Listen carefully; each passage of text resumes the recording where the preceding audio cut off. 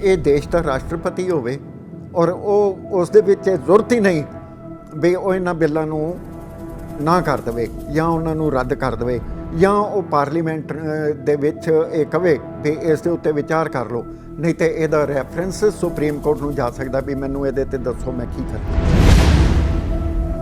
ਸਿੱਕਮ ਦੇ ਵਿੱਚ ਕਿਸਾਨ ਜਿਹੜਾ 60 ਸਾਲ ਜਾਂ 65 ਸਾਲ ਦੀ ਉਮਰ ਜਿਹੜੀ ਹੈ ਜਦੋਂ ਉੱਪਰ ਕਰ ਲੈਂਦਾ ਆਪਣੀ, ਤਾਂ ਉੱਥੋਂ ਦੀ ਸਰਕਾਰ ਉਹਨੂੰ ਪੈਨਸ਼ਨ ਦਿੰਦੀ ਆ। ਇਹ ਮੋਦੀ ਸਰਕਾਰ ਨੇ ਇਹ ਕਿਉਂ ਨਹੀਂ ਸੋਚਿਆ ਕਿਸਾਨਾਂ ਲਈ? ਜਿਹੜੇ ਬਹੁਤ ਵੱਡੇ ਵੱਡੇ ਮਨੀਡ ਲੋਕ ਆ, ਅੰਬਾਨੀਆਂ ਦੀ, ਅਡਾਨੀਆਂ ਦੀ, ਹੋਰ ਇਸ ਕਿਸਮ ਦੇ ਜਿਹੜੇ ਵਿਧਾਨਤਾ ਫਲਾਣਾ ਤਿਮਕਾ, ਜਿਹੜੇ ਮੋਦੀ ਸਾਹਿਬ ਦੇ ਪਿੱਠੂ ਆ ਔਰ ਜਿਨ੍ਹਾਂ ਸਾਰੇ ਮੁਲਕ ਦੀ ਸਰਮਾਇਆ ਉਹਨਾਂ ਨੂੰ ਲੁਟਾਇਆ ਗਿਆ, ਲੁਟਾਇਆ ਜਾ ਰਿਹਾ ਔਰ ਲੁਟਾਇਆ ਜਾਏਗਾ। 2 ਦਿਨ ਪਹਿਲਾਂ ਹੀ ਸ਼੍ਰੋਮਣੀ ਅਕਾਲੀ ਦਲ ਕੋਰ ਕਮੇਟੀ ਦੀ ਮੀਟਿੰਗ 'ਚ ਫੈਸਲਾ ਕਰਕੇ ਜਾਂਦਾ ਹੈ ਕਿ ਅਸੀਂ ਸਿਰਫ ਕੇਂਦਰ ਸਰਕਾਰ ਨੂੰ ਕਹਾਂਗੇ ਕਿ ਕਿਸਾਨਾਂ ਦੇ ਸ਼ੰਕੇ ਦੂਰ ਕਰ ਦਿਓ। 2 ਦਿਨ ਬਾਅਦ ਰਿਜ਼ਾਈਨ ਦੇ ਦਿੰਦੇ ਆ ਜਾ ਕੇ। ਇਹਦਾ ਮਤਲਬ ਕੀ ਆ ਵੀ ਕਿਸਾਨਾਂ ਦੀ ਤਾਕਤ ਨੇ ਮਜਬੂਰ ਕਰ ਦਿੱਤਾ। ਸੋ ਇਹ ਇੱਕ ਨਾਟਕਬਾਜ਼ੀ ਹੈ। ਜੇ ਉਹਨਾਂ ਨੇ ਸੱਚਮੁੱਚ ਕਿਸਾਨਾਂ ਦੀ ਬਾਂਹ ਫੜਨੀ ਹੁੰਦੀ ਤਾਂ ਫਿਰ ਉਹ ਹੁਣ ਤੱਕ ਐਨਡੀਏ ਤੋਂ ਬਾਹਰ ਆਏ ਹੁੰਦੇ। ਅੱਜ ਬੜੇ ਬੜੇ ਫੁੱਲ ਪੇਜ ਦੇ ਜਿਹੜੇ ਪੋਸਟਰ ਇਹਦੇ 'ਚ ਆਏ ਆ ਅਮਨ, ਉਹ ਟ੍ਰਿਬਿਊਨ 'ਚ ਵੀ ਆਏ, ਹੋਰ ਪੇਪਰਾਂ 'ਚ ਵੀ ਆਏ। ਉਹ ਪ੍ਰਧਾਨ ਮੰਤਰੀ ਮੂੰਹ ਤੇ ਬੰਨ੍ਹ ਕੇ ਤੇ ਇੰਜ ਹੱਥ ਜੋੜੇ ਹੋਏ। ਹੱਥ ਜੋੜਨ ਦਾ ਹੁਣ ਕੀ ਫਾਇਦਾ? ਜੋ ਤੁਸੀਂ ਮਾੜਾ ਕੰਮ ਕਰਨਾ ਸੀ ਉਹ ਕਰ ਦਿੱਤਾ। ਦੇਖੋ ਸਿੱਟਾ ਤਾਂ ਇਹਦਾ ਪੋਜ਼ੀਟਿਵ ਨਿਕਲੂ, ਨੈਗੇਟਿਵ ਤਾਂ ਨਿਕਲਦਾ ਨਹੀਂ। ਘੱਟੋ ਘੱਟ ਜਦ ਤੁਸੀਂ ਰੋਨੇ ਹੋ, ਤੁਸੀਂ ਨਾ ਵੀ ਜਿੱਤੋ, ਮੈਂ ਵੈਸੇ ਤਾਂ ਇਹਦੀ ਜਿੱਤ ਹੋਊਗੀ, ਪਰ ਮੈਂ ਤਾਂ ਕਹਿੰਦਾ ਜੇ ਜਿੱਤ ਨਾ ਵੀ ਹੋਵੇ ਤਾਂ ਵੀ ਸਟਰਗਲ ਤਾਂ ਸਟਰਗਲ ਹੀ ਹੁੰਦਾ। ਕਾਨੂੰਨ ਬੰਦ ਕਰੋ, ਬੰਦ ਕਰੋ, ਬੰਦ ਕਰੋ। ਹਾਏ ਮੋਦੀ, ਹਾਏ ਮੋਦੀ, ਹਾਏ ਮੋਦੀ। ਅੱਜ ਉਹਨਾਂ ਨੂੰ ਇਹ ਤਿੰਨੇ ਬਿੱਲਾਂ ਨੂੰ ਰੱਦ ਕਰਾਉਣ ਦੀ ਲੋੜ ਹੈ। ਉਹਦੇ 'ਚ ਕਿਸਾਨ ਨੂੰ, ਮਜ਼ਦੂਰ ਨੂੰ, ਆੜ੍ਹਤੀਏ ਨੂੰ, ਦਿਹਾੜੀਦਾਰ ਨੂੰ, ਉਹਨੂੰ ਛੋਟੇ ਮੋਟੇ ਦੁਕਾਨਦਾਰ ਨੂੰ, ਸਭ ਨੂੰ ਲੜਨਾ ਪਏਗਾ ਕਿਉਂਕਿ ਸਭ ਦਾ ਨੁਕਸਾਨ ਹੈ ਇਹਦੇ ਵਿੱਚ। ਕਿਸੇ ਨੂੰ ਨਹੀਂ ਮਿਲਣਾ, ਰੋਟੀ ਖਾਣ ਨੂੰ ਨਹੀਂ ਮਿਲਣੀ। ਇਹ ਤੁਸੀਂ ਦੇਖੋਗੇ, ਜੇ ਕੋਈ ਪੈਸੇ ਹੋਣਗੇ ਸਿਰਫ ਉਹੀ ਖਾ ਸਕੇਗਾ। ਆਟਾ 60 ਰੁਪਏ ਕਿਲੋ ਹੋ ਜਾਣਾ ਹੈ। ਮੈਂ ਤੁਹਾਨੂੰ ਅੱਜ ਕਹਿੰਦਾ। ਸਤਿ ਸ਼੍ਰੀ ਅਕਾਲ, ਮੈਂ ਅਮਨ ਮੋਹਨ ਮੋਹਜਾਲ। ਖੇਤੀ ਬਿੱਲਾਂ ਨੂੰ ਲੈ ਕੇ ਇਸ ਵੇਲੇ ਭਾਰਤ ਦੇ ਵਿੱਚ ਮਾਹੌਲ ਗਰਮਾਇਆ ਹੋਇਆ ਹੈ। ਕਿਸਾਨ ਸੜਕਾਂ ਦੇ ਉੱਤੇ ਨੇ ਤੇ ਪਾਰਲੀਮੈਂਟ ਦੇ ਅੰਦਰ ਤੇ ਪਾਰਲੀਮੈਂਟ ਦੇ ਬਾਹਰ ਗਰਮਾ ਗਰਮੀ ਦੇਖਣ ਨੂੰ ਮਿਲ ਰਹੀ ਹੈ। ਖਾਸ ਤੌਰ ਤੇ ਪੰਜਾਬ ਦੇ ਵਿੱਚ ਕਿਸਾਨਾਂ ਨੇ ਆਖ ਦਿੱਤਾ ਹੈ ਕਿ ਹੁਣ ਆਰ-ਪਾਰ ਦੀ ਲੜਾਈ ਹੋਵੇਗੀ। ਸੋ ਬਹੁਤ ਸਾਰੇ ਸਵਾਲ ਵੱਡੇ ਖੜੇ ਹੋ ਗਏ ਨੇ। ਸਵਾਲ ਤਾਂ ਸਭ ਤੋਂ ਵੱਡਾ ਇਹ ਖੜਾ ਹੁੰਦਾ ਹੈ ਕਿ ਜੇ ਨਰਿੰਦਰ ਮੋਦੀ ਦੀ ਸਰਕਾਰ ਖੇਤੀ ਲਈ ਬਿੱਲ ਲੈ ਕੇ ਆਈ ਹੈ ਤਾਂ ਹੋ ਸਕਦਾ ਹੈ ਉਹਨਾਂ ਦੇ ਵਿੱਚ ਕੁਝ ਭਲਾ ਵੀ ਹੋਵੇ। ਕਿਸਾਨਾਂ ਦਾ ਭਲਾ ਹੈ ਜਾਂ ਨਹੀਂ, ਇਸ ਉੱਤੇ ਅਸੀਂ ਅੱਜ ਚਰਚਾ ਕਰਾਂਗੇ। ਤੇ ਨਾਲ ਹੀ ਸਵਾਲ ਵੱਡਾ ਇਹ ਵੀ ਪੈਦਾ ਹੁੰਦਾ ਹੈ ਕਿ ਜਿਹੜੀ ਪਰਸੈਪਸ਼ਨ ਬਣਦੀ ਜਾ ਰਹੀ ਹੈ ਭਾਜਪਾ ਸੰਬੰਧੀ ਕਿ ਭਾਜਪਾ ਕਿਸਾਨ ਵਿਰੋਧੀ ਪਾਰਟੀ ਹੈ। ਇੱਦਾਂ ਦੀ ਪਰਸੈਪਸ਼ਨ 2014 ਦੀਆਂ ਚੋਣਾਂ ਦੇ ਵਿੱਚ ਉਸ ਤੋਂ ਬਾਅਦ ਬਣੀ ਸੀ, 2019 ਦੀਆਂ ਚੋਣਾਂ ਤੋਂ ਪਹਿਲਾਂ ਵੀ ਬਣੀ ਸੀ ਕਿ ਭਾਜਪਾ ਘੱਟ ਗਿਣਤੀਆਂ ਵਾਲੀ ਖਤਰਨਾਕ ਪਾਰਟੀ ਹੈਗੀ ਹੈ। ਪਰ ਉਸ ਦਾ ਭਾਜਪਾ ਨੂੰ ਫਾਇਦਾ ਇਹ ਹੋਇਆ ਕਿ ਭਾਜਪਾ ਪਹਿਲਾਂ ਨਾਲੋਂ ਵੀ ਜ਼ਿਆਦਾ ਸੀਟਾਂ ਲੈ ਗਈ 2019 ਦੇ ਵਿੱਚ। ਜਿਹੜੀ ਹੁਣ ਪਰਸੈਪਸ਼ਨ ਬਣਦੀ ਜਾ ਰਹੀ ਹੈ ਕਿ ਭਾਜਪਾ ਉਸ ਪਰਸੈਪਸ਼ਨ ਨੂੰ ਤੋੜ ਸਕੇਗੀ ਤੇ ਜੇ ਨਹੀਂ ਤਾਂ ਉਸ ਪਰਸੈਪਸ਼ਨ ਦਾ ਭਾਜਪਾ ਨੂੰ ਫਾਇਦਾ ਜਾਂ ਨੁਕਸਾਨ ਕੀ ਹੋਵੇਗਾ। ਤੇ ਸਵਾਲ ਵੱਡਾ ਇਹ ਵੀ ਪੈਦਾ ਹੋ ਰਿਹਾ ਹੈ ਕਿ ਇਹ ਜਿਹੜੇ ਖੇਤੀ ਬਿੱਲ ਹੈਗੇ ਨੇ ਉਹਨਾਂ ਸੂਬਿਆਂ ਲਈ ਬੜੇ ਹੀ ਘਾਤਕ ਦੱਸੇ ਜਾ ਰਹੇ ਨੇ, ਜਿਹੜੇ ਸੂਬੇ ਖੁਦ ਮੁਖਤਿਆਰੀ ਦੀ ਗੱਲ ਕਰਦੇ ਨੇ ਉਹਨਾਂ ਦੇ ਵਿੱਚ ਪੰਜਾਬ ਸੂਬਾ ਵੀ ਹੈਗਾ। ਸੋ ਅੱਜ ਅਸੀਂ तमाम ਮਸਲਿਆਂ ਦੇ ਉੱਤੇ ਚਰਚਾ ਕਰਾਂਗੇ ਤੇ ਚਰਚਾ ਇਸ ਗੱਲ ਉੱਤੇ ਵੀ ਹੋਵੇਗੀ ਕਿ ਕਿਸਾਨਾਂ ਦਾ ਅੰਦੋਲਨ ਕਿਸ ਦਿਸ਼ਾ ਵੱਲ ਜਾਏਗਾ, ਇਸ ਅੰਦੋਲਨ ਦਾ ਸਿੱਟਾ ਕੀ ਨਿਕਲੇਗਾ। ਸੋ ਵੱਖ-ਵੱਖ ਬੁੱਧੀਜੀਵੀਆਂ ਨਾਲ ਅੱਜ ਚਰਚਾ ਕਰਾਂਗੇ। ਸਭ ਤੋਂ ਪਹਿਲਾਂ ਅਸੀਂ ਪੁੱਜਿਆ ਐਡਵੋਕੇਟ ਜਗਮੋਹਨ ਪੱਟੀ ਜੀ ਕੋਲੇ, ਜੋ ਸਿਆਸੀ ਮਾਮਲਿਆਂ ਦੇ ਮਾਹਰ ਨੇ ਤੇ ਖੇਤੀ ਮਾਮਲਿਆਂ ਨੂੰ ਵੀ ਦੇਖਦੇ ਆਏ ਨੇ, ਉਹ ਵੀ ਉਹਨਾਂ ਮਾਮਲਿਆਂ ਦੇ ਐਕਸਪਰਟ ਨੇ। ਸਭ ਤੋਂ ਪਹਿਲਾਂ ਉਹਨਾਂ ਦਾ ਵੈਲਕਮ ਕਰਦੇ ਹਾਂ। ਸਰ, ਹਮਦਰ ਟੀਵੀ ਤੇ ਤੁਹਾਡਾ ਨਿੱਘਾ ਸਵਾਗਤ ਹੈ ਜੀ। ਅਮਨ ਜੀ, ਬਹੁਤ ਬਹੁਤ ਸ਼ੁਕਰੀਆ ਤੁਸੀਂ ਆਏ ਹੋ।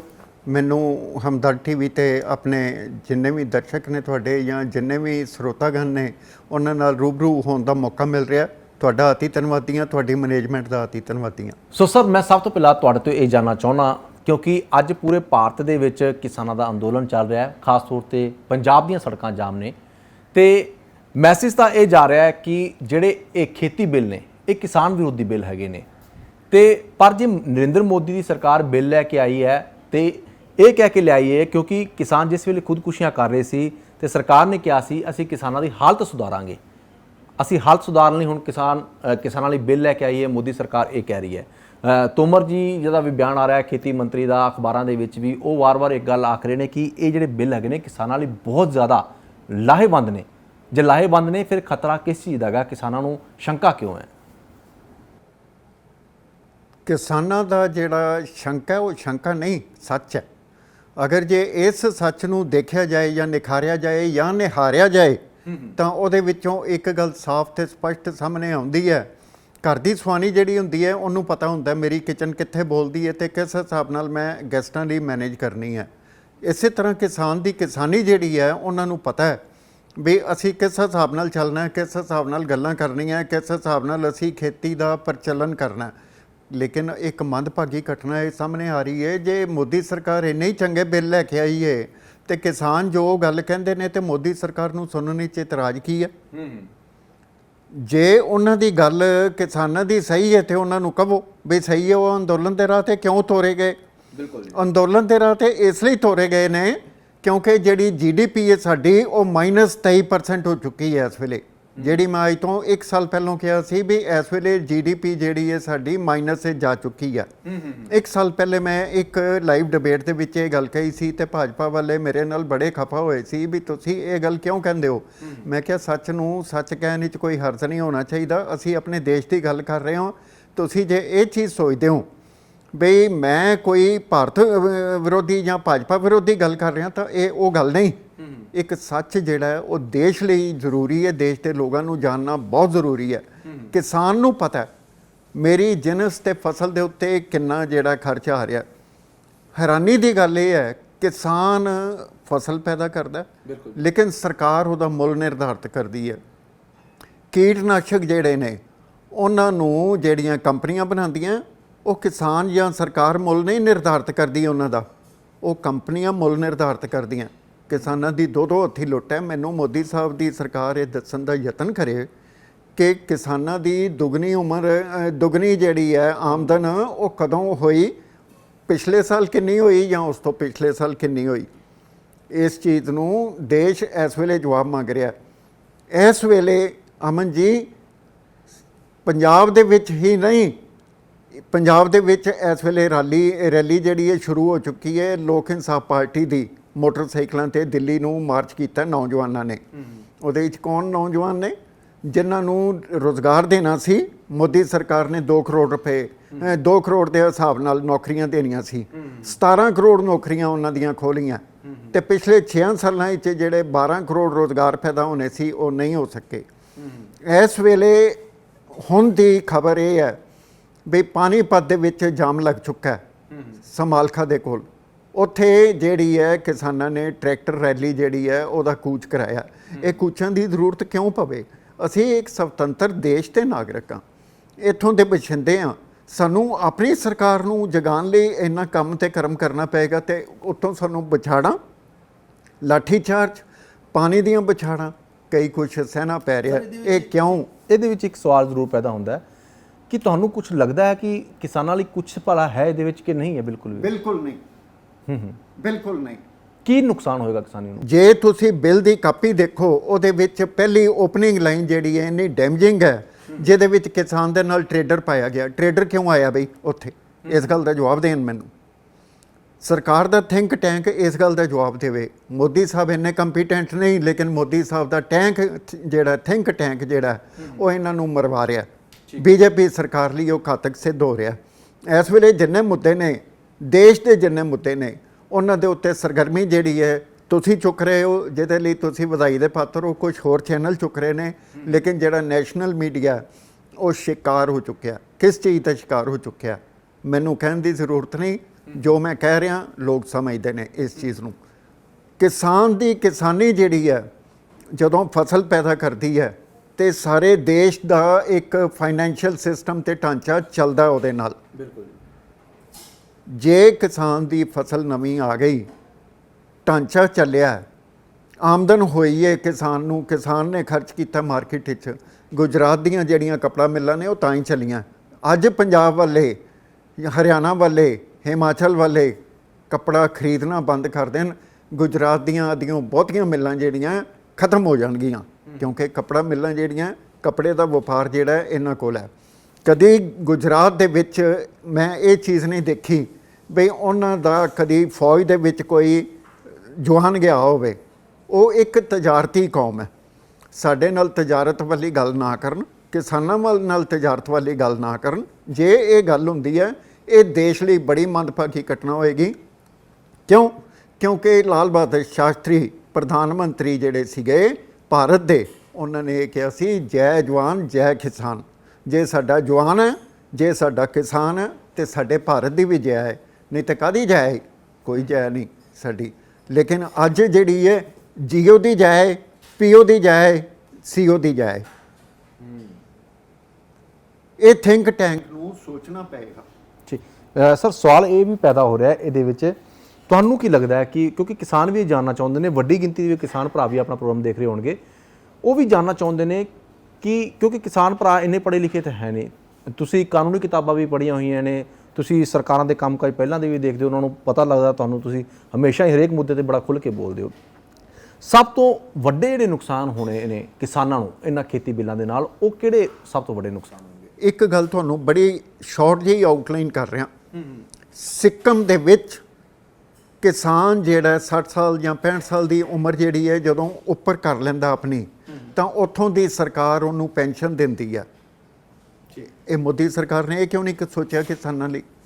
ਉੱਥੋਂ ਦੀ ਸਰਕਾਰ ਇਹ ਕਹਿੰਦੀ ਹੈ, ਸਿੱਕਮ ਦੀ ਸਰਕਾਰ ਇਹ ਕਹਿੰਦੀ ਹੈ, ਇਹਨਾਂ ਨੇ ਦੇਸ਼ ਦਾ, ਸਟੇਟ ਦਾ ਅੰਨਦਾਤਾ ਬਣ ਕੇ ਇਹਨਾਂ ਲੋਕਾਂ ਦਾ, ਦੇਸ਼ ਦੇ ਲੋਕਾਂ ਦਾ ਧਿਆਨ ਰੱਖਿਆ, ਆਪਣੀ ਸਟੇਟ ਦਾ ਲੋਕਾਂ ਦਾ ਧਿਆਨ ਰੱਖਿਆ। ਇਸ ਵੇਲੇ ਸਾਡਾ ਫਰਜ਼ ਹੈ ਕਿਉਂਕਿ ਇਹਨਾਂ ਨੂੰ ਜ਼ਰੂਰਤ ਹੈ। ਮੋਦੀ ਸਾਹਿਬ ਨੇ ਇੱਧਰ ਤਵੱਜੋ ਕਿਉਂ ਨਹੀਂ ਦਿੱਤੀ? ਮੋਦੀ ਸਾਹਿਬ ਦੇ ਥਿੰਕ ਟੈਂਕ ਨੇ ਇੱਧਰ ਕਿਉਂ ਨਹੀਂ ਤਵੱਜੋ ਦਿੱਤੀ? ਤੋਮਰ ਸਾਹਿਬ ਨੇ ਇੱਧਰ ਕਿਉਂ ਨਹੀਂ ਤਵੱਜੋ ਦਿੱਤੀ? ਇਹ ਇੱਕ ਆਪਣੇ ਆਪ ਦੇ ਵਿੱਚ ਬੜਾ ਵੱਡਾ ਸਵਾਲ ਹੈ। ਦੂਜੀ ਚੀਜ਼ ਤੁਹਾਨੂੰ ਹੋਰ ਦੱਸ ਦਿਆਂ, ਅਸਾਮ ਜਿਹਦੇ ਬਾਰੇ ਅਸੀਂ ਪਿਛਲੇ 40 ਸਾਲ ਤੋਂ ਦੇਖ ਰਹੇ ਹਾਂ ਅੰਦੋਲਨ ਚੱਲ ਰਿਹਾ। ਕਿਉਂ ਅੰਦੋਲਨ ਚੱਲ ਰਿਹਾ? ਉੱਥੇ ਅੰਦੋਲਨ ਇਸ ਲਈ ਚੱਲ ਰਿਹਾ, ਉੱਥੇ ਛੋਟੇ ਛੋਟੇ ਕਿਸਾਨ ਸੀਗੇ ਜਿਨ੍ਹਾਂ ਕੋਲ ਚਾਹ ਦੀ ਖੇਤੀ ਸੀਗੀ। ਉਹ ਪੱਤਿਆਂ ਨੂੰ ਤੋੜਦੇ ਸੀ, ਬਣਾਉਂਦੇ ਸੀ, ਕਰਦੇ ਸੀ, ਵਧੀਆ ਚਾਹ ਬਣਾਉਂਦੇ ਸੀ, ਕੈਮੀਕਲ ਵਾਲੀ ਨਹੀਂ, ਜਿਹੜੀਆਂ ਅੱਜ ਸਾਨੂੰ ਵੱਡੀਆਂ ਕੰਪਨੀਆਂ ਕੈਮੀਕਲ ਵਾਲੀ ਚਾਹ ਪਿਲਾ ਰਹੀਆਂ। ਉਹ ਚਾਹ ਨਹੀਂ ਸੀ ਹੁੰਦੀ, ਹੈਲਦੀ ਚਾਹ ਸੀਗੀ। ਉਹ ਚਾਹ ਜਿਹੜੀ ਸੀਗੀ, ਵੱਡੀਆਂ ਕੰਪਨੀਆਂ ਨੇ ਛੋਟੇ ਕਿਸਾਨਾਂ ਨੂੰ ਕਿਸੇ ਨਾ ਕਿਸੇ ਤਰ੍ਹਾਂ ਸੱਜੇ ਖੱਬੇ ਕਰਕੇ ਉਹਨਾਂ ਨੂੰ, ਛੋਟੇ ਕਿਸਾਨਾਂ ਨੂੰ ਖਤਮ ਹੀ ਕਰ ਦਿੱਤਾ। ਜੇ ਉਹਨਾਂ ਕਿਸਾਨਾਂ ਨੂੰ ਖਤਮ ਕਰ ਦਿੱਤਾ ਤਾਂ ਫਿਰ ਅਸਾਮ ਦੇ ਵਿੱਚ ਜੇ ਅੰਦੋਲਨ ਚੱਲਿਆ, ਭਾਵੇਂ ਤੇਲ ਦੇ ਨਾਂ 'ਤੇ ਚੱਲਿਆ ਤੇ ਭਾਵੇਂ ਕਿਸੇ ਹੋਰ ਦੇ ਨਾਂ 'ਤੇ ਚੱਲਿਆ, ਉਸ ਵੇਲੇ ਉੱਥੋਂ ਦੇ ਯੂਥ ਨੇ ਅਗਵਾਈ ਕੀਤੀ। ਉਹ ਇਹ ਕਹਿੰਦੇ ਸਨ ਤੁਸੀਂ ਸਾਡੇ ਨਾਲ ਇੱਦਾਂ ਦੀ ਜ਼ਿਆਦਤੀ ਨਾ ਕਰੋ। ਇਹਦੇ ਵਿੱਚ ਕੀ ਗਲਤ ਗੱਲ ਹੈ? ਜੇ ਅਸੀਂ ਆਪਣੀ ਸਰਕਾਰ ਨੂੰ ਨਹੀਂ ਕਵਾਂਗੇ ਵੀ ਤੁਸੀਂ ਜ਼ਿਆਦਤੀ ਹੋ ਰਹੀ ਹੈ, ਸਾਡੀ ਜ਼ਿਆਦਤੀ ਵੱਲ ਦੇਖੋ, ਸਾਡੇ ਕੰਮ ਵੱਲ ਦੇਖੋ, ਸਾਡੇ ਕਰਮ ਵੱਲ ਦੇਖੋ, ਲੇਕਿਨ ਸਾਡੇ ਵੱਲ ਨੁਕਸਾਨ ਦੀ ਨਿਗਾਹ ਵੱਲ ਨਾ ਦੇਖੋ। ਜੇ ਤੁਸੀਂ ਨੁਕਸਾਨ ਦੀ ਨਿਗਾਹ ਨਾਲ ਦੇਖਦੇ ਹੋ, ਇਹ ਇੱਕ ਬੜੀ ਮੰਦਭਾਗੀ ਘਟਨਾ ਹੋਏਗੀ। ਅਸਾਮ ਵਾਲਾ ਜਿਹੜਾ ਇੱਕ ਕੰਮ ਸੀਗਾ, ਉਹ ਇੱਕ ਮੰਡਲ ਕਮਿਸ਼ਨ ਦੇ ਰੂਪ ਵਿੱਚ ਅੱਗੇ ਆਇਆ ਅੱਜ ਤੋਂ 30 ਸਾਲ ਪਹਿਲਾਂ। ਹੁਣ ਇਸ ਵੇਲੇ ਇਹ ਜਿਹੜਾ ਇਹਨਾਂ ਨੇ ਕਮੰਡਲ ਕੀਤਾ ਕਿਸਾਨੀ ਬਿੱਲ ਲਿਆ ਕੇ, ਇਹ ਇੱਕ ਆਪਣੇ ਆਪ ਦੇ ਵਿੱਚ ਇੱਕ ਬੜਾ ਵੱਡਾ ਚੈਲੰਜ ਹੈ। ਜਦੋਂ ਕਿ ਭਾਰਤ ਦੀਆਂ ਸਰਹੱਦਾਂ ਜਿਹੜੀਆਂ ਇਸ ਵੇਲੇ ਅੰਡਰ ਥ੍ਰੈਟ ਹੈ, ਔਰ ਉਹਦੇ ਉੱਤੇ ਵੀ ਸਾਨੂੰ ਸਹੀ ਦੱਸਿਆ ਜਾ ਰਿਹਾ ਜਾਂ ਨਹੀਂ ਦੱਸਿਆ ਜਾ ਰਿਹਾ। ਹੁਣੇ ਇੱਕ ਖਬਰ ਆ ਰਹੀ ਸੀ TV 9 ਭਾਰਤ ਵਰਸ਼ ਦੇ ਉੱਤੇ, ਈਸਟਰਨ ਸਟੇਟਸ ਦੇ ਵਿੱਚ ਚਾਈਨਾ ਫੌਜ ਜਿਹੜੀ ਉਹ 60 ਕਿਲੋਮੀਟਰ ਅੱਗੇ ਆ ਗਈ ਹੈ। ਆਪਣੀ ਫੌਜ ਕੀ ਕਰਦੀ ਸੀਗੀ? ਆਪਣੇ ਚੈਨਲ ਜ਼ਰੂਰ ਉਤਸ਼ਾਹ ਵਧਾ ਰਹੇ हैं ਦੇਸ਼ ਦੀ ਜਨਤਾ ਦਾ, ਜ਼ਰੂਰ ਐਸਾ ਕੰਮ ਕਰ ਰਹੇ हैं, ਲੇਕਿਨ ਇਹ ਸਰਕਾਰ ਕਿੱਥੇ ਸੁੱਤੀ ਹੋਈ ਹੈ? ਇਹਨਾਂ ਦੇ ਜਿਹੜੇ, ਜੇ ਤੁਸੀਂ ਦੇਖੋ 4 ਦਿਨ ਪਹਿਲੇ ਦੀ ਗੱਲ ਹੈ, ਚਾਈਨਾ ਦੀ ਇੱਕ ਔਰਤ ਜਸੂਸ ਫੜੀ ਗਈ ਹੈ, ਔਰ ਉਹਦੇ ਵਿੱਚ ਇੱਕ ਭਾਰਤ ਦਾ ਨਾਗਰਿਕ ਸੀ ਤੇ ਇੱਕ ਨੇਪਾਲ ਦਾ ਨਾਗਰਿਕ ਸੀ। ਉਹ ਕਿਉਂ ਫੜੇ ਗਏ? ਇਹਨਾਂ ਦੀ ਇੰਟੈਲੀਜੈਂਸ IB ਜਾਂ ਕੀ ਕਰਦੇ ਸੀ? ਸੋ ਸਰ ਆਪਾਂ ਇਸ ਤੇ ਵੀ ਗੱਲ ਕਰਾਂਗੇ, ਲੇਕਿਨ ਵੱਡਾ ਸਵਾਲ ਇਹ ਹੈ ਕਿ ਮੈਂ ਤੁਹਾਡੇ ਤੋਂ ਜਾਣਨਾ ਚਾਹੁੰਦਾ ਕਿ ਜਿਹੜੇ ਖੇਤੀ ਬਿੱਲ ਨੇ, ਖੇਤੀ ਬਿੱਲਾਂ ਦਾ ਕਿਸਾਨਾਂ ਨੂੰ ਨੁਕਸਾਨ ਕੀ ਹੋਏਗਾ ਵੱਡਾ ਜੀ? ਮੈਂ ਇੱਕ ਗੱਲ ਇਹ ਬੜੀ ਸਾਫ਼ ਤੇ ਸਪਸ਼ਟ ਕਹਿਣੀ ਚਾਹੁੰਦਾ, ਔਰ ਕਈ ਵੀ ਹੈ, ਤੁਹਾਨੂੰ ਅੱਗੇ ਤੋਰ ਰਿਹਾ ਜਿਹੜੀ ਗੱਲ ਮੈਂ ਅੱਗੇ ਕਹੀ ਹੈ। ਜੇ ਕਿਸਾਨ ਆਪਣੀ ਫਸਲ ਪੈਦਾ ਕਰਦਾ, ਉਹਨੂੰ ਮੁੱਲ ਨਿਰਧਾਰਿਤ ਕਰਨ ਦਾ ਹੱਕ ਕਿਉਂ ਨਹੀਂ? ਇੱਕ ਲਾਈਨ ਵਿੱਚ ਨਿਰਧਾਰਿਤ ਕਰਨ ਦਾ ਹੱਕ ਦੇ ਦਿਓ। ਇਹ ਜਿਹੜੇ ਬਿੱਲ ਨੇ, ਇਹ ਕੋਈ ਨਵੇਂ ਤੀਰ ਨਹੀਂ ਵੱਜੇ, ਇਹ ਆਲਰੇਡੀ ਐਗਜ਼ਿਸਟ ਕਰਦਾ। ਕਨਸਟੀਟਿਊਸ਼ਨ ਦੇ ਆਰਟੀਕਲ 19 ਦੇ ਵਿੱਚ ਫ੍ਰੀ ਟ੍ਰੇਡ ਦੇ ਵਿੱਚ ਸਾਰਾ ਕੁਝ ਆ ਜਾਂਦਾ। ਜੇ ਇੱਕ ਫ੍ਰੀ ਟ੍ਰੇਡ ਦੇ ਵਿੱਚ ਖਰੀਦੋ ਫਰੋਖਤ ਹੈ, ਉਹਨੂੰ ਅਸੀਂ ਟ੍ਰੇਡ ਕਵਾਂਗੇ? ਬਿਲਕੁਲ ਜੀ। ਜੇ ਖਰੀਦੋ ਫਰੋਖਤ ਹੈ ਉਹਨੂੰ ਅਸੀਂ ਟ੍ਰੇਡ ਕਵਾਂਗੇ, ਤੇ ਜਿਹੜੀ ਫਸਲ ਹੋਈ ਹੈ ਕਿਸਾਨ ਦੀ, ਉਹ ਰੱਜ ਕੇ ਦੇਸ਼ ਦਾ ਅੰਨਦਾਤਾ ਰੋਟੀ ਕਿਉਂ ਨਾ ਖਾਵੇ? ਉਹ ਕਿਉਂ ਇਹਨਾਂ ਵੱਲ ਵੇਖੇ? ਤੁਸੀਂ ਦੇਖੋ ਮੱਕੀ ਦੀ ਕੀਮਤ ਜਿਹੜੀ ਹੈ ਇਹਨਾਂ ਨੇ 1600 ਰੁਪਏ ਤੋਂ ਉੱਤੇ MSP ਦਿੱਤੀ ਹੈ। ਅੱਜ ਉਹ 1600 ਰੁਪਏ ਨਹੀਂ ਵਿਕ ਰਹੀ, 600-700 ਰੁਪਏ ਵਿਕ ਰਹੀ ਹੈ ਮਾਰਕੀਟ ਵਿੱਚ। ਇਹਦੀ ਜਵਾਬਦੇਹੀ ਸਰਕਾਰ ਕਿਹਨੂੰ ਕਹੇਗੀ ਕਰਨ ਲਈ? ਸਰਕਾਰ ਜਵਾਬਦੇਹ ਹੈ। ਸਰਕਾਰ ਇਸ ਘਾਟੇ ਨੂੰ ਪੂਰਾ ਕਰੇਗੀ ਕਿਸਾਨਾਂ ਦੇ ਨੂੰ। ਜੇ ਇਹ ਘਾਟਾ ਪੂਰਾ ਕਰਦੀ ਹੈ ਤੇ ਅਸੀਂ ਮੰਨ ਸਕਦੇ ਹਾਂ ਵੀ ਕਿਸਾਨਾਂ ਦੀ ਜਿਹੜੀ ਆਮਦਨ ਹੈ ਦੂਣੀ ਹੋ ਸਕਦੀ ਹੈ, ਵਰਨਾ ਕੋਈ ਦੂਣੀ ਨਹੀਂ ਹੋਣੀ।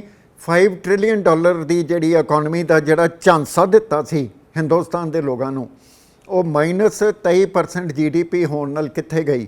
ਇਸ ਵੇਲੇ ਭਾਰਤ ਦੇ ਉੱਤੇ ਜਿਹੜਾ ਇਸ ਸਰਕਾਰ ਨੇ ਕਰਜ਼ਾ ਲੱਦ ਦਿੱਤਾ ਹੈ, 101 ਲੱਖ ਕਰੋੜ ਰੁਪਏ ਦਾ ਕਰਜ਼ਾ। ਜਿਹੜੀਆਂ ਆ ਰਹੀਆਂ ਖਬਰਾਂ ਸੋਸ਼ਲ ਮੀਡੀਆ 'ਚ, WhatsApp ਵਿੱਚ, ਕਈ ਹੋਰ ਚੈਨਲਾਂ 'ਤੇ, ਲੇਕਿਨ ਸਾਡੇ ਨੈਸ਼ਨਲ ਚੈਨਲ ਇਹਦੇ ਉੱਤੇ ਨਹੀਂ ਬੋਲ ਰਹੇ, ਪਾਰਲੀਮੈਂਟ ਨਹੀਂ ਬੋਲ ਰਹੀ। ਜੇ ਅੱਜ ਕੁਛ ਪਾਰਲੀਮੈਂਟ ਦੇ ਸੂਝਵਾਨ ਨੇਤਾ, ਭਾਵੇਂ ਉਹ ਵਿਪਕਸ਼ੀ ਨੇ ਤੇ ਭਾਵੇਂ ਉਹ ਕੋਈ ਨੇ, ਉਹ ਇੱਕ ਮਾਰਚ ਕਰ ਰਹੇ ਨੇ, ਅੱਜ ਪੀਸ ਮਾਰਚ ਕਰ ਰਹੇ ਨੇ ਪਾਰਲੀਮੈਂਟ ਦੇ ਨੇੜੇ ਤੇੜੇ, ਆਲੇ ਦੁਆਲੇ, ਸੱਜੇ ਖੱਬੇ, ਅੰਦਰ ਬਾਹਰ ਕਰ ਰਹੇ ਨੇ, ਤਾਂ ਉਸ ਨੂੰ ਚਹਿਲ ਕਦਮੀ ਜਾਂ ਗਹਿਮਾ ਗਹਿਮੀ ਨਾ ਸੋਚਿਆ ਜਾਏ। ਉਹ ਇਸ ਸਰਕਾਰ ਨੂੰ ਇੱਕ ਚੈਲੰਜ ਨਹੀਂ ਹੈ, ਲੇਕਿਨ ਉਹਨਾਂ ਦੀ ਗੱਲ ਨੂੰ ਸੁਣਨਾ, ਸੋਚਣਾ, ਸਮਝਣਾ, ਇਹ ਇੱਕ ਬੜਾ ਵੱਡਾ ਚੈਲੰਜ ਹੈ ਜਿਹੜਾ ਇਸ ਸਰਕਾਰ ਨੂੰ ਕਰਨਾ ਚਾਹੀਦਾ। ਸਵਾਲ ਵੱਡਾ ਇਹ ਪੈਦਾ ਹੋ ਰਿਹਾ, ਜਿੱਦਾਂ ਤੁਸੀਂ ਗੱਲ ਇਹ ਆਖ ਰਹੇ ਹੋ ਕਿ ਜਿਹੜੀ ਕਿਸਾਨੀ ਹੈਗੀ ਹੈ ਉਹ ਸਾਡੇ ਭਾਰਤ ਦੀ ਰੀੜ੍ਹ ਦੀ ਹੱਡੀ ਹੈਗੀ ਹੈ, ਪਰ ਅੱਜ ਸਰਕਾਰ ਹੀ ਜੇ ਰੀੜ੍ਹ ਦੀ ਹੱਡੀ ਤੋੜਨ ਦੀ ਕੋਸ਼ਿਸ਼ ਕਰ ਰਹੀ ਹੈ, ਉਹਦੇ ਪਿੱਛੇ ਕੀ ਮਨਸੂਬੇ ਹੋ ਸਕਦੇ ਨੇ ਸਰਕਾਰ ਦੇ? ਕੀ ਤੁਹਾਨੂੰ ਨਜ਼ਰ ਆਉਂਦਾ ਹੈ ਕਿ ਅੱਜ ਕਿਸਾਨੀ ਬੋਝ ਸਮੇਂ ਦੀ ਸਰਕਾਰਾਂ ਨੂੰ? ਕਿਸਾਨੀ ਬੋਝ ਨਹੀਂ, ਮੈਨੂੰ ਇੱਕ ਛੋਟੀ ਜਿਹੀ ਗੱਲ ਹੈ ਜਿਹੜਾ ਮੈਂ ਆਪਣੇ ਆਪ ਨੂੰ ਸਵਾਲ ਕਰਦਾ ਹਾਂ। ਇੱਕ MLA ਬਣਿਆ, ਇੱਕ ਪੈਨਸ਼ਨ, ਦੂਜੀ ਵਾਰੀ MLA ਬਣ ਗਿਆ, ਤਨਖਾਹ ਵੀ ਨਾਲ, ਤੇ ਉਹ ਪਿਛਲੀ ਪੈਨਸ਼ਨ।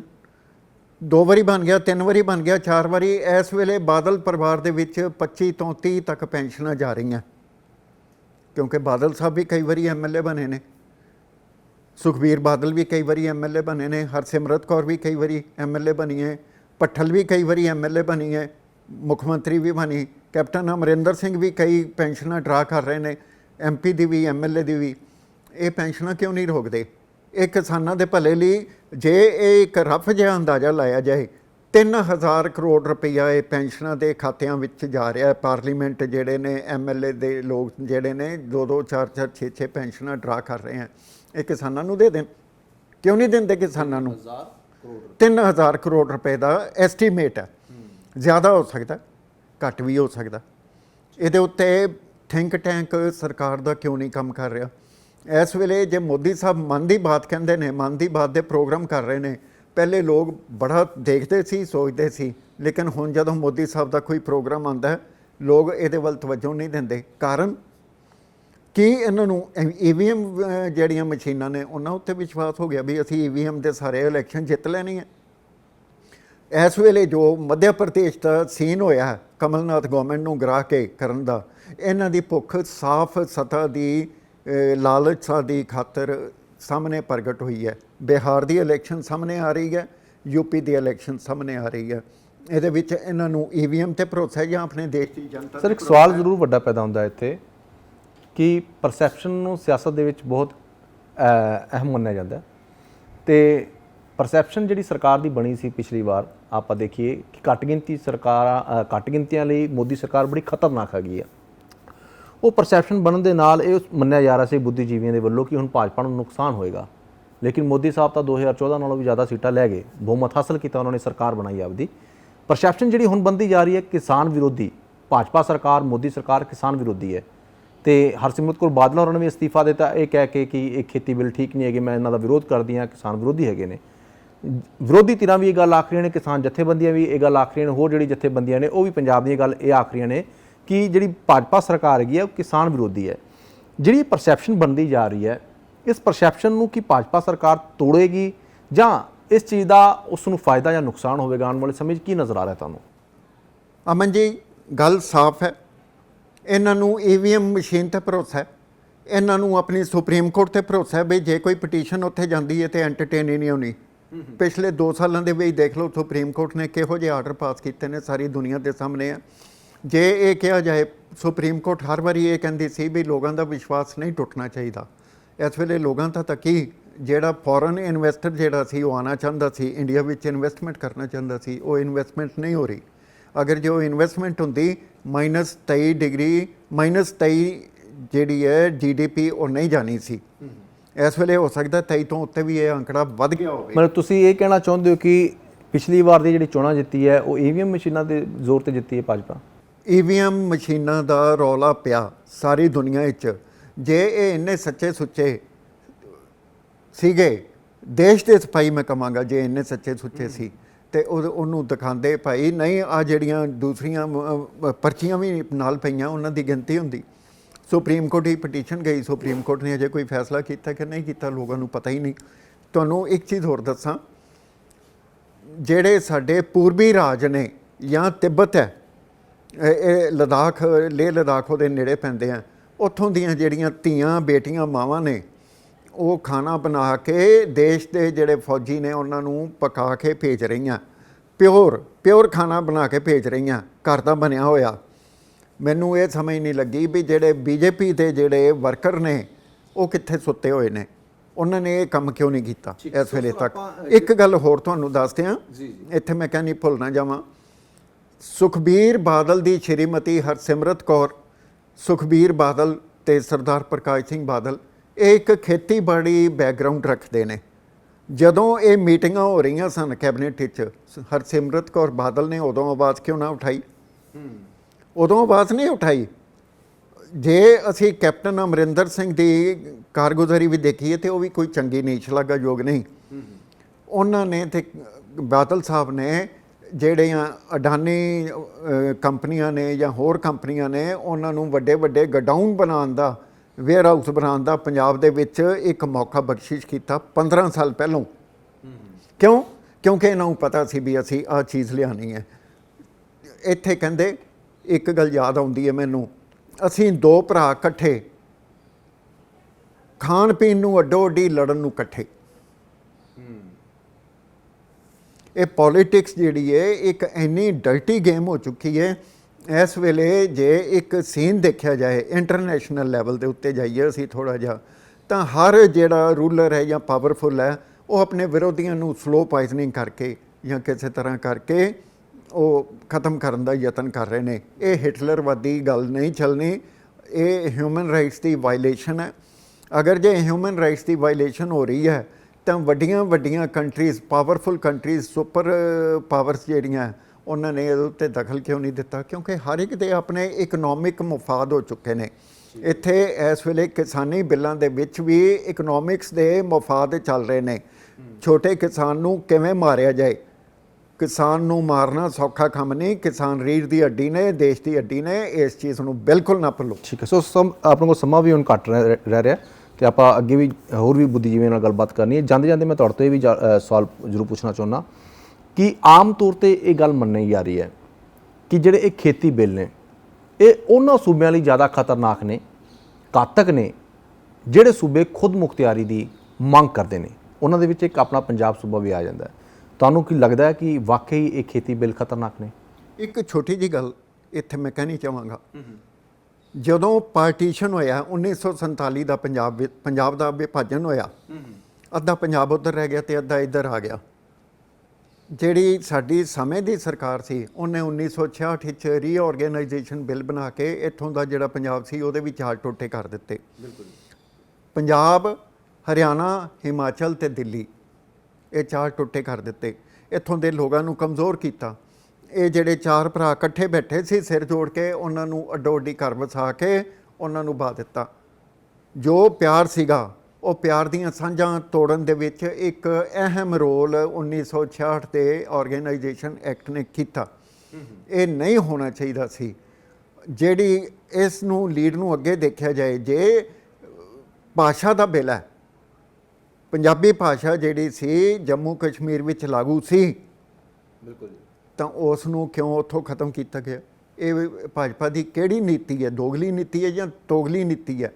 ਇਸ ਚੀਜ਼ ਦਾ ਜਵਾਬ ਦੇਵੇ ਭਾਜਪਾ। ਜੇ ਉਹ ਇਹ ਸਮਝਦੇ ਨੇ ਵੀ ਜਿੰਨੇ ਅਸੀਂ ਪੋਲੀਟੀਸ਼ੀਅਨ ਨੇ ਜਾਂ ਕਮਜ਼ੋਰ ਪੋਲੀਟੀਕਲ ਪਾਰਟੀਆਂ ਸਾਡੇ ਨਾਲ ਐਨਡੀਏ ਦੇ ਵਿੱਚ ਚੱਲ ਰਹੀਆਂ ਸਹਿਯੋਗੀ ਪਾਰਟੀਆਂ ਨੇ, ਉਹ ਸਾਡੀ ਜੇਬ ਵਿੱਚ ਨੇ ਤੇ ਉਹਨਾਂ ਨੂੰ ਇਹ ਬੜਾ ਵੱਡਾ ਭਰਮ ਹੈ। ਕਿਉਂਕਿ ਜਿਹੜਾ ਵੋਟਰ ਹੈ, ਕਿਸਾਨ ਜਿਹੜਾ ਹੈ, ਉਹ ਕਿਸੇ ਤਰ੍ਹਾਂ ਵੀ ਆਪਣੇ ਜਿਹੜੇ ਹੱਥ ਜਿਹੜੇ ਮਜ਼ਬੂਤ ਨੇ, ਜੇ ਅਸੀਂ ਇਹ ਗੱਲ ਇੱਕ ਯਾਦ ਰੱਖੀਏ, ਸਨੀ ਦਿਓਲ ਨੇ ਕਿਹਾ ਸੀ ਇੱਕ ਪਿਕਚਰ ਦੇ ਵਿੱਚ, ਮੇਰੇ 2.5 ਕਿਲੋ ਦਾ ਹੱਥ, ਤਾਂ ਇਹ 2.5 ਕਿਲੋ ਦਾ ਹੱਥ ਸਰਕਾਰ ਨੂੰ ਭੁੱਲਣਾ ਨਹੀਂ ਚਾਹੀਦਾ। ਇਹ ਕਿਸਾਨੀ ਬਿੱਲ ਜਿਹੜਾ 2.5 ਕਿਲੋ ਦਾ ਹੱਥ ਜਿਹੜਾ ਉਹਨੂੰ ਖਤਮ ਕਰ ਦੇਗਾ। ਇਸ ਦੇ ਵਿੱਚ ਸਰਕਾਰ ਫਾਇਦੇ ਗਿਣਾ ਰਹੀ ਹੈ ਔਰ ਮੈਨੂੰ ਹੈਰਾਨੀ ਹੋ ਰਹੀ ਹੈ ਵੀ ਕਿਸਾਨਾਂ ਦੀ ਗੱਲ ਕਿਉਂ ਨਹੀਂ ਸੁਣੀ ਜਾ ਰਹੀ। ਉਹ ਤੁਹਾਡੇ ਆਪਣੇ ਦੇਸ਼ ਦੇ ਕਿਸਾਨ ਨੇ, ਜੇ ਖੁਦਮੁਖਤਿਆਰੀ ਸਟੇਟਾਂ ਮੰਗਦੀਆਂ ਨੇ ਤੇ ਤੁਸੀਂ ਕਿਉਂ ਨਹੀਂ ਦਿੰਦੇ? ਤੁਹਾਨੂੰ ਕੀ ਮੁਸ਼ਕਲ ਹੈ? ਬਹਿ ਕੇ ਗੱਲ ਕਰ ਲਓ। ਪਾਰਲੀਮੈਂਟ ਕਾਹਦੇ ਲਈ ਹੈ? ਪਾਰਲੀਮੈਂਟ ਚੱਲਦੀ ਹੈ, ਉਹ ਕਾਹਦੇ ਲਈ ਚੱਲਦੀ ਹੈ? ਲੋਕਾਂ ਦੇ ਉੱਥੇ ਪ੍ਰਤੀਨਿਧ ਆਉਂਦੇ ਨੇ, ਉਹਨਾਂ ਦੀ ਗੱਲ ਸੁਣ ਲਓ। ਕੀ ਆਪਣੇ ਪ੍ਰਤੀਨਿਧ ਜਿਹੜੇ ਅਸੀਂ ਭੇਜਦੇ ਹਾਂ ਚੁਣ ਕੇ ਲੋਕ ਸਭਾ ਦੇ ਵਿੱਚ ਜਾਂ ਰਾਜ ਸਭਾ ਦੇ ਵਿੱਚ ਜਾਂਦੇ ਨੇ, ਉਹਨਾਂ ਤੇ ਸਾਨੂੰ ਆਪਣਿਆਂ ਤੇ ਵਿਸ਼ਵਾਸ ਨਹੀਂ। ਜੇ ਅਸੀਂ ਆਪਣੇ ਲੋਕਾਂ ਦੀ ਵਿਸ਼ਵਾਸ ਨੂੰ ਨਹੀਂ ਜਿੱਤ ਸਕਦੇ ਤਾਂ ਫਿਰ ਮਨ ਦੀਆਂ ਬਾਤਾਂ ਕੀ ਕਹਿੰਦੀਆਂ ਨੇ? ਫਿਰ ਇਹੋ ਜਿਹੇ ਬਿੱਲ ਕੀ ਕਹਿੰਦੇ ਨੇ? ਇਹਦੇ ਵਿੱਚ ਮੈਨੂੰ ਇੱਕ ਗੱਲ ਮੈਂ ਕਹਿਣੀ ਚਾਹਾਂਗਾ ਇੱਥੇ ਤੁਹਾਡੇ ਚੈਨਲ ਦੇ ਰਾਹੀਂ, ਸਾਰੇ ਕਿਸਾਨ ਭਰਾਵਾਂ ਨੂੰ ਇਕੱਠੇ ਹੋ ਜਾਓ, ਆਪਣੀ ਪਾਰਟੀ ਬਣਾ ਲਓ ਔਰ ਇਸ ਸਰਕਾਰ ਨੂੰ ਦੱਸ ਦਿਓ ਵੀ ਤੁਸੀਂ ਕਿੰਨੇ ਤਾਕਤਵਰ ਹੋ। ਜੈ ਜਵਾਨ ਜੈ ਕਿਸਾਨ। ਜੀ ਮੇਰਾ ਆਖਰੀ ਸਵਾਲ, ਤੁਹਾਨੂੰ ਕੀ ਲੱਗਦਾ ਕਿ ਤੁਹਾਡੀ ਦੂਰਦ੍ਰਿਸ਼ਟੀ ਕੀ ਕਹਿੰਦੀ ਹੈ ਕਿ ਜਿਹੜਾ ਕਿਸਾਨ ਅੰਦੋਲਨ ਹੈਗਾ ਇਸ ਦਾ ਸਿੱਟਾ ਕੀ ਨਿਕਲੂਗਾ ਤੇ ਉਸ ਤੋਂ ਬਾਅਦ ਸਿਆਸੀ ਸਮੀਕਰਨ ਕੀ ਬਦਲ ਜਾਣਗੇ, ਜਾਂ ਸੈਂਟਰ ਦੇ ਵਿੱਚ ਜਾਂ ਪੰਜਾਬ ਦੀ ਆਪਾਂ ਗੱਲ ਕਰੀਏ ਤਾਂ ਸਿਆਸੀ ਤਸਵੀਰ ਉੱਭਰ ਕੇ ਕੀ ਸਾਹਮਣੇ ਆਏਗੀ? ਮੈਂ ਇਸ ਗੱਲ ਤੋਂ ਥੋੜ੍ਹਾ ਜਿਹਾ ਡਰ ਕੇ ਇਹ ਕਹਿ ਰਿਹਾ ਵੀ ਇਹ ਸਿਵਲ ਵਾਰ ਨਾ ਸ਼ੁਰੂ ਹੋ ਜਾਏ। ਅਗਰ ਜੇ ਇਹ ਸਿਵਲ ਵਾਰ ਸ਼ੁਰੂ ਹੁੰਦੀ ਹੈ ਤਾਂ ਦੇਸ਼ ਦੇ ਹਿੱਤ ਵਿੱਚ ਨਹੀਂ ਹੋਏਗੀ। ਔਰ ਇਹ ਮੋਦੀ ਸਰਕਾਰ ਜਿਹੜੀ ਹੈ ਅੱਜ ਇਹ ਅੰਡਰਟੇਕਿੰਗ ਦੇਵੇ ਭਾਰਤ ਦੇ ਲੋਕਾਂ ਨੂੰ, ਸੰਵਿਧਾਨ ਪ੍ਰਤੀ ਇਹ ਸਹੁੰ ਚੁੱਕੇ, ਜਿਹਦੀ ਸਹੁੰ ਚੁੱਕ ਕੇ ਆਏ ਨੇ, ਅਸੀਂ ਦੇਸ਼ ਦੇ ਲੋਕਾਂ ਨਾਲ ਅਨਿਆਏ ਨਹੀਂ ਹੋਣ ਦਿਆਂਗੇ, ਤਾਂ ਦੇਸ਼ ਇੱਕ ਮੁੱਠੀ ਬਣ ਕੇ ਇਕੱਠਾ ਹੋ ਕੇ ਤਾਕਤਵਰ ਹੋ ਕੇ ਇੱਕ ਅਮਰੀਕਾ ਵਰਗੀ ਸੁਪਰ ਪਾਵਰ ਬਣਨ ਦੀ ਸਮਰੱਥਾ ਰੱਖਦਾ ਹੈ। ਜੇ ਇੱਕ ਛੋਟਾ ਜਿਹਾ ਤਾਈਵਾਨ ਐਡਾ ਕੁ ਮੇਰੇ ਨਹੁੰ ਜਿੱਡਾ ਨਕਸ਼ੇ 'ਤੇ ਆ, ਇਸ ਚੀਚੀ ਦੇ ਨਹੁੰ ਜਿੱਡਾ, ਉਹਨੇ ਚਾਈਨਾ ਨੂੰ ਵਕਤ ਪਾਇਆ ਹੋਇਆ, ਉਹਨਾਂ ਦੀ ਇਕਨੋਮੀ ਕਿੰਨੀ ਸਟਰੋਂਗ ਹੈ, ਤਾਂ ਇਹ ਸਾਡੀ ਸਰਕਾਰ ਜਿਹੜੀ ਹੈ ਆਪਣੀ ਇਕਨੋਮੀ ਸਟਰੋਂਗ ਕਰਨ ਲਈ ਕੀ ਕਦਮ ਚੁੱਕੇ ਆ? ਕੋਈ ਕਦਮ ਨਹੀਂ ਚੁੱਕੇ ਇਹਨਾਂ ਨੇ। ਜੇ ਤੁਸੀਂ ਇਹ ਦੇਖਦੇ ਹੋ, ਇੱਕ ਛੋਟਾ ਜਿਹਾ ਇਜ਼ਰਾਈਲ ਹੈ, ਉਹਨੇ 8-9 ਕੰਟਰੀਜ਼ ਜਿਹੜੇ ਅਰਬ ਕੰਟਰੀਜ਼ ਸੀ ਉਹਨਾਂ ਨੂੰ ਅੱਗੇ ਲਾਈ ਰੱਖਿਆ। ਤਾਂ ਸਾਡੇ ਵਿੱਚ ਕੀ ਕਮੀ ਹੈ? ਸਾਡੇ ਵਿੱਚ ਕਮੀ ਨਹੀਂ, ਜੋਸ਼ ਦੀ ਕਮੀ ਨਹੀਂ, ਲੇਕਿਨ ਇਸ ਜੋਸ਼ ਨੂੰ ਢਾਲ ਲਾਉਣ ਵਾਲਿਆਂ ਦੀ ਜਿਹੜੀ ਹੈ ਕਮੀ ਜਿਹੜੀ ਹੈ ਉਹ ਸੈਂਟਰ ਗਵਰਨਮੈਂਟ ਦੇ ਵਿੱਚ ਬੈਠੀ ਹੈ। ਉਹਨਾਂ ਨੂੰ ਥੋੜ੍ਹਾ ਜਿਹਾ ਇਹ ਸੋਚਣਾ ਚਾਹੀਦਾ ਵੀ ਅਸੀਂ ਆਪਣੇ ਏਸੀ ਕਮਰੇ, ਕਾਰਾਂ, ਕੋਠੀਆਂ ਛੱਡੀਏ ਤੇ ਕਿਸਾਨੀ ਦੇ ਨਾਲ ਮਿੱਟੀ ਵਾਂਗੂ ਮਿੱਟੀ ਹੋ ਕੇ ਸਮਝੀਏ ਉਹਨਾਂ ਦੀ ਗੱਲ ਨੂੰ, ਤਾਂ ਇਸ ਚੀਜ਼ ਨੂੰ ਇਹ ਉਭਾਰ। ਜੇ ਸਰਕਾਰ ਗੱਲ ਨਹੀਂ ਸਮਝਦੀ ਉਤੋਂ ਰਾਸ਼ਟਰਪਤੀ ਵੀ ਇਹਨਾਂ ਬਿੱਲਾਂ ਦੇ ਉੱਤੇ ਮੋਹਰ ਲਾ ਦਿੰਦੇ ਨੇ, ਇਸ ਅੰਦੋਲਨ ਦਾ ਸਿੱਟਾ ਕੀ ਨਿਕਲੂਗਾ? ਅਮਨ ਜੀ, ਇੱਕ ਮੇਰੇ ਕੋਲ ਵੀਡੀਓ ਆਈ ਸੀਗੀ, ਰਾਸ਼ਟਰਪਤੀ ਜੀ ਰਾਸ਼ਟਰਪਤੀ ਨਾ ਹੋ ਕੇ ਰਾਸ਼ਟਰਪਤੀ ਦੀ ਮਾਨ ਮਰਿਆਦਾ ਦਾ ਜਿਹੜਾ ਉਹ ਨਹੀਂ ਕਰ ਰਹੇ, ਉਸ ਨੂੰ ਨਹੀਂ ਮੰਨ ਰਹੇ, ਨਹੀਂ ਸੋਚ ਰਹੇ, ਨਹੀਂ ਕਰ ਰਹੇ। ਔਰ ਜੋ ਇਹ ਸਰਕਾਰ ਕਹਿੰਦੀ ਹੈ ਉਸ ਵਿਚਾਰੇ ਤੋਂ ਕਦੀ ਕਿਸੇ ਦੇ ਪੈਰਾਂ ਨੂੰ ਹੱਥ ਲਵਾ ਦਿੰਦੇ ਆ ਰਾਸ਼ਟਰਪਤੀ। ਮੈਂ ਕਦੀ ਕਿਸੇ ਦੇ ਪੈਰਾਂ ਨੂੰ ਹੱਥ ਲਾਉਂਦਾ ਨਹੀਂ ਦੇਖਿਆ। ਤੁਹਾਡੇ ਕੋਲ ਵੀ ਵੀਡੀਓ ਆਈਆਂ ਸਨ, ਮੇਰੇ ਕੋਲ ਵੀ ਆਈਆਂ। ਇਹ ਦੇਸ਼ ਦਾ ਰਾਸ਼ਟਰਪਤੀ ਹੋਵੇ ਔਰ ਉਹ ਉਸ ਦੇ ਵਿੱਚ ਜ਼ਰੂਰਤ ਹੀ ਨਹੀਂ ਵੀ ਉਹ ਇਹਨਾਂ ਬਿੱਲਾਂ ਨੂੰ ਨਾ ਕਰ ਦੇਵੇ ਜਾਂ ਉਹਨਾਂ ਨੂੰ ਰੱਦ ਕਰ ਦੇਵੇ ਜਾਂ ਉਹ ਪਾਰਲੀਮੈਂਟ ਦੇ ਵਿੱਚ ਇਹ ਕਵੇ ਵੀ ਇਸ ਦੇ ਉੱਤੇ ਵਿਚਾਰ ਕਰ ਲਓ, ਨਹੀਂ ਤੇ ਇਹਦਾ ਰੈਫਰੈਂਸ ਸੁਪਰੀਮ ਕੋਰਟ ਨੂੰ ਜਾ ਸਕਦਾ ਵੀ ਮੈਨੂੰ ਇਹਦੇ ਤੇ ਦੱਸੋ ਮੈਂ ਕੀ ਕਰਨਾ। ਬੜੀ ਵੱਡੀ ਗੱਲ ਕਹਿ ਰਹੇ ਤੁਸੀਂ। ਤੁਹਾਨੂੰ ਲੱਗਦਾ ਕਿ ਵਾਕਈ ਰਾਸ਼ਟਰਪਤੀ ਦੇ ਵਿੱਚ ਜ਼ਰੂਰਤ ਨਹੀਂ ਹੈਗੀ? ਬਿਲਕੁਲ ਨਹੀਂ। ਸੋ ਜਗਮੋਹਨ ਪੱਟੀ ਜੀ, ਔਰ ਜਦੋਂ ਕਿ ਰਾਸ਼ਟਰਪਤੀ ਇੱਕ ਆਪਣੇ ਆਪ ਦੇ ਵਿੱਚ ਇੱਕ ਐਡਵੋਕੇਟ ਰਹਿ ਚੁੱਕੇ ਨੇ, ਕਾਨੂੰਨ ਦੇ ਗਿਆਤਾ ਨੇ, ਅਗਰ ਜੇ ਉਹ ਇਹਨਾਂ ਚੀਜ਼ਾਂ ਵੱਲ ਤਵੱਜੋ ਨਹੀਂ ਦਿੰਦੇ ਤੇ ਫਿਰ ਕਮਜ਼ੋਰ ਰਾਸ਼ਟਰਪਤੀ ਇਹੋ ਜਿਹਾ ਸਾਰੇ ਹਿੰਦੁਸਤਾਨ ਨੂੰ ਅਜੇ ਤੱਕ ਮਿਲਿਆ ਨਹੀਂ ਹੋਣਾ। ਠੀਕ ਹੈ। ਸੋ ਜਗਮੋਹਨ ਪੱਟੀ, ਮੈਂ ਜਾਂਦੇ ਤੁਹਾਡੇ ਤੋਂ ਇਹ ਵੀ ਪੁੱਛ, ਕਿਉਂਕਿ ਕਿਸਾਨਾਂ ਦਾ ਮਸਲਾ ਹੈਗਾ, ਕਿਸਾਨ ਭਰਾਵਾਂ ਨੂੰ ਤੁਸੀਂ ਕੀ ਅਪੀਲ ਕਰਨਾ ਚਾਹੁੰਦੇ ਹੋ, ਕੀ ਸੁਝਾਅ ਦੇਣਾ ਚਾਹੁੰਦੇ ਹੋ? ਮੈਂ ਕਿਸਾਨ ਭਰਾਵਾਂ ਨੂੰ ਇਹ ਇੱਕ ਬੇਨਤੀ ਕਰਾਂਗਾ, ਸੱਦਾ ਵੀ ਦੇਵਾਂਗਾ, ਅੰਨਦਾਤਾ ਉਹ ਦੇਸ਼ ਤੇ ਇਹ ਅੰਨੀ ਸਰਕਾਰ ਨੂੰ ਰਸਤਾ ਦਿਖਾ ਦਿਓ। ਤੁਹਾਨੂੰ ਲੱਗਦਾ ਕਿ ਕਿਸਾਨ ਦਿਖਾ ਦੇਣਗੇ ਰਸਤਾ? ਬਿਲਕੁਲ ਦਿਖਾਣਗੇ ਰਸਤਾ। ਕਿਸਾਨ ਹੀ ਜਵਾਨ ਭੇਜਦਾ ਫੌਜ ਦੇ ਵਿੱਚ, ਤੇ ਕਿਸਾਨ ਹੀ ਜਿਹੜਾ ਹੈ ਅੰਨ ਪੈਦਾ ਕਰਦਾ। ਜੀ ਜੀ ਜੇ ਅੰਨ ਪੈਦਾ ਹੋਏਗਾ ਤੇ ਕੱਪੜਾ ਮਿਲਣਾ ਚੱਲਣੀਆਂ, ਨਹੀਂ ਤੇ ਕੱਖ ਨਹੀਂ ਚੱਲਣਾ। ਠੀਕ। ਸੋ ਤੁਸੀਂ ਕੀਮਤੀ ਸਮਾਂ ਕੱਢਿਆ, ਤੁਹਾਡਾ ਬਹੁਤ ਬਹੁਤ ਸ਼ੁਕਰੀਆ ਜੀ। ਧੰਨਵਾਦ ਜੀ ਸੋ ਇਹ ਸਨ ਐਡਵੋਕੇਟ ਜਗਮੋਹਨ ਪੱਟੀ ਜੀ, ਜਿਨ੍ਹਾਂ ਨੇ ਕਿਸਾਨ ਭਰਾਵਾਂ ਨੂੰ ਬੇਨਤੀ ਕੀਤੀ ਹੈ ਕਿ ਇਸ ਅੰਨੀ ਸਰਕਾਰ ਨੂੰ ਰਸਤਾ ਦਿਖਾ ਦਿਓ, ਤੇ ਬੜੀ ਬੇਬਾਕੀ ਨਾਲ ਹਰ ਇੱਕ ਮੁੱਦੇ ਉੱਤੇ ਬੋਲੇ ਨੇ। ਉਹਨਾਂ ਨੇ ਖਾਸ ਤੌਰ ਤੇ ਕਿਹਾ ਕਿ ਇਹਨਾਂ ਖੇਤੀ ਬਿੱਲਾਂ ਦਾ ਕਿਸਾਨਾਂ ਨੂੰ ਨੁਕਸਾਨ ਹੀ ਹੈ, ਫਾਇਦਾ ਕੋਈ ਨਹੀਂ ਹੈਗਾ। ਸੋ ਹੋਰ ਵੀ ਬੁੱਧੀਜੀਵੀਆਂ ਨਾਲ ਗੱਲਬਾਤ ਕਰਾਂਗੇ, ਆਓ ਫਿਰ ਚੱਲਦੇ ਹਾਂ। ਸੋ ਅਸੀਂ ਹੁਣ ਪੁੱਜੇ ਹਾਂ ਡਾਕਟਰ ਗੁਰਦਰਸ਼ਨ ਸਿੰਘ ਢਿੱਲੋਂ ਜੀ ਕੋਲੇ, ਜੋ ਰਿਟਾਇਰ ਪ੍ਰੋਫੈਸਰ ਨੇ ਹਿਸਟਰੀ ਦੇ ਪੰਜਾਬ ਯੂਨੀਵਰਸਿਟੀ ਤੋਂ, ਲੇਖਕ ਨੇ, ਕਈ ਕਿਤਾਬਾਂ ਲਿਖੀਆਂ ਨੇ ਉਹਨਾਂ ਨੇ, ਪੋਲੀਟੀਕਲੀ ਐਕਸਪਰਟ ਨੇ, ਤੇ ਪੰਜਾਬ ਦੇ ਮੁੱਦਿਆਂ ਉੱਤੇ ਉਹਨਾਂ ਦੀ ਚੰਗੀ ਪਕੜ ਹੈ, ਖਾਸ ਤੌਰ ਤੇ ਖੇਤੀ ਦੇ ਮੁੱਦਿਆਂ ਉੱਤੇ। ਉਹਨਾਂ ਨਾਲ ਗੱਲਬਾਤ ਕਰਾਂਗੇ। ਸਰ, ਹਮਦਰ ਟੀਵੀ ਤੇ ਨਿੱਘਾ ਸਵਾਗਤ ਹੈ ਜੀ। ਹਾਂਜੀ, ਥੈਂਕ ਯੂ ਜੀ। ਤੁਹਾਡੇ ਸਰੋਤਿਆਂ ਨੂੰ, ਤੁਹਾਨੂੰ ਸਤਿਕਾਰ ਸਹਿਤ ਸਤਿ ਸ੍ਰੀ ਅਕਾਲ। ਹਾਂਜੀ, ਹੁਣ ਦੱਸੋ। ਸਰ, ਖੇਤੀ ਬਿੱਲਾਂ ਨੂੰ ਲੈ ਕੇ ਪਾਰਲੀਮੈਂਟ ਦੇ ਅੰਦਰ ਤੇ ਪਾਰਲੀਮੈਂਟ ਦੇ ਬਾਹਰ ਵੀ ਆਪਾਂ ਦੇਖੀਏ ਕਿ ਹੰਗਾਮਾ ਦੇਖਣ ਨੂੰ ਮਿਲਿਆ ਹੈਗਾ। ਕਿਸਾਨਾਂ ਦਾ ਖਦਸ਼ਾ ਹੈਗਾ ਕਿ ਇਹ ਖੇਤੀ ਬਿੱਲ ਉਹਨਾਂ ਲਈ ਕਾਫੀ ਖਤਰਨਾਕ ਨੇ। ਮੈਂ ਤੁਹਾਡੇ ਤੋਂ ਜਾਣਨ ਦੀ ਕੋਸ਼ਿਸ਼ ਕਰਨਾ ਚਾਹੁੰਦਾ ਕਿ ਸਾਡੇ ਦਰਸ਼ਕਾਂ ਵਾਸਤੇ ਵੀ, ਕਿਸਾਨਾਂ ਵਾਸਤੇ ਵੀ, ਕਿ ਇਹ ਖੇਤੀ ਬਿੱਲਾਂ ਦਾ ਕਿਸਾਨਾਂ ਨੂੰ ਨੁਕਸਾਨ ਹੀ ਹੈ ਜਾਂ ਕੋਈ ਫਾਇਦਾ ਵੀ ਹੈ? ਦੇਖੋ, ਇਹ ਬੜੀ ਸ਼ਰਾਰਤ ਹੈ ਜਿਹੜੇ ਇਹ ਖੇਤੀ ਦੇ ਅੰਡਰ ਬਿੱਲ ਪਾਸ ਕੀਤੇ ਜਾ ਰਹੇ ਆ, ਜਿਨ੍ਹਾਂ ਤੇ ਇਹ ਕਲੇਮ ਕੀਤਾ ਜਾ ਰਿਹਾ ਰੂਲਿੰਗ ਪਾਰਟੀ ਦੀ ਤਰਫ ਤੋਂ ਵੀ ਇਹ ਫਾਰਮਰਸ ਦੇ ਬੈਨੀਫਿਟ ਦੇ ਵਿੱਚ ਆ।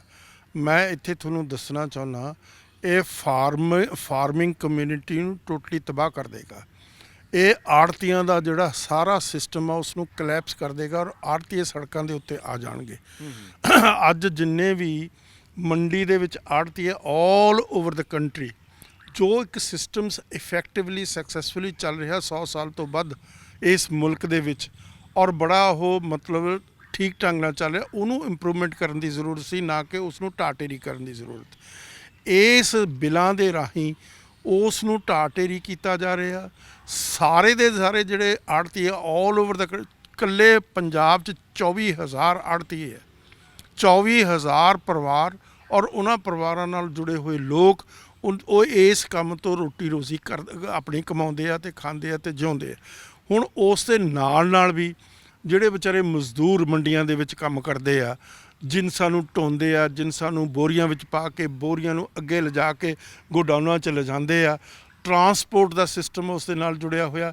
ਕਿੰਨੀ ਧਿਰਾਂ ਇਸ ਗੱਲ ਦੇ ਨਾਲ ਜੁੜੀਆਂ। ਫਾਰਮਰਸ ਜਿਹੜੇ ਆ ਵਿਚਾਰੇ, ਉਹਨਾਂ ਦੀ ਰੋਟੀ ਰੋਜ਼ੀ, ਉਹਨਾਂ ਦੇ ਫਿਊਚਰ ਦਾ ਸਵਾਲ ਆ। ਹੁਣ ਇੱਥੇ ਜਿਹੜੀ ਗੱਲ ਹੈ, ਸਰਕਾਰ ਕੀ ਕਹਿ ਰਹੀ ਹੈ?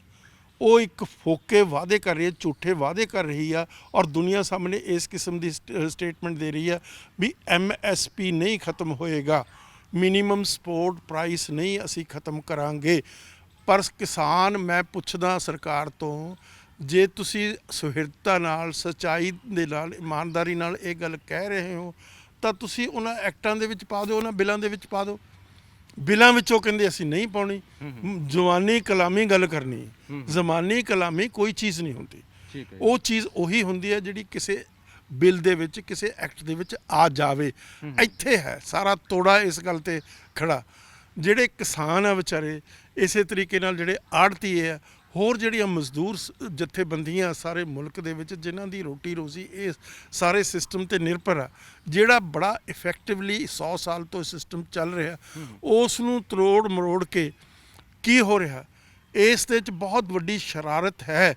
ਜਿਹੜੇ ਬਹੁਤ ਵੱਡੇ ਮਨੀਡ ਲੋਕ ਆ, ਅੰਬਾਨੀਆਂ ਦੀ, ਅਡਾਨੀਆਂ ਦੀ, ਹੋਰ ਇਸ ਕਿਸਮ ਦੇ ਜਿਹੜੇ ਵਿਧਾਨਤਾ ਫਲਾਣਾ ਤਿਮਕਾ, ਜਿਹੜੇ ਮੋਦੀ ਸਾਹਿਬ ਦੇ ਪਿੱਠੂ ਆ, ਔਰ ਜਿਨ੍ਹਾਂ ਸਾਰੇ ਮੁਲਕ ਦੀ ਸਰਮਾਇਆ ਉਹਨਾਂ ਨੂੰ ਲੁਟਾਇਆ ਗਿਆ, ਲੁਟਾਇਆ ਜਾ ਰਿਹਾ, ਲੁਟਾਇਆ ਜਾਏਗਾ ਜਿੰਨੀ ਦੇਰ ਮੋਦੀ ਸਾਹਿਬ ਪ੍ਰਾਈਮ ਮਿਨਿਸਟਰ ਹੈ ਇਸ ਮੁਲਕ ਦੇ। ਤਾਂ ਉਹ ਹੁਣ ਕੀ ਹੈ ਕਿ ਲੋਕਾਂ ਨੂੰ ਮਜਬੂਰ ਕਰਕੇ ਉਹਨਾਂ ਦੀਆਂ ਜ਼ਮੀਨਾਂ ਤੇ ਕਬਜ਼ਾ ਹੋ ਜਾਏਗਾ। ਤੋ ਉਹ ਹੀ ਸਾਰਾ ਸਿਸਟਮ ਚਲਾਉਣਗੇ, ਉਹ ਸਿਸਟਮ ਨੂੰ ਕੰਟਰੋਲ ਕਰਨਗੇ। ਉਹਨਾਂ ਨੇ ਗੋਡਾਊਨ ਬਣਾ ਲਏ, ਉਹਨਾਂ ਨੇ ਵੱਡੇ ਗੋਡਾਊਨ ਬਣਾ ਲਏ, ਪੰਜਾਬ ਦੇ ਵਿੱਚ ਵੀ ਗੋਡਾਊਨ ਬਣਾ ਲਿਆ ਅੰਬਾਨੀਆਂ ਨੇ। ਤੋ ਇਹ ਇੱਕ ਬਹੁਤ ਵੱਡੀ ਸ਼ਰਾਰਤ ਆ ਜਿਹੜੀ ਨਜ਼ਰ ਆ ਰਹੀ, ਠੀਕ ਹੈ, ਜਿਸ ਦੇ ਵਿੱਚ ਕੋਈ ਲੁਕੋ ਛਪੋ ਹੈ ਨਹੀਂ। ਤੋ ਜਿਹੜੇ ਵਿਚਾਰੇ ਫਾਰਮਰ, ਹੁਣ ਦੇਖੋ ਕਿੱਡੀ ਮਤਲਬ ਤਰਾਸਦੀ ਆ, ਜਿਹੜੇ ਇਸ ਮੁਲਕ ਲਈ ਅਨਾਜ ਪੈਦਾ ਕਰਦੇ ਆ, ਕਿੰਨੀ ਮਿਹਨਤ ਖੂਨ ਪਸੀਨੇ ਦੀ ਕਮਾਈ ਕਰਦੇ ਆ। ਆੜ੍ਹਤੀ ਵੀ ਇਸੇ ਤਰੀਕੇ ਦੇ ਨਾਲ ਇਹ ਸਾਰੇ ਸਿਸਟਮ ਵਿੱਚ ਜੁੜੇ, ਮਜ਼ਦੂਰ ਇਸ ਸਿਸਟਮ 'ਚ ਜੁੜੇ ਹੋਏ ਆ। ਜਿਹੜੇ ਵਿਚਾਰੇ ਖੇਤੀ ਮਜ਼ਦੂਰ ਆ ਉਹਨਾਂ ਦਾ ਰੁਜ਼ਗਾਰ ਇਸ ਗੱਲ ਦੇ ਵਿੱਚ, ਉਹਨਾਂ ਦੀ ਰੋਟੀ ਰੋਜ਼ੀ ਇਸ ਗੱਲ ਦੇ ਵਿੱਚ ਜੁੜੀ। ਕਿੱਡਾ ਬੜਾ 50 ਕਰੋੜ ਬੰਦਾ ਇਸ ਗੱਲ ਦੇ ਨਾਲ ਇਫੈਕਟਡ ਆ ਸਾਰੇ ਮੁਲਕ ਦੇ ਵਿੱਚ। ਠੀਕ ਸਰ, ਇੱਕ ਸਵਾਲ ਜ਼ਰੂਰ ਪੈਦਾ ਹੁੰਦਾ ਹੈ ਕਿ ਤੁਸੀਂ ਕਹਿ ਰਹੇ ਹੋ ਕਿ ਇਹਦੇ ਨਾਲ ਜਿਹੜੇ ਵੱਡੇ ਘਰਾਣੇ ਹੈਗੇ ਨੇ ਉਹਨਾਂ ਨੂੰ ਫਾਇਦਾ ਹੋਏਗਾ, ਤੇ ਵੱਡੇ ਘਰਾਣਿਆਂ ਨੂੰ ਫਾਇਦਾ ਪਹੁੰਚਾ ਕੇ ਤੇ ਕਿਸਾਨਾਂ ਨੂੰ ਨੁਕਸਾਨ ਪਹੁੰਚਾ ਕੇ ਇਹਦੇ ਵਿੱਚ ਸਰਕਾਰ ਨੂੰ ਕੀ ਫਾਇਦਾ ਹੁੰਦਾ ਹੈ? ਸਰਕਾਰ ਉਹਨਾਂ ਤੋਂ ਪੈਸੇ ਲੈਂਦੀ ਆ। ਸਰਕਾਰ ਇਲੈਕਸ਼ਨਾਂ ਲੜਦੀ ਆ, ਅਰਬਾਂ ਖਰਬਾਂ ਰੁਪਈਆ ਉਹ ਖਰਚ ਕਰਦੇ ਆ। ਅੱਜ ਮੋਦੀ ਸਾਹਿਬ ਦੀ ਸਭ ਤੋਂ ਵੱਡੀ ਜਿਹੜੀ ਸਪੋਰਟ ਬੇਸ ਆ ਕਿਹਨਾਂ ਤੋਂ, ਇਹਨਾਂ ਅਮੀਰ ਬੰਦਿਆਂ ਤੋਂ, ਔਰ ਉਹ ਸਾਰੇ 90% ਗੁਜਰਾਤੀ ਹੈ। ਜੀ ਜੀ, ਸਮਝ ਗਏ ਨਹੀਂ ਆ। ਔਰ ਮੋਦੀ ਸਾਹਿਬ ਉਹਨਾਂ ਨੂੰ ਮਤਲਬ ਸਾਰਾ ਮੁਲਕ ਆ ਜਿਹੜਾ ਗਿਰਵੀ ਕਰ ਰਹੇ ਆ। ਅੱਜ ਜਿਹੜਾ ਕਿਸਾਨ ਆ ਉਸ ਨੂੰ ਸਸਤੇ ਭਾਅ ਤੇ ਮਜਬੂਰ ਕਰਕੇ ਅਨਾਜ ਖਰੀਦ ਕੇ ਗੋਡਾਊਨ 'ਚ ਪਾ ਲੈਣਾ ਉਹਨਾਂ ਨੇ, ਗੋਡਾਊਨ ਨੂੰ ਲਾ ਲੈਣੇ ਜਿੰਦੇ ਜਿਸ ਵਕਤ ਲੋਕਾਂ ਨੂੰ ਮਤਲਬ ਤੰਗੀ ਆਏਗੀ ਉਹ ਆਪਣੀ ਮਰਜ਼ੀ ਦੇ ਨਾਲ ਉਹਨਾਂ ਨੂੰ ਉਹ ਜਿਨਸਾਂ ਵੇਚਣਗੇ। ਹੁਣ ਕੀ ਹੋ ਰਿਹਾ ਦੇਖੋ, ਆ ਵਿਚਾਰੇ ਜਿਹੜੇ ਪਿਆਜ਼ ਵੇਚਦੇ ਆ, ਆਲੂ ਪਿਆਜ਼ ਅੱਜ 38 ਰੁਪਏ ਕਿਲੋ ਵਿਕ ਰਿਹਾ ਮਾਰਕੀਟ ਦੇ ਵਿੱਚ। ਉਹਦੀ ਜਿਹੜੀ ਕਿਸਾਨ ਨੂੰ ਕਿੰਨੇ 2 ਰੁਪਏ ਕਿਲੋ ਦੇ ਮਿਲੇ। 2 ਰੁਪਏ ਦੇ ਕਿਲੋ ਦੇ ਅੱਜ ਜਿਹੜਾ ਮਿਡਲ ਮੈਨ ਆ, ਜਿਹੜਾ ਵਿਚਾਲੇ ਬੈਠਾ, ਉਹ 38 ਰੁਪਏ ਕਮਾ ਰਿਹਾ। ਤਾਂ ਇਹੀ ਤੁਸੀਂ ਕਰਨਾ ਚਾਹੁੰਦੇ ਹੋ ਕਣਕ ਦੇ ਨਾਲ, ਦੂਸਰੀ ਜਿਨਸਾਂ ਦੇ ਨਾਲ। ਤਾਂ ਇਹ ਇੱਕ ਬਹੁਤ ਹੀ ਮੰਦਭਾਗੀ ਜਿਹੜੀ ਐਕਟੀਵਿਟੀ ਆ, ਗਰੀਬ ਕਿਸਾਨ ਨੂੰ ਮਜਬੂਰ ਕਰਕੇ ਉਸ ਦੀਆਂ ਜ਼ਮੀਨਾਂ, ਉਸ ਦੀਆਂ ਜਾਇਦਾਦਾਂ ਜਿਹੜੀਆਂ ਉਹ ਗਿਰਵੀ ਹੋ ਜਾਣਗੀਆਂ, ਅਲਟੀਮੇਟਲੀ ਅੰਬਾਨੀਆਂ ਦੇ ਕੋਲ ਚਲੀਆਂ ਜਾਣਗੀਆਂ। ਔਰ ਅੰਬਾਨੀ ਉਹਨਾਂ ਨੂੰ ਮਜ਼ਦੂਰ ਬਣਾ ਕੇ ਉਹਨਾਂ ਨੂੰ ਕਹਿਣਗੇ ਤੁਸੀਂ ਚੌਲ ਕਣਕ ਬੀਜੋ, ਇੱਥੇ ਫਲਾਨੀ ਜਿਨਸ ਬੀਜੋ। ਉਹ ਆਪਣੀ ਮਰਜ਼ੀ ਦੇ ਨਾਲ ਜਿਹੜੇ ਧਨਾੜ ਲੋਕ ਆ ਉਹਨਾਂ ਨੂੰ ਕੀਮਤ ਅਦਾ ਕਰਨਗੇ। ਔਰ ਫਿਰ ਉਹਨਾਂ ਕੋਲ ਗੋਡਾਊਨ ਸਿਸਟਮ ਆ। ਕਿਸਾਨ ਦੇ ਕੋਲ ਤਾਂ ਵਿਚਾਰੇ ਕੋਲ ਕੋਈ ਗੋਡਾਊਨ ਸਿਸਟਮ ਨਹੀਂ ਹੈ। ਉਹ ਤਾਂ ਕਿੱਲੇ ਦਾ, 2 ਕਿੱਲੇ ਦਾ, 4 ਕਿੱਲੇ ਦਾ, 5 ਕਿੱਲੇ ਦਾ, 10 ਕਿੱਲੇ ਦਾ ਮਾਲਕ ਆ। ਗੋਡਾਊਨਾਂ ਤੇ ਕਰੋੜਾਂ ਰੁਪਈਏ ਲੱਗਦੇ ਆ। ਔਰ ਉਹ ਗੋਡਾਊਨ ਜਿਹੜੇ ਆ ਉਹ ਉਹਨਾਂ ਨੇ ਬਣਾ ਲਏ ਆਲਰੇਡੀ। ਪੰਜਾਬ ਦੇ ਵਿੱਚ ਵੀ ਬਣਾਏ ਹੋਏ ਆ। ਤਾਂ ਇਸੇ ਤਰ੍ਹਾਂ ਦੂਜੇ ਸੂਬੇ, ਪੰਜਾਬ ਦੇ ਵਿੱਚ ਹੀ ਮੈਕਸਿਮਮ ਜਿਨਸ ਹੁੰਦੀ ਹੈ, ਜਾਂ ਹਰਿਆਣੇ 'ਚ ਹੁੰਦੀ ਹੈ, ਪੰਜਾਬ ਦੇ 'ਚ ਹੁੰਦੀ ਹੈ, ਥੋੜ੍ਹੀ ਬਹੁਤੀ ਮੱਧ ਪ੍ਰਦੇਸ਼ ਦੇ ਵਿੱਚ ਜਾਂ ਦੂਜੇ ਪਾਸੇ ਯੂਪੀ ਦੇ ਵਿੱਚ ਹੁੰਦੀ ਹੈ। ਤਾਂ ਉਹਨਾਂ ਨੇ ਆਪਣਾ ਇਨਫਰਾਸਟ੍ਰਕਚਰ ਕ੍ਰੀਏਟ ਕਰ ਲਿਆ ਮੋਦੀ ਸਾਹਿਬ ਦੇ ਨਾਲ ਸੀਕ੍ਰੀਟਲੀ ਮਿਲ ਕੇ। ਹੁਣ ਉਹ ਕਾਨੂੰਨ ਦੇ ਨਾਲ ਮਤਲਬ ਉਹਨਾਂ ਦੇ ਹੱਥ ਬਹੁਤ ਸਟਰੋਂਗ ਹੋ ਗਏ ਆ। ਤਾਂ ਇਸ ਕਰਕੇ ਜੇ ਮੋਦੀ ਸਾਹਿਬ ਸਿੰਸੀਅਰ ਆ, ਜੇ ਬੀਜੇਪੀ ਸਰਕਾਰ ਸਿੰਸੀਅਰ ਆ, ਤਾਂ ਕਿਉਂ ਨਹੀਂ ਐਕਟ ਦੇ ਵਿੱਚ ਪਾਉਂਦੀ ਵੀ MSP ਦੇਵਾਂਗੇ, ਮਿਨੀਮਮ ਸਪੋਰਟ ਪ੍ਰਾਈਸ ਅਸੀਂ ਤੁਹਾਨੂੰ ਦੇਵਾਂਗੇ। ਮੂੰਹ ਜ਼ਬਾਨੀ ਗੱਲਾਂ ਹੋ ਰਹੀਆਂ, ਮੂੰਹ ਜ਼ਬਾਨੀ ਤਾਂ ਗੱਲਾਂ ਨਹੀਂ ਨਾ। ਉਹ ਇਸ ਕਰਕੇ ਕਿਉਂਕਿ ਅੰਬਾਨੀਆਂ ਨੇ, ਅਡਾਨੀਆਂ ਨੇ, ਹੋਰ ਇਹ ਧਨਾਡਾ ਨੇ ਜਿਹੜੇ ਮੋਦੀ ਸਾਹਿਬ ਦੀ ਪਿੱਠ ਦੇ ਉੱਤੇ ਆ, ਉਹਨਾਂ ਨੇ ਆਪਣੀ ਮਰਜ਼ੀ ਨਾਲ ਕੀਮਤਾਂ ਦੇਣੀਆਂ। ਔਰ ਕਿਸਾਨ ਤਾਂ ਉਸ ਨੂੰ ਬਰਦਾਸ਼ਤ ਨਹੀਂ, ਉਹਨੂੰ ਤਾਂ ਰੋਟੀ, ਉਹਨੇ ਤਾਂ ਜ਼ਿੰਦਗੀ ਬਸਰ ਕਰਨੀ ਹੈ, ਉਹਨੂੰ ਉਸੇ ਮਜਬੂਰੀ 'ਚ ਆਪਣੀਆਂ ਜਿਨਸਾਂ ਵੇਚਣੀਆਂ ਪੈਣਗੀਆਂ। ਔਰ ਉਹ ਗੋਡਾਊਨਾਂ ਦੇ ਵਿੱਚ ਰੱਖ ਕੇ ਕੰਜ਼ਿਊਮਰ ਨੂੰ ਵੀ ਖਤਮ ਕਰਨਗੇ, ਪ੍ਰੋਡਿਊਸਰ ਨੂੰ ਵੀ ਖਤਮ ਕਰਨਗੇ। ਸਰ, ਇਹਦੇ 'ਚ ਇੱਕ ਸਵਾਲ ਜ਼ਰੂਰ ਪੈਦਾ ਹੁੰਦਾ ਹੈ ਕਿ ਜਿਸ ਹਿਸਾਬ ਨਾਲ ਕਿਸਾਨਾਂ ਨੇ ਅੰਦੋਲਨ ਵਿੱਢਿਆ ਹੋਇਆ, ਉਹ ਆਰ-ਪਾਰ ਦੀ ਲੜਾਈ ਦੇ ਰੌਂ ਦੇ ਵਿੱਚ ਹੈਗੇ ਨੇ ਇਸ ਵੇਲੇ ਪੂਰੀ।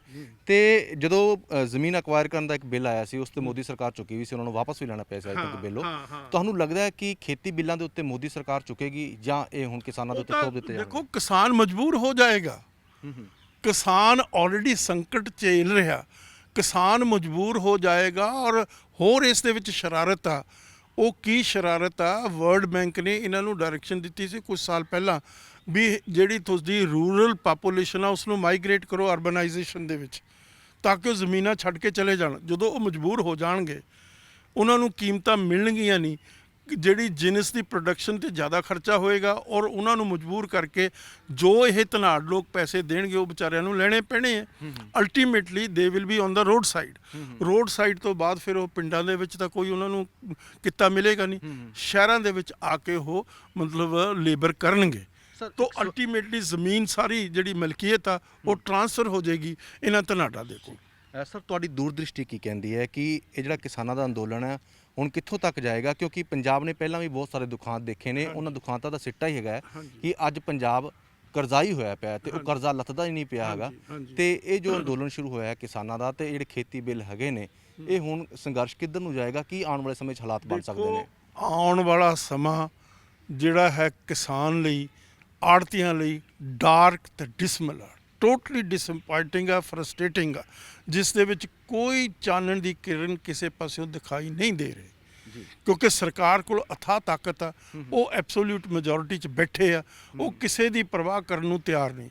ਜਿਸ ਕਿਸਮ ਦੇ ਤਰੀਕੇ ਦੇ ਨਾਲ ਰਾਜ ਸਭਾ ਦੇ ਵਿੱਚ ਬਿੱਲ ਪਾਸ ਹੋਇਆ, ਖਾਲੀ ਪਾਰਲੀਮੈਂਟ ਹਾਊਸ ਆ, ਉਸ ਦੇ ਵਿੱਚ ਤੁਸੀਂ ਬਿੱਲ ਪਾਸ ਕਰਤੇ ਅੰਨ੍ਹੇਵਾਹ ਤੋਂ ਠੋਪੇ ਜਾ ਰਹੇ ਆ, ਫੋਰਸੀਬਲੀ ਠੋਪੇ ਜਾ ਰਹੇ ਆ, ਆਪਣੀ ਤਾਕਤ ਦੇ ਬਲਬੂਤੇ ਤੇ ਠੋਪੇ ਜਾ ਰਹੇ ਆ। ਇਸ ਕਰਕੇ ਠੋਪੇ ਜਾ ਰਹੇ ਆ ਕਿਉਂਕਿ ਅੰਬਾਨੀਆਂ, ਅਡਾਨੀਆਂ, ਜਿੰਨੇ ਵੀ ਇਹ ਗੁਜਰਾਤੀ ਅਮੀਰ ਤਨਾੜ ਲੋਕ ਆ ਇਸ ਮੁਲਕ ਦੇ ਵਿੱਚ, ਉਹਨਾਂ ਦੇਖੋ ਉਹ ਜਿਹੜਾ ਗੁਜਰਾਤ ਆ ਇਹ ਸਾਰੇ ਗੁਜਰਾਤੀ ਆ, ਗੁਜਰਾਤੀ ਹੈਗੇ ਆ ਮੋਦੀ ਸਾਹਿਬ ਵੀ।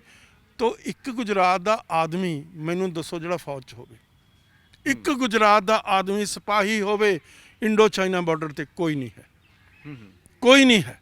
ਉਹ ਹੀਰੇ ਦਾ ਟ੍ਰੇਡ ਕਰ ਰਹੇ ਆ, ਉਹ ਸਾਰੀ ਇੰਡਸਟਰੀ ਕੈਪਚਰ ਕਰ ਲਈ। ਹੁਣ ਉਹ ਸਾਰੇ ਹਿੰਦੁਸਤਾਨ ਦੀ ਜਿਹੜਾ ਐਗਰੀਕਲਚਰ ਸਿਸਟਮ ਆ ਉਸ ਨੂੰ ਖਤਮ ਕਰਕੇ, ਤੈਸ਼ ਨੈਸ਼ ਕਰਕੇ ਜ਼ਮੀਨਾਂ ਕਬਜ਼ਾ ਕਰ ਲੈਣਗੇ। ਲੋਕਾਂ ਨੂੰ ਮਜਬੂਰ ਹੋ ਕੇ ਕੀਮਤ ਉਹੀ ਦੇਣੀ, ਉਹੀ ਲੈਣੀ ਪਊ ਜਿਹੜੀ ਉਹ ਦੇਣਗੇ।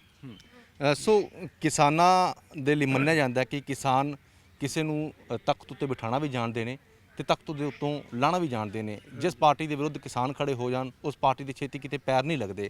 ਤੇ ਜੇ ਆਪਾਂ ਇਸ ਮੁੱਦੇ ਨੂੰ ਆਪਾਂ ਸਿਆਸੀ ਹਾਲਾਤਾਂ ਦੇ ਵਿੱਚ ਦੇਖੀਏ ਤਾਂ ਤੁਹਾਨੂੰ ਕੀ ਲੱਗਦਾ ਕਿ ਜਿਹੜੇ ਆਉਣ ਵਾਲੇ ਸਮੇਂ ਦੇ ਪੋਲੀਟੀਕਲੀ ਹਾਲਾਤ ਕੀ ਬਣਨਗੇ? ਪੰਜਾਬ ਦੇ ਵਿੱਚ ਵੀ ਚੋਣਾਂ ਹੋਣ ਜਾ ਰਹੀਆਂ ਨੇ 2022 ਦੇ ਵਿੱਚ, 1.5 ਕੁ ਸਾਲ ਰਹਿ ਗਿਆ ਹੈਗਾ, ਤੇ ਹੋਰ ਜਿਹੜੇ ਸੂਬਿਆਂ ਦੇ ਵਿੱਚ ਚੋਣਾਂ ਹੋਣਗੀਆਂ, ਕੀ ਲੱਗਦਾ ਤੁਹਾਨੂੰ ਕਿ ਕੀ ਵਾਪਰੂਗਾ?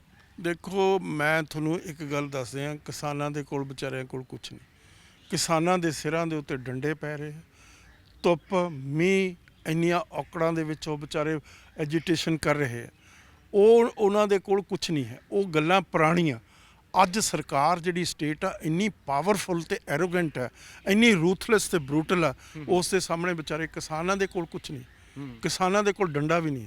ਜੇ ਡੰਡਾ ਕਿਸਾਨ ਚੱਕੇਗਾ ਉਸ ਦੇ ਉੱਤੇ ਗੋਲੀ ਵੱਜੇਗੀ ਉਸ ਦੀ ਛਾਤੀ ਦੇ ਵਿੱਚ। ਤੋ ਇਹ ਇੱਕ ਮਿਥ ਹੈਗੀ ਹੈ ਜਿਹੜੀ ਕ੍ਰੀਏਟ ਕੀਤੀ, ਕਿਸਾਨ ਇਹ ਕਰਦੇ ਨੇ, ਕਿਸਾਨ ਕੁਛ ਨਹੀਂ ਕਰ ਸਕਦੇ।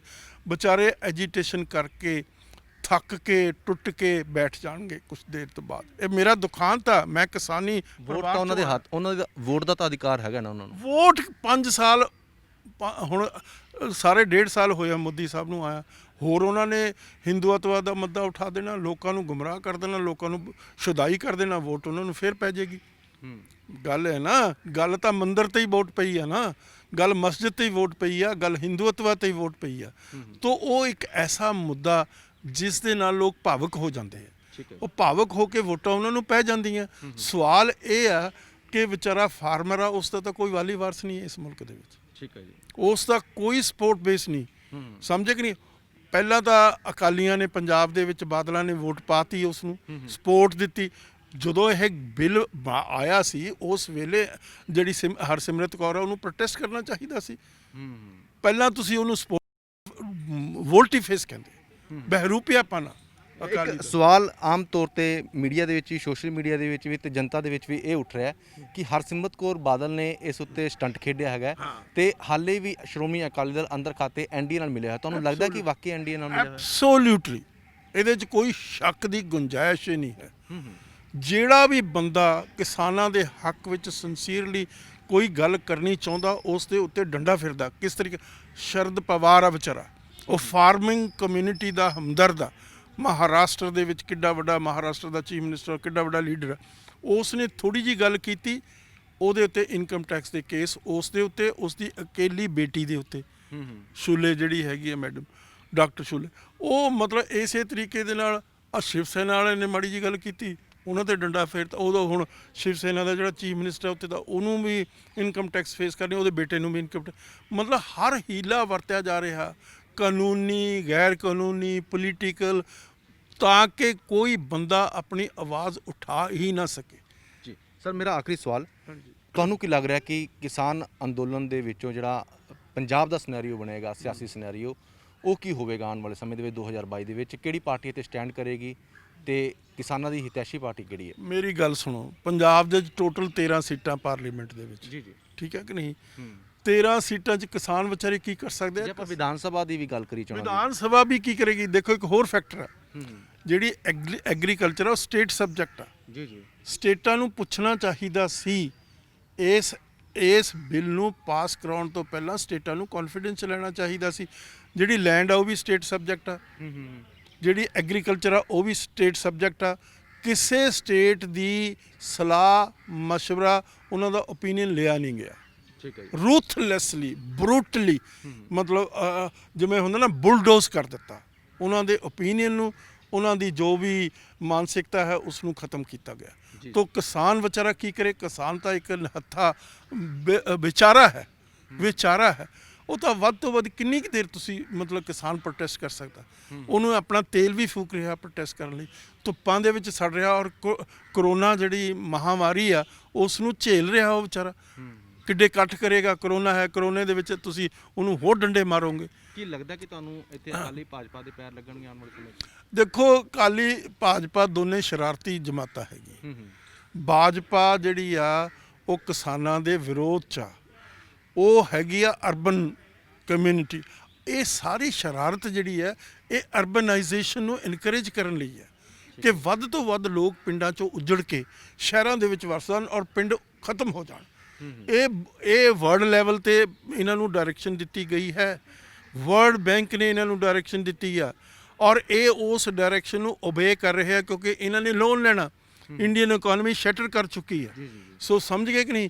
ਤੋ ਇੱਕ ਬੜਾ ਵੱਡਾ ਵਿਸ਼ਵ ਸਰਕਲ ਆ ਨੈਸ਼ਨਲ ਤੇ ਇੰਟਰਨੈਸ਼ਨਲ ਲੈਵਲ ਦੇ ਉੱਤੇ, ਜਿਸ ਦੀ ਮਤਲਬ ਸਾਰੀ ਜੋ ਮਤਲਬ ਉਹਦੇ ਤੇ ਜੋ ਗਾਸ ਗਿਰ ਰਹੀ ਆ ਉਹ ਕਿਸਾਨ ਤੇ ਗਿਰ ਰਹੀ ਆ, ਉਹ ਮਜ਼ਦੂਰ ਤੇ ਗਿਰ ਰਹੀ ਆ, ਉਹ ਆੜਤੀ ਤੇ ਗਿਰ ਰਹੀ ਹੈ। ਠੀਕ ਹੈ ਸਰ, ਕੀਮਤੀ ਸਮਾਂ ਕੱਢਿਆ ਤੁਸੀਂ ਹਮਦਰ ਟੀਵੀ ਲਈ, ਤੁਹਾਡਾ ਬਹੁਤ ਧੰਨਵਾਦ। Thank you. ਸੋ ਤੁਸੀਂ ਗੱਲਾਂ ਬਾਤਾਂ ਸੁਣੀਆਂ ਨੇ ਡਾਕਟਰ ਗੁਰਦਰਸ਼ਨ ਸਿੰਘ ਢਿੱਲੋਂ ਜੀ ਨੇ ਤੇ ਇਹ ਰਿਟਾਇਰਡ ਪ੍ਰੋਫੈਸਰ ਨੇ ਹਿਸਟਰੀ ਦੇ ਪੰਜਾਬ ਯੂਨੀਵਰਸਿਟੀ ਤੋਂ, ਲੇਖਕ ਨੇ, ਕਈ ਕਿਤਾਬਾਂ ਲਿਖੀਆਂ ਨੇ ਤੇ ਖੇਤੀ ਮੁੱਦੇ ਦੇ ਉੱਤੇ ਇਹਨਾਂ ਨੇ ਖੁੱਲ੍ਹ ਕੇ ਆਪਣੇ ਵਿਚਾਰ ਸਾਂਝੇ ਕੀਤੇ ਨੇ। ਹੋਰ ਵੀ ਜਿਹੜੇ ਬੁੱਧੀਜੀਵੀ ਨੇ ਉਹਨਾਂ ਦੀ ਵੀ ਰਾਏ ਲੈਣੇ ਆ, ਆਓ ਫਿਰ ਚੱਲਦੇ ਹਾਂ। ਲੋ ਜੀ, ਖੇਤੀ ਮੁੱਦਿਆਂ ਦੇ ਉੱਤੇ ਗੱਲਬਾਤ ਕਰਨ ਲਈ ਹੁਣ ਅਸੀਂ ਪੁੱਜੇ ਹਾਂ ਪ੍ਰੋਫੈਸਰ ਮਨਜੀਤ ਸਿੰਘ ਜੀ ਦੇ ਕੋਲੇ। ਉਹਨਾਂ ਨਾਲ ਗੱਲਬਾਤ ਕਰਾਂਗੇ। ਹਮਦਰ ਟੀਵੀ ਦੇ ਸਰ ਨਿੱਘਾ ਸਵਾਗਤ ਹੈ ਤੁਹਾਡਾ। ਬਹੁਤ ਬਹੁਤ ਧੰਨਵਾਦ ਜੀ। ਸਰ, ਤੁਸੀਂ ਪੋਲੀਟੀਕਲੀ ਮਾਮਲਿਆਂ ਦੇ ਵੀ ਐਕਸਪਰਟ ਹੋ, ਖੇਤੀ ਮਾਮਲਿਆਂ ਦੇ ਵੀ ਐਕਸਪਰਟ ਹੋ ਤੇ ਕਿਸਾਨੀ ਨੂੰ ਚੰਗੀ ਤਰ੍ਹਾਂ ਸਮਝਦੇ ਹੋ। ਜਿਹੜੇ ਖੇਤੀ ਬਿੱਲ ਹੈਗੇ ਨੇ ਉਹਨਾਂ ਨੂੰ ਲੈ ਕੇ ਸਿਰਫ ਇਹ ਹੀ ਕਿਹਾ ਜਾ ਰਿਹਾ ਬੜੇ ਖਤਰਨਾਕ ਬਿੱਲ ਨੇ ਜੀ, ਕਿਸਾਨਾਂ ਨੂੰ ਤਬਾਹ ਕਰ ਦੇਣਗੇ। ਮੈਂ ਤੁਹਾਡੇ ਤੋਂ ਇਹ ਜਾਣਨਾ ਚਾਹੁੰਦਾ ਕਿ ਤੁਹਾਨੂੰ ਕੀ ਲੱਗਦਾ ਕਿ ਕੋਈ ਫਾਇਦਾ ਵੀ ਹੋਏਗਾ ਇਹਨਾਂ ਬਿੱਲਾਂ ਵਿੱਚ? ਜੇ ਸਰਕਾਰ ਬਿੱਲ ਲੈ ਕੇ ਆਈ ਹੈ, ਹੋ ਸਕਦਾ ਇਹਨਾਂ ਬਿੱਲਾਂ ਦੇ ਵਿੱਚ ਕੋਈ ਫਾਇਦਾ ਲੁਕਿਆ ਹੋਵੇ ਕਿਸਾਨਾਂ ਦਾ? ਦੇਖੋ, ਪਿੱਛੇ ਹੀ JP ਨੱਡਾ ਜਿਹੜੇ ਬੀਜੇਪੀ ਦੇ ਪ੍ਰਧਾਨ ਹੈਗੇ ਆ, ਨਰਿੰਦਰ ਸਿੰਘ ਤੋਮਰ ਜਿਹੜੇ ਸਾਡੇ ਐਗਰੀਕਲਚਰ ਮਿਨਿਸਟਰ ਹੈਗੇ ਆ, ਤੇ ਪ੍ਰਧਾਨ ਮੰਤਰੀ ਤੇ ਅਮਿਤ ਸ਼ਾਹ, ਸਾਰੇ ਮਤਲਬ ਅੱਡੀ ਚੋਟੀ ਦਾ ਜ਼ੋਰ ਲਾ ਰਹੇ ਆ ਕਿ ਲੋਕਾਂ ਨੂੰ ਅਸੀਂ ਕਿਸੇ ਨਾ ਕਿਸੇ ਤਰੀਕੇ ਦੇ ਨਾਲ ਅਸੀਂ ਬੇਵਕੂਫ ਕਿਵੇਂ ਬਣਾਇਆ ਜਾ ਸਕੇ, ਉਧਰ ਨੂੰ ਲੱਗੇ ਹੋਏ ਆ। ਅੱਜ ਬੜੇ ਬੜੇ ਫੁੱਲ ਪੇਜ ਦੇ ਜਿਹੜੇ ਪੋਸਟਰ ਇਹਦੇ 'ਚ ਆਏ ਆ ਅਮਨ, ਉਹ ਟ੍ਰਿਬਿਊਨ 'ਚ ਵੀ ਆਏ, ਹੋਰ ਪੇਪਰਾਂ 'ਚ ਵੀ ਆਏ। ਉਹ ਪ੍ਰਧਾਨ ਮੰਤਰੀ ਮੂੰਹ ਤੇ ਬੰਨ੍ਹ ਕੇ ਤੇ ਇੰਝ ਹੱਥ ਜੋੜੇ ਹੋਏ। ਹੱਥ ਜੋੜਨ ਦਾ ਹੁਣ ਕੀ ਫਾਇਦਾ? ਜੋ ਤੁਸੀਂ ਮਾੜਾ ਕੰਮ ਕਰਨਾ ਸੀ ਉਹ ਕਰ ਦਿੱਤਾ। ਸਮਝਾ ਇਹ ਰਹੇ ਆ ਕਿ ਦੇਖੋ ਜੀ, ਤੁਹਾਡੀ MSP ਨਹੀਂ ਖਤਮ ਹੁੰਦੀ ਰਹੂਗੀ, ਸਰਕਾਰੀ ਖਰੀਦ ਖਤਮ ਨਹੀਂ ਹੁੰਦੀ ਰਹੂਗੀ। ਲੋਕੀ ਇਹ ਕਹਿ ਰਹੇ ਆ, ਕਿਸਾਨ ਇਹ ਕਹਿ ਰਹੇ ਆ, ਵਿਰੋਧੀ ਪਾਰਟੀਆਂ ਇਹ ਕਹਿ ਰਹੀਆਂ ਜੇ ਤੁਸੀਂ ਇੰਨੇ ਹੀ ਇਮਾਨਦਾਰ ਆ, ਜੇ ਇੰਨੇ ਹੀ ਫਾਰਮਰ ਦੇ ਹੇਤੂ ਆ, ਤੇ ਪਹਿਲੇ ਬਿੱਲ ਜਿਹੜੇ ਗਏ ਉਹ ਤੇ ਪਾਸ ਹੋ ਗਏ। ਇੱਕ ਨਵਾਂ ਬਿੱਲ ਲੈ ਆਓ ਜਿਹਦੇ ਵਿੱਚ ਤੁਸੀਂ ਇੱਕੋ ਹੀ ਕੰਮ ਕਰੋ ਮੋਟੇ ਤੌਰ ਤੇ ਕਿ ਜਿੰਨੀ ਵੀ ਖਰੀਦ, ਜੇ ਭਾਵੇਂ ਕੋਈ ਪ੍ਰਾਈਵੇਟ ਖਰੀਦੇ ਭਾਵੇਂ ਕੋਈ ਸਰਕਾਰੀ ਅਦਾਰਾ ਖਰੀਦੇ, ਉਹ ਸਾਰੇ ਦੇ ਸਾਰੇ ਮਿਨੀਮਮ ਸਪੋਰਟ ਪ੍ਰਾਈਸ ਤੋਂ ਥੱਲੇ ਨਹੀਂ ਖਰੀਦਣਗੇ। ਇੱਕ ਬਿੱਲ ਪਾਸ ਕਰ ਦਿਓ, ਜਾਣੀ ਕਿ MSP ਜਿਵੇਂ ਤੁਹਾਡੀ ਨਿਊਨਤਮ ਵੇਜ, ਘੱਟੋ ਘੱਟ ਜਿਹੜੀ ਉਜਰਤ ਹੈ, ਉਹ ਇੱਕ ਵਰਕਰ ਦਾ ਰਾਈਟ ਹੁੰਦਾ ਆ। ਇਹ ਵੀ ਵਰਕਰ ਆ, ਇਹ ਕੰਮ ਕਰਨ ਵਾਲੇ ਵਰਕਰ ਆ, ਛੋਟੇ ਛੋਟੇ ਕਿਸਾਨ ਆ, ਉਹਨਾਂ ਦਾ ਵੀ ਇੱਕੋ ਹੀ ਇੱਕ ਹੱਲ ਹੈ ਕਿ ਉਹਨਾਂ ਦੀ ਵੇਜ ਦੀ ਜਗ੍ਹਾ ਤੁਸੀਂ ਇਹਨੂੰ MSP ਨੂੰ ਕਾਨੂੰਨੀ ਅਧਿਕਾਰ ਬਣਾ ਦਿਓ, ਔਰ ਜਿਹੜਾ ਵੀ ਵਾਇਲੇਟ ਕਰੂਗਾ ਉਸ ਨੂੰ ਸਜ਼ਾ ਹੋਊਗੀ, ਉਸ ਨੂੰ ਦੇਣਾ ਪਊਗਾ, ਕੰਪਨਸੇਸ਼ਨ ਕਰਨਾ ਪਊਗਾ। ਇਸ ਗੱਲ ਲਈ ਉਹ ਕੋਈ ਤਿਆਰ ਨਹੀਂ ਹੈ। ਉੱਪਰੋਂ ਬਾਰ-ਬਾਰ ਜ਼ਰੂਰ ਧੋਖਾਧੜੀ ਦੇ ਨਾਲ, ਬੇਸ਼ਰਮੀ ਦੇ ਨਾਲ ਕਹੀ ਜਾ ਰਹੇ ਆ ਕਿ ਨਹੀਂ ਜੀ, ਕਿਸਾਨਾਂ ਦਾ ਤੇ ਅਸੀਂ ਬਹੁਤ ਭਲਾ। ਜਾਣੀ ਕਿਸਾਨ ਬੇਵਕੂਫ ਹੈ ਜਿਹੜੇ ਸੜਕਾਂ ਦੇ ਉੱਤੇ ਚੱਲੇ ਹੋਏ ਆ। ਪ੍ਰਧਾਨ ਮੰਤਰੀ ਜੀ ਨੇ ਜਿਹੜਾ ਉਹਨਾਂ ਨੂੰ ਗਿਫਟ ਦਿੱਤਾ, ਤੋਹਫਾ ਦਿੱਤਾ, ਉਹਨਾਂ ਨੂੰ ਪਛਾਣ ਨਹੀਂ ਆ ਰਹੀ। ਜਾਣੀ ਜੋ ਹੀਰਾ ਉਹਨਾਂ ਨੇ ਫੜਾਇਆ, ਉਹ ਜਾਣੀ ਉਹਨਾਂ ਨੂੰ ਇਹ ਪਤਾ ਨਹੀਂ ਲੱਗ ਰਿਹਾ ਕਿ ਇਹਦੀ ਚਮਕ ਕੀ ਆ, ਇਹਦੀ ਕੀਮਤ ਕੀ ਆ। ਹੱਦ ਹੋ ਗਈ ਆ। ਅੱਜ ਪ੍ਰਧਾਨ ਮੰਤਰੀ ਕਹਿੰਦੇ ਆ ਜੀ ਦੇਖੋ ਮੰਡੀਆਂ ਵੀ ਰਹਿਣਗੀਆਂ, ਮੰਡੀਆਂ ਤਬਾਹ ਨਹੀਂ ਹੁੰਦੀਆਂ। ਕਿਵੇਂ? ਜਦ ਮੰਡੀ 'ਚ ਸਾਫ਼ ਆ ਕਿ ਕਿਸਾਨ ਜਾਊਗਾ ਨਹੀਂ, ਇੱਕ ਟਰੇਡਰ ਘਰਾਂ ਤੋਂ ਖਰੀਦ ਲੂਗਾ, ਪਿੰਡਾਂ ਤੋਂ ਜਾ ਕੇ ਆਪੋ ਆਪਣਾ ਸਮਾਨ ਖਰੀਦ ਲੂਗਾ, ਮੰਡੀ ਦੇ ਵਿੱਚ ਆੜ੍ਹਤੀਆ ਰਹੂਗਾ ਨਹੀਂ। ਆੜ੍ਹਤੀਆਂ ਨੂੰ ਕਿਹਾ ਕਿ ਤੂੰ ਵੀ ਜਾ ਕੇ ਆਜ਼ਾਦ ਹੋ ਗਿਆ, ਕਿਸਾਨ ਨੂੰ ਕਹਿੰਦੇ ਤੂੰ ਵੀ ਆਜ਼ਾਦ ਹੋ ਗਿਆ, ਤੂੰ ਜਿੱਥੇ ਮਰਜ਼ੀ ਲੈ ਜਾ, ਆਸਟ੍ਰੇਲੀਆ ਲੈ ਜਾ, ਤੂੰ ਜਾ ਕੇ ਜਰਮਨੀ 'ਚ ਆਪਣੀ ਕਣਕ ਵੇਚ ਲਾ, ਕੱਦੂ ਵੇਚ ਲਾ ਜਾ ਕੇ, ਜਾਣੀ ਇਹੋ ਜਿਹੇ ਗੱਲਾਂ ਕਰ ਰਹੇ ਆ। ਔਰ ਆੜ੍ਹਤੀਏ ਨੂੰ ਕੀ ਕਹਿ ਦਿੱਤਾ, ਤੂੰ ਉੱਥੇ ਦੁਕਾਨ 'ਤੇ ਬੈਠਾ ਆਪਣੀ ਦੁਕਾਨ ਕਰਦਾ ਫਿਰਦਾ ਸੀਗਾ, ਇੱਥੇ ਤੂੰ ਆਪਣਾ ਉਹਨਾਂ ਨੂੰ ਲੋਨ ਦੇਣਾ, ਤੂੰ ਇਹ ਛੱਡ ਦੇ ਕੰਮ, ਤੂੰ ਆਪਣਾ ਜਿਹੜਾ ਲਾਇਸੈਂਸ ਲੈ ਕੇ, ਜਿਹੜਾ ਉਹਨਾਂ ਦਾ ਆ ਜਿਹੜਾ ਬੈਂਕ ਦੇ ਵਿੱਚ ਹੁੰਦਾ ਆ, ਉਹ ਲੈ ਕੇ ਤੇ ਤੁਸੀਂ ਜਗ੍ਹਾ ਜਗ੍ਹਾ ਜਿੱਥੇ ਮਰਜ਼ੀ ਖਰੀਦ ਸਕਦੇ, ਸਾਰੇ ਦੇਸ਼ 'ਚ ਖਰੀਦ ਸਕਦੇ, ਸਾਰੇ ਦੇਸ਼ ਦੇ ਵਿੱਚ ਤੁਸੀਂ ਪੈਨ ਕਾਰਡ ਲੈ ਕੇ ਵੇਚ ਸਕਦੇ ਆ। ਇਹ ਜਿਹੜੀ ਗੱਲ ਨਾ ਤੇ ਆੜ੍ਹਤੀਆਂ ਨੂੰ ਨਾ ਕਿਸਾਨਾਂ ਨੂੰ ਕਿਸੇ ਨੂੰ ਵਾਰਾ ਨਹੀਂ ਖਾ ਰਹੀ। ਉਹ ਕਹਿੰਦੇ ਆ ਕਿ ਇਹਦੇ ਨਾਲ ਅਲਟੀਮੇਟਲੀ ਸਾਨੂੰ ਆਪਣੀਆਂ ਜ਼ਮੀਨਾਂ ਤੋਂ ਬਾਹਰ ਇਹਨਾਂ ਨੇ ਕਰਨਾ। ਔਰ ਫਿਰ ਜ਼ਮੀਨ ਬਾਰੇ ਵੀ ਪ੍ਰਧਾਨ ਮੰਤਰੀ ਕਹਿ ਰਿਹਾ ਕਿ ਦੇਖੋ ਅਸੀਂ ਜ਼ਮੀਨ ਕਿਸੇ ਦੀ ਨਹੀਂ ਲੈ ਰਹੇ, ਅਸੀਂ ਐਕਟ ਦੇ ਅੰਦਰ ਹੀ ਲਿਖਿਆ। ਇਹ ਗੱਲ ਠੀਕ ਹੈ ਕਿ ਐਕਟ ਦੇ ਅੰਦਰ ਹੀ ਲਿਖਿਆ ਕਿ ਜਿਹੜੇ ਕਾਂਟਰੈਕਟਰ ਇਹਨਾਂ ਨੂੰ ਠੇਕੇ ਤੇ ਜਿਹੜੀ ਖੇਤੀ ਕਰਾਉਣਗੇ ਉਹ ਜ਼ਮੀਨ ਇਹਨਾਂ ਦੀ ਨਹੀਂ ਹਥਿਆ ਸਕਦੇ, ਇੱਕ ਸੇਫਗਾਰਡ ਹੈਗਾ ਆ। ਪਰ ਜਦੋਂ ਮਾਰਕੀਟ ਦੇ ਹਾਲਾਤ ਇਹੋ ਜਿਹੇ ਹੋ ਜਾਣਗੇ, ਜਦੋਂ ਕਿਸਾਨ ਤਬਾਹੀ ਦੇ ਕਿਨਾਰੇ ਪਹੁੰਚ ਜਾਊਗਾ, ਉਹ ਖੇਤੀ ਨੂੰ ਕਰੂਗਾ ਕੀ, ਉਹ ਜ਼ਮੀਨ ਨੂੰ ਕਰੂਗਾ ਕੀ, ਜ਼ਮੀਨ ਨੂੰ ਉਹਨੂੰ ਵੇਚਣਾ ਹੀ ਪਊਗਾ। ਫਿਰ ਉਹ ਜਾਂ ਤੇ ਕਿਸੇ ਹੋਰ ਚਲਾ ਜਾਊਗਾ ਜਾਂ ਉਸੇ ਹੀ ਜ਼ਮੀਨ ਦੇ ਉੱਤੇ ਥੱਲੇ ਆ ਕੇ, ਜਿਵੇਂ ਤੁਸੀਂ ਕਹਿੰਦੇ ਮਜ਼ਾਰੇ ਦੇ ਤੌਰ ਤੇ ਜਾਂ ਖੇਤੀ ਹਰ ਮਜ਼ਦੂਰ ਦੇ ਤੌਰ ਤੇ ਜਾ ਕੇ ਕੰਮ ਕਰੂਗਾ। ਇਸ ਗੱਲ ਨੂੰ ਮੋਦੀ ਜੀ ਨੂੰ ਤਾਂ ਸਮਝ ਨਹੀਂ ਪੈ ਰਹੀ, ਪਰ ਸਾਰੇ ਦੇਸ਼ ਦੇ ਕਿਸਾਨਾਂ ਨੂੰ, ਕੀ ਉਹ ਕਰਨਾਟਕਾ ਦੇ, ਕੀ ਉਹ ਤਾਮਿਲਨਾਡੂ, ਹਰਿਆਣਾ, ਪੰਜਾਬ, ਪੱਛਮੀ ਯੂਪੀ, ਮੱਧ ਪ੍ਰਦੇਸ਼, ਸਭ ਜਗ੍ਹਾ ਰੌਲਾ ਪਿਆ, ਝੰਡੇ ਬੁੰਗੇ ਚੁੱਕ ਕੇ ਲੋਕ ਲੜਾਈ ਲੜ ਰਹੇ ਆ। ਔਰ 25 ਤਰੀਕ ਨੂੰ ਪੰਜਾਬ ਦੇ ਇਤਿਹਾਸ ਦੇ ਵਿੱਚ ਕਿਸਾਨ ਦੇ ਪਰਸਪੈਕਟਿਵ ਨਾਲ ਤੇ ਪੰਜਾਬ ਦੀ ਰਾਜਨੀਤੀ ਦੇ ਹਿਸਾਬ ਦੇ ਨਾਲ ਇੱਕ ਇਤਿਹਾਸਕ ਦਿਨ ਹੋਊਗਾ, ਜਿਹਨੂੰ ਆਉਣ ਵਾਲੇ ਸਮੇਂ ਦੇ ਵਿੱਚ ਬੱਚੇ, ਭਾਵੇਂ ਉਹ ਯੂਨੀਵਰਸਿਟੀਆਂ ਦੇ ਆ ਭਾਵੇਂ ਸਕੂਲਾਂ ਦੇ ਆ, ਆਪਣੇ ਟੈਕਸਟ ਬੁੱਕ ਚੈਪਟਰਾਂ 'ਚ ਪੜ੍ਹਿਆ ਕਰਨਗੇ ਕਿ 25 ਤਰੀਕ ਨੂੰ ਇੱਕ ਜਿਹਦੇ 'ਚ ਸਾਰੀਆਂ ਪਾਰਟੀਆਂ, ਸਾਰੀਆਂ ਸੰਸਥਾਨ, ਭਾਵੇਂ ਉਹ ਟਰੇਡਰਸ ਆ, ਭਾਵੇਂ ਉਹ ਆੜ੍ਹਤੀ ਹੈ, ਭਾਵੇਂ ਉਹ ਕਾਰ ਡੀਲਰ ਹੈਗੇ ਆ, ਵਪਾਰ ਮੰਡਲ ਹੈਗਾ, ਵਕੀਲ ਹੈਗੇ, ਡਾਕਟਰ ਹੈਗੇ, ਲੇਖਕ ਹੈਗੇ, ਕੌਣ ਪੰਜਾਬ ਦਾ ਜਿਹੜਾ ਸੈਕਸ਼ਨ ਆ ਜਿਹੜਾ 25 ਨੂੰ ਹੰਗਾਰਾ ਦੇ ਕੇ ਤੇ ਜਿਹੜਾ ਪੰਜਾਬ ਦੇ ਵਿੱਚ ਇਕੱਠਾ ਨਹੀਂ ਹੋਣਾ। ਸੋ ਪ੍ਰੋਫੈਸਰ ਮਨਜੀਤ ਸਿੰਘ ਜੀ, ਇੱਕ ਸਵਾਲ ਇਹ ਵੀ ਜ਼ਰੂਰ ਬਣਦਾ ਹੈਗਾ ਕਿ ਅੱਜ ਕਿਸਾਨਾਂ ਦੇ ਮੁੱਦੇ ਉੱਤੇ ਕੋਈ ਸਿਆਸਤਦਾਨ ਆਪਣੇ ਆਪ ਨੂੰ ਕਿਸਾਨਾਂ ਦੀ ਧੀ ਆਖ ਰਿਹਾ ਹੈ ਤੇ ਕੋਈ ਆਪਣਾ ਪੁੱਤ ਆਖ ਰਿਹਾ। ਤੁਹਾਨੂੰ ਕੀ ਲੱਗਦਾ ਕਿ ਅਸਲ ਦੇ ਵਿੱਚ ਕਿਸਾਨਾਂ ਦੀ ਹਿਤੈਸ਼ੀ ਪਾਰਟੀ ਕਿਹੜੀ ਹੈ? ਦੇਖੋ, ਜਿਹੜੀ ਤੁਸੀਂ ਗੱਲ ਹਰਸਿਮਰਤ ਕੌਰ ਬਾਦਲ ਦੀ ਕਹਿ ਰਹੇ ਆ ਜਾਂ ਸੁਖਬੀਰ ਬਾਦਲ ਦੀ ਕਹਿ ਰਹੇ ਆ, ਉਹਨਾਂ ਨੇ ਬਹੁਤ ਹੀ ਗਲਤ ਗੱਡੀ ਦੇ ਉੱਤੇ ਚੜ੍ਹੇ ਸੀ, ਜਿਹੜੀ ਕਿਤੇ ਉਹਨਾਂ ਨੂੰ ਬਹੁਤ ਦੂਰ ਪੰਜਾਬ ਨਾਲੋਂ ਕਿਤੇ ਹੋਰ ਲੈ ਗਈ।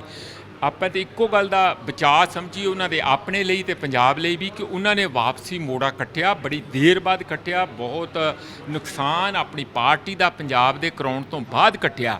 ਤੇ ਹੁਣ ਅਸੀਂ ਤੇ ਉਹਨਾਂ ਨੂੰ ਇਹੋ ਹੀ ਕਹਿੰਦੇ ਆ ਕਿ ਹੁਣ ਪੰਜਾਬ ਤੋਂ ਤੁਸੀਂ ਬਥੇਰੀ ਸੱਤਾ ਦਾ ਜਿਹੜਾ ਭੋਗ ਲਿਆ, ਆਨੰਦ ਭੋਗ ਲਿਆ ਆ, ਤੁਸੀਂ ਭੈਣ ਭਰਾ ਕਹੋ ਜਾਂ ਮਾਂ-ਬਾਪ ਕਹੋ ਜਾਂ ਨਾ ਕਹੋ, ਪਰ ਜੋ ਪੰਜਾਬ ਦੇ ਹਿੱਤ ਆ ਉਹਦੇ ਤੇ ਆ ਕੇ ਖੜੋ। ਭਾਵੇਂ ਅਕਾਲੀ ਦਲ ਹੋਵੇ, ਭਾਵੇਂ ਹੋਰ ਛੋਟੀਆਂ ਪਾਰਟੀਆਂ ਲੋਕਲ ਹੋਣਾ, ਈਵਨ ਆਮ ਆਦਮੀ ਪਾਰਟੀ ਹੋਵੇ। ਪਰ ਮੈਂ ਇੱਕ ਗੱਲ ਸਾਫ਼ ਕਹਿਣਾ ਕਿ ਮੈਨੂੰ ਕਾਂਗਰਸ ਤੋਂ ਬਹੁਤੀ ਉਮੀਦ ਨਹੀਂ ਕਿ ਕਾਂਗਰਸ ਵੀ ਬੀਜੇਪੀ ਦੇ ਇੱਕ ਪਾਲਿਸੀ ਦਾ ਜਿੱਥੋਂ ਤੱਕ ਸਵਾਲ ਆ, ਛੋਟਾ ਵਰਸਨ ਆ, ਉਹਨਾਂ ਦੇ ਵੀ ਪਾਰਟੀ ਪ੍ਰੋਗਰਾਮ ਕਿ ਜਿਹੜੇ ਮੈਨੀਫੈਸਟੋ ਵਾ ਉਹਦੇ ਵਿੱਚ ਇਹੋ ਜਿਹੀ ਪ੍ਰੋਵੀਜ਼ਨ ਹੁੰਦੇ ਆ। ਉਹ ਗੱਲ ਅਲੱਗ ਹੈਗੀ ਆ ਅਮਨ ਜੀ ਕਿ ਉਹ ਜ਼ਿਆਦਾ ਹਿੰਮਤ ਨਹੀਂ ਕਰਦੇ, ਉਹ ਇਹੋ ਜਿਹੀਆਂ ਬੇਕਰਤੂਤੀਆਂ ਪ੍ਰਚੂਨ 'ਚ ਕਰਦੇ ਆ, ਜਦ ਕਿ ਬੀਜੇਪੀ ਹੋਲਸੇਲ 'ਚ ਕਰਦੀ ਆ, ਥੋਕ ਦੇ ਪਾ ਕਰਦੀ। ਮੇਰਾ ਆਖਰੀ ਸਵਾਲ, ਤੁਹਾਡੀ ਦੂਰਦ੍ਰਿਸ਼ਟੀ ਕੀ ਕਹਿੰਦੀ ਹੈ, ਜਿਹੜਾ ਕਿਸਾਨ ਅੰਦੋਲਨ ਹੈਗਾ ਇਸ ਦਾ ਅਖੀਰ ਦੇ ਵਿੱਚ ਸਿੱਟਾ ਕੀ ਨਿਕਲੂਗਾ? ਸਿਆਸੀ ਸਮੀਕਰਨ ਕੀ ਬਣ ਜਾਣਗੇ ਭਾਰਤ ਦੇ, ਖਾਸ ਤੌਰ ਤੇ ਪੰਜਾਬ ਦੇ? ਲਾਸਟ ਲੈਗ ਇੱਕ ਅਜੇ ਬਚਾਅ ਅਜੇ ਵੀ ਹੈਗਾ। ਜੇ ਮੋਦੀ ਜੀ ਸਮਝ ਜਾਣ, ਬੜੇ ਬੜੇ ਇਸ਼ਤਿਹਾਰ ਦੇਣ ਦੀ ਜਗ੍ਹਾ ਚੁੱਪ ਕਰਕੇ ਰਾਮਨਾਥ ਕੋਵਿੰਦ ਜਿਹੜੇ ਸਾਡੇ ਪ੍ਰੈਜ਼ੀਡੈਂਟ ਹੈਗੇ, ਰਾਸ਼ਟਰਪਤੀ, ਉਹਨਾਂ ਨੂੰ ਭੱਜ ਕੇ ਮਿਲਣ, ਉਹਨਾਂ ਦੇ ਕੰਨ 'ਚ ਫੂਕ ਮਾਰ ਦੇਣ, ਜਿਹੜੇ ਮਾਰ ਸਕਦੇ ਆ, ਕਿ ਦੇਖੋ ਇਹਨੂੰ ਵਾਪਸ ਭੇਜ ਦਿਓ, ਅਸੀਂ ਸਿਲੈਕਟ ਕਮੇਟੀ ਨੂੰ ਭੇਜ ਦਿੰਦੇ ਆ। ਉਹਦੇ 'ਚ ਬੀਜੇਪੀ ਦੀ ਵੀ ਰਹਿ ਜੂਗੀ, ਪੰਜਾਬ ਦੀ ਵੀ ਰਹਿ ਜੂਗੀ, ਕਿਸਾਨੀ ਦੀ ਵੀ ਰਹਿ ਜੂਗੀ। ਮੇਰਾ ਖਿਆਲ ਹੈ ਕਿ ਜਿਹੜਾ ਕਾਫੀ ਵਾਬ ਰੋਲ ਆਇਆ, ਇਹ ਸੂਤਰ ਆ ਸਕਦਾ। ਪਰ ਜੇ ਉਹਨਾਂ ਨੇ ਜਿੱਦ ਕਰਨੀ ਆ ਇਹੀ ਕਿ ਅਸੀਂ ਤੁਹਾਡਾ ਭਲਾ ਕਰਨਾ ਚਾਹੁੰਦੇ ਆ, ਕਿਸਾਨਾਂ ਨੂੰ ਕਹਿੰਦੇ ਤੁਸੀਂ ਬੇਵਕੂਫ ਹੈ, ਆਪਣਾ ਭਲਾ ਸਾਡੇ ਤੋਂ ਕਰਵਾਉਣਾ ਨਹੀਂ ਚਾਹੁੰਦੇ, ਉਹ ਜ਼ਬਰਦਸਤੀ ਭਲਾ ਕਰਨਾ ਚਾਹੁੰਦੇ ਆ, ਇਹ ਤਣਾਅ ਬਣਿਆ ਰਹੂਗਾ, ਇਹਦਾ ਹੱਲ ਕੋਈ ਨਿਕਲਣਾ ਨਹੀਂ। ਆਉਣ ਵਾਲੇ ਸਮੇਂ 'ਚ ਜਿਵੇਂ ਮਜ਼ਦੂਰ ਵੀ ਇਹਨਾਂ ਨੇ ਨਾਲ ਰਲਾਤੇ, ਅਮਨ, ਮਜ਼ਦੂਰਾਂ ਦੇ ਵੀ ਕਾਨੂੰਨਾਂ ਨੂੰ ਇੰਨਾ ਹਲਕਾ ਕਰ ਦਿੱਤਾ ਆ, ਉਹਨਾਂ ਦੇ ਵਿਰੁੱਧ ਇੰਨਾ ਕੁਝ ਪਾਸ ਕਰਤਾ ਕੱਲ। ਅੱਜ ਉਹ ਅਖਬਾਰਾਂ ਸਾਰੀਆਂ 'ਚ ਆ ਗਿਆ, ਉਹ 10 ਟ੍ਰੇਡ ਯੂਨੀਅਨ ਨੇ ਬਿਗਲ ਵਜਾਤਾ। ਈਵਨ RSS ਦੀ ਆਪਣੀ ਯੂਨੀਅਨ ਨੇ, ਟ੍ਰੇਡ ਯੂਨੀਅਨ ਨੇ ਜਿਹੜੀ BMS ਭਾਰਤੀ ਮਜ਼ਦੂਰ ਸੰਘ, ਉਹਨੇ ਵੀ ਕਹਿਤਾ ਸਾਨੂੰ ਇਹ ਮਨਜ਼ੂਰ ਨਹੀਂ। ਹੁਣ ਉਹਨੂੰ ਵੀ ਸਮਝਾ ਲੈਣੇ, ਇਹ ਤੇ ਉਹਨਾਂ ਦੀ ਆਪਣੀ ਯੂਨੀਅਨ ਆ, ਉਹ ਵੀ ਬੇਵਕੂਫ ਹੈ, ਉਹਨਾਂ ਨੂੰ ਵੀ ਨਹੀਂ ਸਮਝ ਪੈ ਰਹੀ। ਇਸ ਤਰ੍ਹਾਂ ਨਾ ਕਰੋ ਮੋਦੀ ਜੀ, ਤੁਸੀਂ ਸਾਰੇ ਦੇਸ਼ ਦਾ ਬੇਵਕੂਫ ਬਣਾਇਆ 2 ਵਾਰੀ ਪਹਿਲਾਂ GST ਵੇਲੇ ਔਰ ਨੋਟਬੰਦੀ ਵੇਲੇ, ਹੁਣ ਤੀਜੀ ਵਾਰੀ ਫਿਰ ਬੇਵਕੂਫ ਬਣਾਉਣ ਲੱਗੇ ਆ। ਇਹ ਲੋਕ ਮੰਨਣਗੇ ਨਹੀਂ। ਸਿੱਟਾ ਕੀ ਨਿਕਲੂਗਾ, ਸਿਆਸੀ ਸਮੀਕਰਨ ਕੀ ਬਣਨ? ਇਹਦਾ ਹੁਣ ਆਉਣ ਵਾਲੇ ਸਮੇਂ 'ਚ ਜਿਹੜਾ ਮੈਂ ਉੱਥੇ ਗੱਲ ਪਹੁੰਚਣ ਲੱਗਾ, ਸਿੱਟਾ ਇਹੋ ਨਿਕਲੂਗਾ ਕਿ ਕੁੱਲ ਮਿਲਾ ਕੇ ਅਮਨ ਜੀ, ਇਹ ਜਦੋਂ ਮਜ਼ਦੂਰ, ਕਿਸਾਨ, ਲੇਖਕ ਸਾਰੇ ਮਿਲ ਕੇ ਲੱਗੇ ਰਹਿਣਗੇ, ਇੱਕ ਤੇ ਹੌਰੀਜੈਂਟਲੀ ਸਾਰੇ ਦੇਸ਼ ਵਿੱਚ ਅੱਗ ਫੈਲੂਗੀ, ਔਰ ਅਖੀਰ ਦੇ ਵਿੱਚ ਜੇ ਕੋਈ ਸਿਆਣੀ ਲੀਡਰਸ਼ਿਪ ਮਿਲ ਜਾਏ ਜਿਹੜੀ ਕਿ ਪਾਰਦਰਸ਼ਤਾ ਵਾਲੀ ਹੋਵੇ ਤੇ ਦੂਰਦਰਸ਼ੀ ਹੋਏ, ਤਾਂ ਅਸੀਂ ਫੈਡਰਲ ਢਾਂਚੇ 'ਚ ਇਸ ਮੂਵਮੈਂਟ ਨੂੰ ਲਿਜਾ ਸਕਦੇ ਹਾਂ, ਤਾਂ ਕਿ ਬਾਰ-ਬਾਰ ਸੈਂਟਰ ਦਾ, ਯੂਨੀਅਨ ਗਵਰਨਮੈਂਟ ਦਾ, ਸੂਬਿਆਂ ਦੇ ਵੱਧ ਅਧਿਕਾਰ, ਭਾਵੇਂ ਉਹ ਭਾਸ਼ਾ ਹੋਵੇ, ਭਾਵੇਂ ਕਿਸਾਨੀ ਹੋਵੇ, ਭਾਵੇਂ ਹੋਰ ਕੋਈ ਹੋਵੇ, ਉਹਦੇ 'ਚ ਦਖਲਅੰਦਾਜ਼ੀ ਬੰਦ ਕੀਤੀ ਜਾ ਸਕੇ। ਜੀ ਸੋ ਪ੍ਰੋਫੈਸਰ ਮਨਜੀਤ ਸਿੰਘ ਜੀ, ਗੱਲਬਾਤ ਕਰਨ ਲਈ ਤੁਹਾਡਾ ਬਹੁਤ ਸ਼ੁਕਰੀਆ ਜੀ। ਸੋ ਇਹ ਸਨ ਪ੍ਰੋਫੈਸਰ ਮਨਜੀਤ ਸਿੰਘ ਜੀ, ਜਿਨ੍ਹਾਂ ਦਾ ਆਖਣਾ ਹੈ ਕਿ ਹੁਣ ਨਰਿੰਦਰ ਮੋਦੀ ਸਾਹਿਬ ਨੂੰ ਛੇਤੀ ਤੋਂ ਛੇਤੀ ਰਾਸ਼ਟਰਪਤੀ ਸਾਹਿਬ ਦੇ ਕੰਨ ਦੇ ਵਿੱਚ ਫੂਕ ਮਾਰ ਦੇਣੀ ਚਾਹੀਦੀ ਹੈ, ਤਾਂ ਜੋ ਇਹ ਜਿਹੜੇ ਬਿੱਲ ਹੈਗੇ ਨੇ ਇਹ ਦੁਆਰਾ ਸਿਲੈਕਸ਼ਨ ਕਮੇਟੀ ਕੋਲ ਚਲੇ ਜਾਣ ਤੇ ਜਿਹੜਾ ਮਸਲਾ ਹੈਗਾ ਕਿਸੇ ਢੰਗ ਨਾਲ ਹੱਲ ਹੋਵੇ। ਪਰ ਜੇ ਮੋਦੀ ਸਰਕਾਰ ਆਪਣੀਆਂ ਮੰਗਾਂ ਤੇ ਅੜੀ ਰਹਿੰਦੀ ਹੈ, ਤਾਂ ਆਪਣੀਆਂ ਗੱਲਾਂ ਤੇ ਅੜੀ ਰਹਿੰਦੀ ਹੈ, ਤਾਂ ਉਹਨਾਂ ਦਾ ਕਹਿਣਾ ਹੈ ਕਿ ਇਸ ਦੇ ਜਿਹੜੇ ਸਿੱਟੇ ਨਿਕਲਣਗੇ ਬੜੇ ਗੰਭੀਰ ਨਿਕਲਣਗੇ। ਕਿਸਾਨ ਅੰਦੋਲਨ ਦੇਸ਼ ਵਿੱਚ ਅੱਗ ਵਾਂਗੂ ਫੈਲੇਗਾ, ਜਿਸ ਦਾ ਨੁਕਸਾਨ BJP ਨੂੰ ਹੋਵੇਗਾ। ਹੋਰ ਵੀ ਬੁੱਧੀਜੀਵੀਆਂ ਨਾਲ ਗੱਲਬਾਤ ਕਰਦੇ ਹਾਂ, ਉਹ ਚੱਲਦੇ ਹਾਂ। ਸੋ ਅਸੀਂ ਹੁਣ ਪੁੱਜੇ ਹਾਂ ਕੇਂਦਰੀ ਪੰਜਾਬੀ ਲੇਖਕ ਸਭਾ ਦੇ ਸਾਬਕਾ ਜਨਰਲ ਸਕੱਤਰ ਤੇ ਸਿਆਸੀ ਮਾਮਲਿਆਂ ਦੇ ਮਾਹਰ ਤੇ ਖਾਸ ਤੌਰ ਤੇ ਖੇਤੀ ਮਾਮਲਿਆਂ ਦੇ ਮਾਹਰ ਸੁਸ਼ੀਲ ਦੋਸਾਂਝ ਜੀ ਕੋਲੇ। ਦੋਸਾਂਝ ਸਾਹਿਬ, ਹਮਦਰ TV ਤੇ ਤੁਹਾਡਾ ਨਿੱਘਾ ਸਵਾਗਤ ਹੈ। ਸ਼ੁਕਰੀਆ ਅਮਨ ਜੀ। ਖੇਤੀ ਬਿੱਲਾਂ ਦੇ ਉੱਤੇ ਮੈਂ ਤੁਹਾਡੇ ਨਾਲ ਗੱਲ ਕਰਨਾ ਚਾਹੁੰਦਾ, ਖਾਸ ਤੌਰ ਤੇ ਜਿਹੜੀ ਪਰਸੈਪਸ਼ਨ ਬਣਦੀ ਜਾਂਦੀ ਹੈ ਭਾਰਤ ਸਰਕਾਰ ਦੇ ਬਾਰੇ ਕਿ ਕਿਸਾਨ ਵਿਰੋਧੀ ਪਾਰਟੀ ਹੈਗੀ ਹੈ, ਕਿਉਂਕਿ ਸਿਆਸਤ ਦੇ ਵਿੱਚ ਪਰਸੈਪਸ਼ਨ ਨੂੰ ਬੜੀ ਅਹਿਮੀਅਤ ਨਾਲ ਦੇਖਿਆ ਜਾਂਦਾ ਹੈ। ਪਿਛਲੀ ਵਾਰੀ ਭਾਜਪਾ ਦਾ ਚਿਹਰਾ ਇਹ ਬਣਿਆ ਕਿ ਇਹ ਘੱਟ ਗਿਣਤੀਆਂ ਦੇ ਵਿਰੁੱਧ ਹੈਗੀ ਹੈ ਪਾਰਟੀ, ਇਸ ਨਾਲ ਘੱਟ ਗਿਣਤੀਆਂ ਨੂੰ ਬੜਾ ਖਤਰਾ ਹੈ, ਪਰ ਇਸ ਦੇ ਬਾਵਜੂਦ ਲੋਕ ਸਭਾ ਦੇ ਵਿੱਚ ਬਹੁਮਤ ਮਿਲਿਆ ਤੇ ਚੰਗੀਆਂ ਵੋਟਾਂ ਵੀ ਮਿਲੀਆਂ ਭਾਜਪਾ ਨੂੰ। ਹੁਣ ਜੋ ਕੁਝ ਬਣਦਾ ਜਾਂਦਾ, ਹਰਸਿਮਰਤ ਕੌਰ ਬਾਦਲ ਨੇ ਵੀ ਇਹ ਕਹਿ ਕੇ ਅਸਤੀਫਾ ਦੇ ਦਿੱਤਾ ਕਿ ਭਾਈ ਇਹ ਜਿਹੜੇ ਬਿੱਲ ਹੈਗੇ ਨੇ ਇਹ ਕਿਸਾਨਾਂ ਲਈ ਘਾਤਕ ਹੈਗੇ ਨੇ, ਤੇ ਇਸ ਕਰਕੇ ਦੂਜੇ ਵਿਰੋਧੀ ਪਾਰਟੀਆਂ ਵੀ, ਕਿਸਾਨ ਵੀ ਇਹ ਗੱਲ ਆਖ ਰਹੇ ਨੇ ਕਿ ਜਿਹੜੀ BJP ਸਰਕਾਰ ਹੈਗੀ ਹੈ, ਮੋਦੀ ਸਰਕਾਰ ਹੈ, ਇਹ ਕਿਸਾਨਾਂ ਦੇ ਵਿਰੁੱਧ ਹੈਗੀ ਹੈ, ਕਿਸਾਨਾਂ ਲਈ ਘਾਤਕ ਪਾਰਟੀ ਹੈ। ਜੋ ਪਰਸੈਪਸ਼ਨ ਬਣਦੀ ਜਾ ਰਹੀ ਹੈ, ਤੁਹਾਨੂੰ ਕੀ ਲੱਗਦਾ ਕਿ ਇਸ ਦਾ ਆਉਣ ਵਾਲੇ ਸਮੇਂ 'ਚ ਭਾਜਪਾ ਨੂੰ ਫਾਇਦਾ ਹੋਵੇਗਾ ਜਾਂ ਨੁਕਸਾਨ? ਦੇਖੋ, ਭਾਜਪਾ ਤਾਂ ਨਿਕਲਣ ਤੋਂ ਤੁਸੀਂ ਦੇਖੋਗੇ ਆਉਣ ਵਾਲੇ ਦਿਨਾਂ ਦੇ ਵਿੱਚ, ਜਦੋਂ ਕਰੋਨਾ ਕਾਲ ਨਹੀਂ ਸੀ ਆਇਆ, ਜਿਸ ਤਰ੍ਹਾਂ ਸ਼ਾਹੀਨ ਬਾਗ ਨੇ ਇੱਕ ਬਹੁਤ ਵੱਡੀ ਮੂਵਮੈਂਟ ਖੜੀ ਕਰ ਦਿੱਤੀ ਸੀ, ਤੇ ਉਹ ਕਰੋਨਾ ਦੇ ਉਹਲੇ ਦੇ ਵਿੱਚ ਸ਼ਾਹੀਨ ਬਾਗ ਵੀ ਦੱਬ ਦਿੱਤਾ ਗਿਆ, ਉਹ ਗੱਲਾਂ ਵੀ ਪਿੱਛੇ ਪਾ ਦਿੱਤੀਆਂ ਗਈਆਂ। ਪਰ ਕਰੋਨਾ ਕਾਲ ਦੇ ਚੱਲਦਿਆਂ ਹੀ ਜਿਸ ਵੱਡੀ ਗਿਣਤੀ ਦੇ ਵਿੱਚ ਕਿਸਾਨਾਂ ਨੇ ਵਕਤ ਪਾਇਆ ਹੋਇਆ ਹੈ ਸਰਕਾਰਾਂ ਨੂੰ, ਤੇ ਜਿਹੜਾ ਤੁਸੀਂ ਹਰਸਿਮਰਤ ਕੌਰ ਬਾਦਲ ਦੇ ਰਿਜ਼ਾਈਨ ਦੀ ਗੱਲ ਕਰਦੇ ਹੋ, ਉਹ ਤੁਹਾਨੂੰ ਪਤਾ ਲੱਗਣਾ ਚਾਹੀਦਾ ਹੈ ਕਿ ਉਹ ਜਿਹੜਾ ਇੱਕ ਪ੍ਰੈਸ਼ਰ ਬਿਲਡ ਹੋਇਆ ਕਿਸਾਨਾਂ ਦਾ, ਜਦੋਂ ਪਿੰਡ ਬਾਦਲ 'ਚ ਜਾ ਕੇ ਸਰਦਾਰ ਪ੍ਰਕਾਸ਼ ਸਿੰਘ ਬਾਦਲ ਦੀ ਰਿਹਾਇਸ਼ੀ ਘੇਰ ਲਈ ਕਿਸਾਨਾਂ ਨੇ, ਉਸ ਤੋਂ ਬਾਅਦ ਜਦੋਂ ਉਹਨਾਂ ਨੂੰ ਲੱਗਾ, 2 ਦਿਨ ਪਹਿਲਾਂ ਹੀ ਸ਼੍ਰੋਮਣੀ ਅਕਾਲੀ ਦਲ ਕੋਰ ਕਮੇਟੀ ਦੀ ਮੀਟਿੰਗ 'ਚ ਫੈਸਲਾ ਕਰਕੇ ਜਾਂਦਾ ਹੈ ਕਿ ਅਸੀਂ ਸਿਰਫ ਕੇਂਦਰ ਸਰਕਾਰ ਨੂੰ ਕਹਾਂਗੇ ਕਿ ਕਿਸਾਨਾਂ ਦੇ ਸ਼ੰਕੇ ਦੂਰ ਕਰ ਦਿਓ। 2 ਦਿਨ ਬਾਅਦ ਰਿਜ਼ਾਈਨ ਦੇ ਦਿੰਦੇ ਆ ਜਾ ਕੇ। ਇਹਦਾ ਮਤਲਬ ਕੀ ਹੈ ਵੀ ਕਿਸਾਨਾਂ ਦੀ ਤਾਕਤ ਨੇ ਮਜਬੂਰ ਕਰ ਦਿੱਤਾ। ਸੋ ਇਹ ਇੱਕ ਨਾਟਕਬਾਜ਼ੀ ਹੈ। ਜੇ ਉਹਨਾਂ ਨੇ ਸੱਚਮੁੱਚ ਕਿਸਾਨਾਂ ਦੀ ਬਾਂਹ ਫੜਨੀ ਹੁੰਦੀ ਤਾਂ ਫਿਰ ਉਹ ਹੁਣ ਤੱਕ NDA ਤੋਂ ਬਾਹਰ ਆਏ ਹੁੰਦੇ। ਦੂਜੀ ਗੱਲ, ਪਰਸੈਪਸ਼ਨ ਦਾ ਜਿਹੜਾ ਮਸਲਾ ਆ, ਜਿਹੜਾ ਘੱਟ ਗਿਣਤੀਆਂ ਦੀ ਤੁਸੀਂ ਗੱਲ ਠੀਕ ਹੈ, ਇੱਕ ਮਾਹੌਲ ਬਣਿਆ ਸੀ ਵੀ ਘੱਟ ਗਿਣਤੀਆਂ ਦੇ ਖਿਲਾਫ ਹੈ ਸਰਕਾਰ, ਹੈ ਵੀ, ਇਹ 'ਚ ਕੋਈ ਗਲਤ ਗੱਲ ਵੀ ਨਹੀਂ, ਪਰ ਉਸ ਗੱਲ ਨੂੰ ਵੀ ਇਸ ਭਾਰਤੀ ਜਨਤਾ ਪਾਰਟੀ ਨੇ ਇੱਕ ਟੂਲ ਦੇ ਤੌਰ ਤੇ ਯੂਜ਼ ਕੀਤਾ ਤੇ ਇੱਕ ਧਰੁਵੀਕਰਨ ਕਰ ਲਿਆ ਵੋਟਾਂ ਦਾ। ਉਹਦੇ ਬਾਵਜੂਦ ਵੀ ਭਾਵੇਂ ਦੂਜੀ ਵਾਰੀ ਨਰਿੰਦਰ ਮੋਦੀ ਆ ਗਏ ਨੇ, ਪਰ ਉਹਦੇ ਬਾਵਜੂਦ ਵੋਟਾਂ ਕਿੰਨੀਆਂ ਪਈਆਂ? 32 ਤੋਂ 34% ਹੋ ਗਈਆਂ ਨਾ, ਪਹਿਲਾਂ 32% ਤੋਂ 34% ਹੋ ਗਈਆਂ। 34% ਵੋਟਾਂ ਦਾ ਮਤਲਬ ਇਹ ਹੈ ਕਿ 66% ਤਾਂ ਲੋਕ ਹਿੰਦੁਸਤਾਨ ਦੇ ਹਾਲੇ ਵੀ ਉਹਨਾਂ ਦੇ ਖਿਲਾਫ ਹੈ। ਅੱਛਾ, ਜਿਹੜਾ ਹੁਣ ਤਾਜ਼ਾ ਮਾਮਲਾ, ਉਹਦੇ 'ਚ ਇਕੱਲੇ ਕਿਸਾਨਾਂ ਦੇ ਖਿਲਾਫ ਨਹੀਂ ਹੈ, ਕਿਸਾਨਾਂ ਦੇ ਨਾਲ ਕਿਸਾਨ ਨਾਲ ਕੀ ਨਹੀਂ ਜੁੜਿਆ ਹੋਇਆ। ਸਾਡੀ ਇਕਨੋਮੀ ਜਿਹੜੀ ਆ ਹਾਲੇ ਵੀ ਕਿਸੇ ਵੇਲੇ 85% ਹੁੰਦੀ ਸੀ, ਅੱਜ ਫਿਰ ਵੀ ਸਾਡੀ ਇਕਨੋਮੀ 65% ਤੱਕ ਜਿਹੜੀ ਆ ਕਿਸਾਨੀ ਤੇ ਖੜੀ ਹੈ, ਐਗਰੀਕਲਚਰ ਤੇ ਖੜੀ ਹੈ। ਈਵਨ ਜਦੋਂ GDP ਸਾਡੀ ਜਿਹੜੀ ਆ -24 ਤੱਕ ਜਾ ਰਹੀ ਹੈ, ਗਰੋ ਕੌਣ ਕਰ ਰਿਹਾ ਹੈ ਸਾਰੇ ਸੰਕਟ ਦੇ ਬਾਵਜੂਦ? ਐਗਰੀਕਲਚਰ ਨੇ ਗਰੋ ਕੀਤਾ 3.5%। ਹਾਲੇ ਵੀ ਐਗਰੀਕਲਚਰ ਦੇ ਵਿਚ ਆ ਰਿਹਾ। ਸੋ ਅਲਟੀਮੇਟਲੀ ਐਗਰੀਕਲਚਰ ਨਾਲ ਜੁੜੇ ਸਾਰੇ ਸਹਾਇਕ ਧੰਦੇ, ਉਹਦੇ 'ਚ ਮਜ਼ਦੂਰ ਵੀ ਆ, ਖੇਤ ਮਜ਼ਦੂਰ ਵੀ ਆ, ਈਵਨ ਉਹ 'ਚ ਕੰਸਟਰਕਸ਼ਨ ਦਾ ਜਿਹੜੀ ਲੇਬਰ ਆ ਉਹ ਵੀ ਸ਼ਾਮਲ ਆ, ਦੁਕਾਨਦਾਰ ਵੀ ਆ।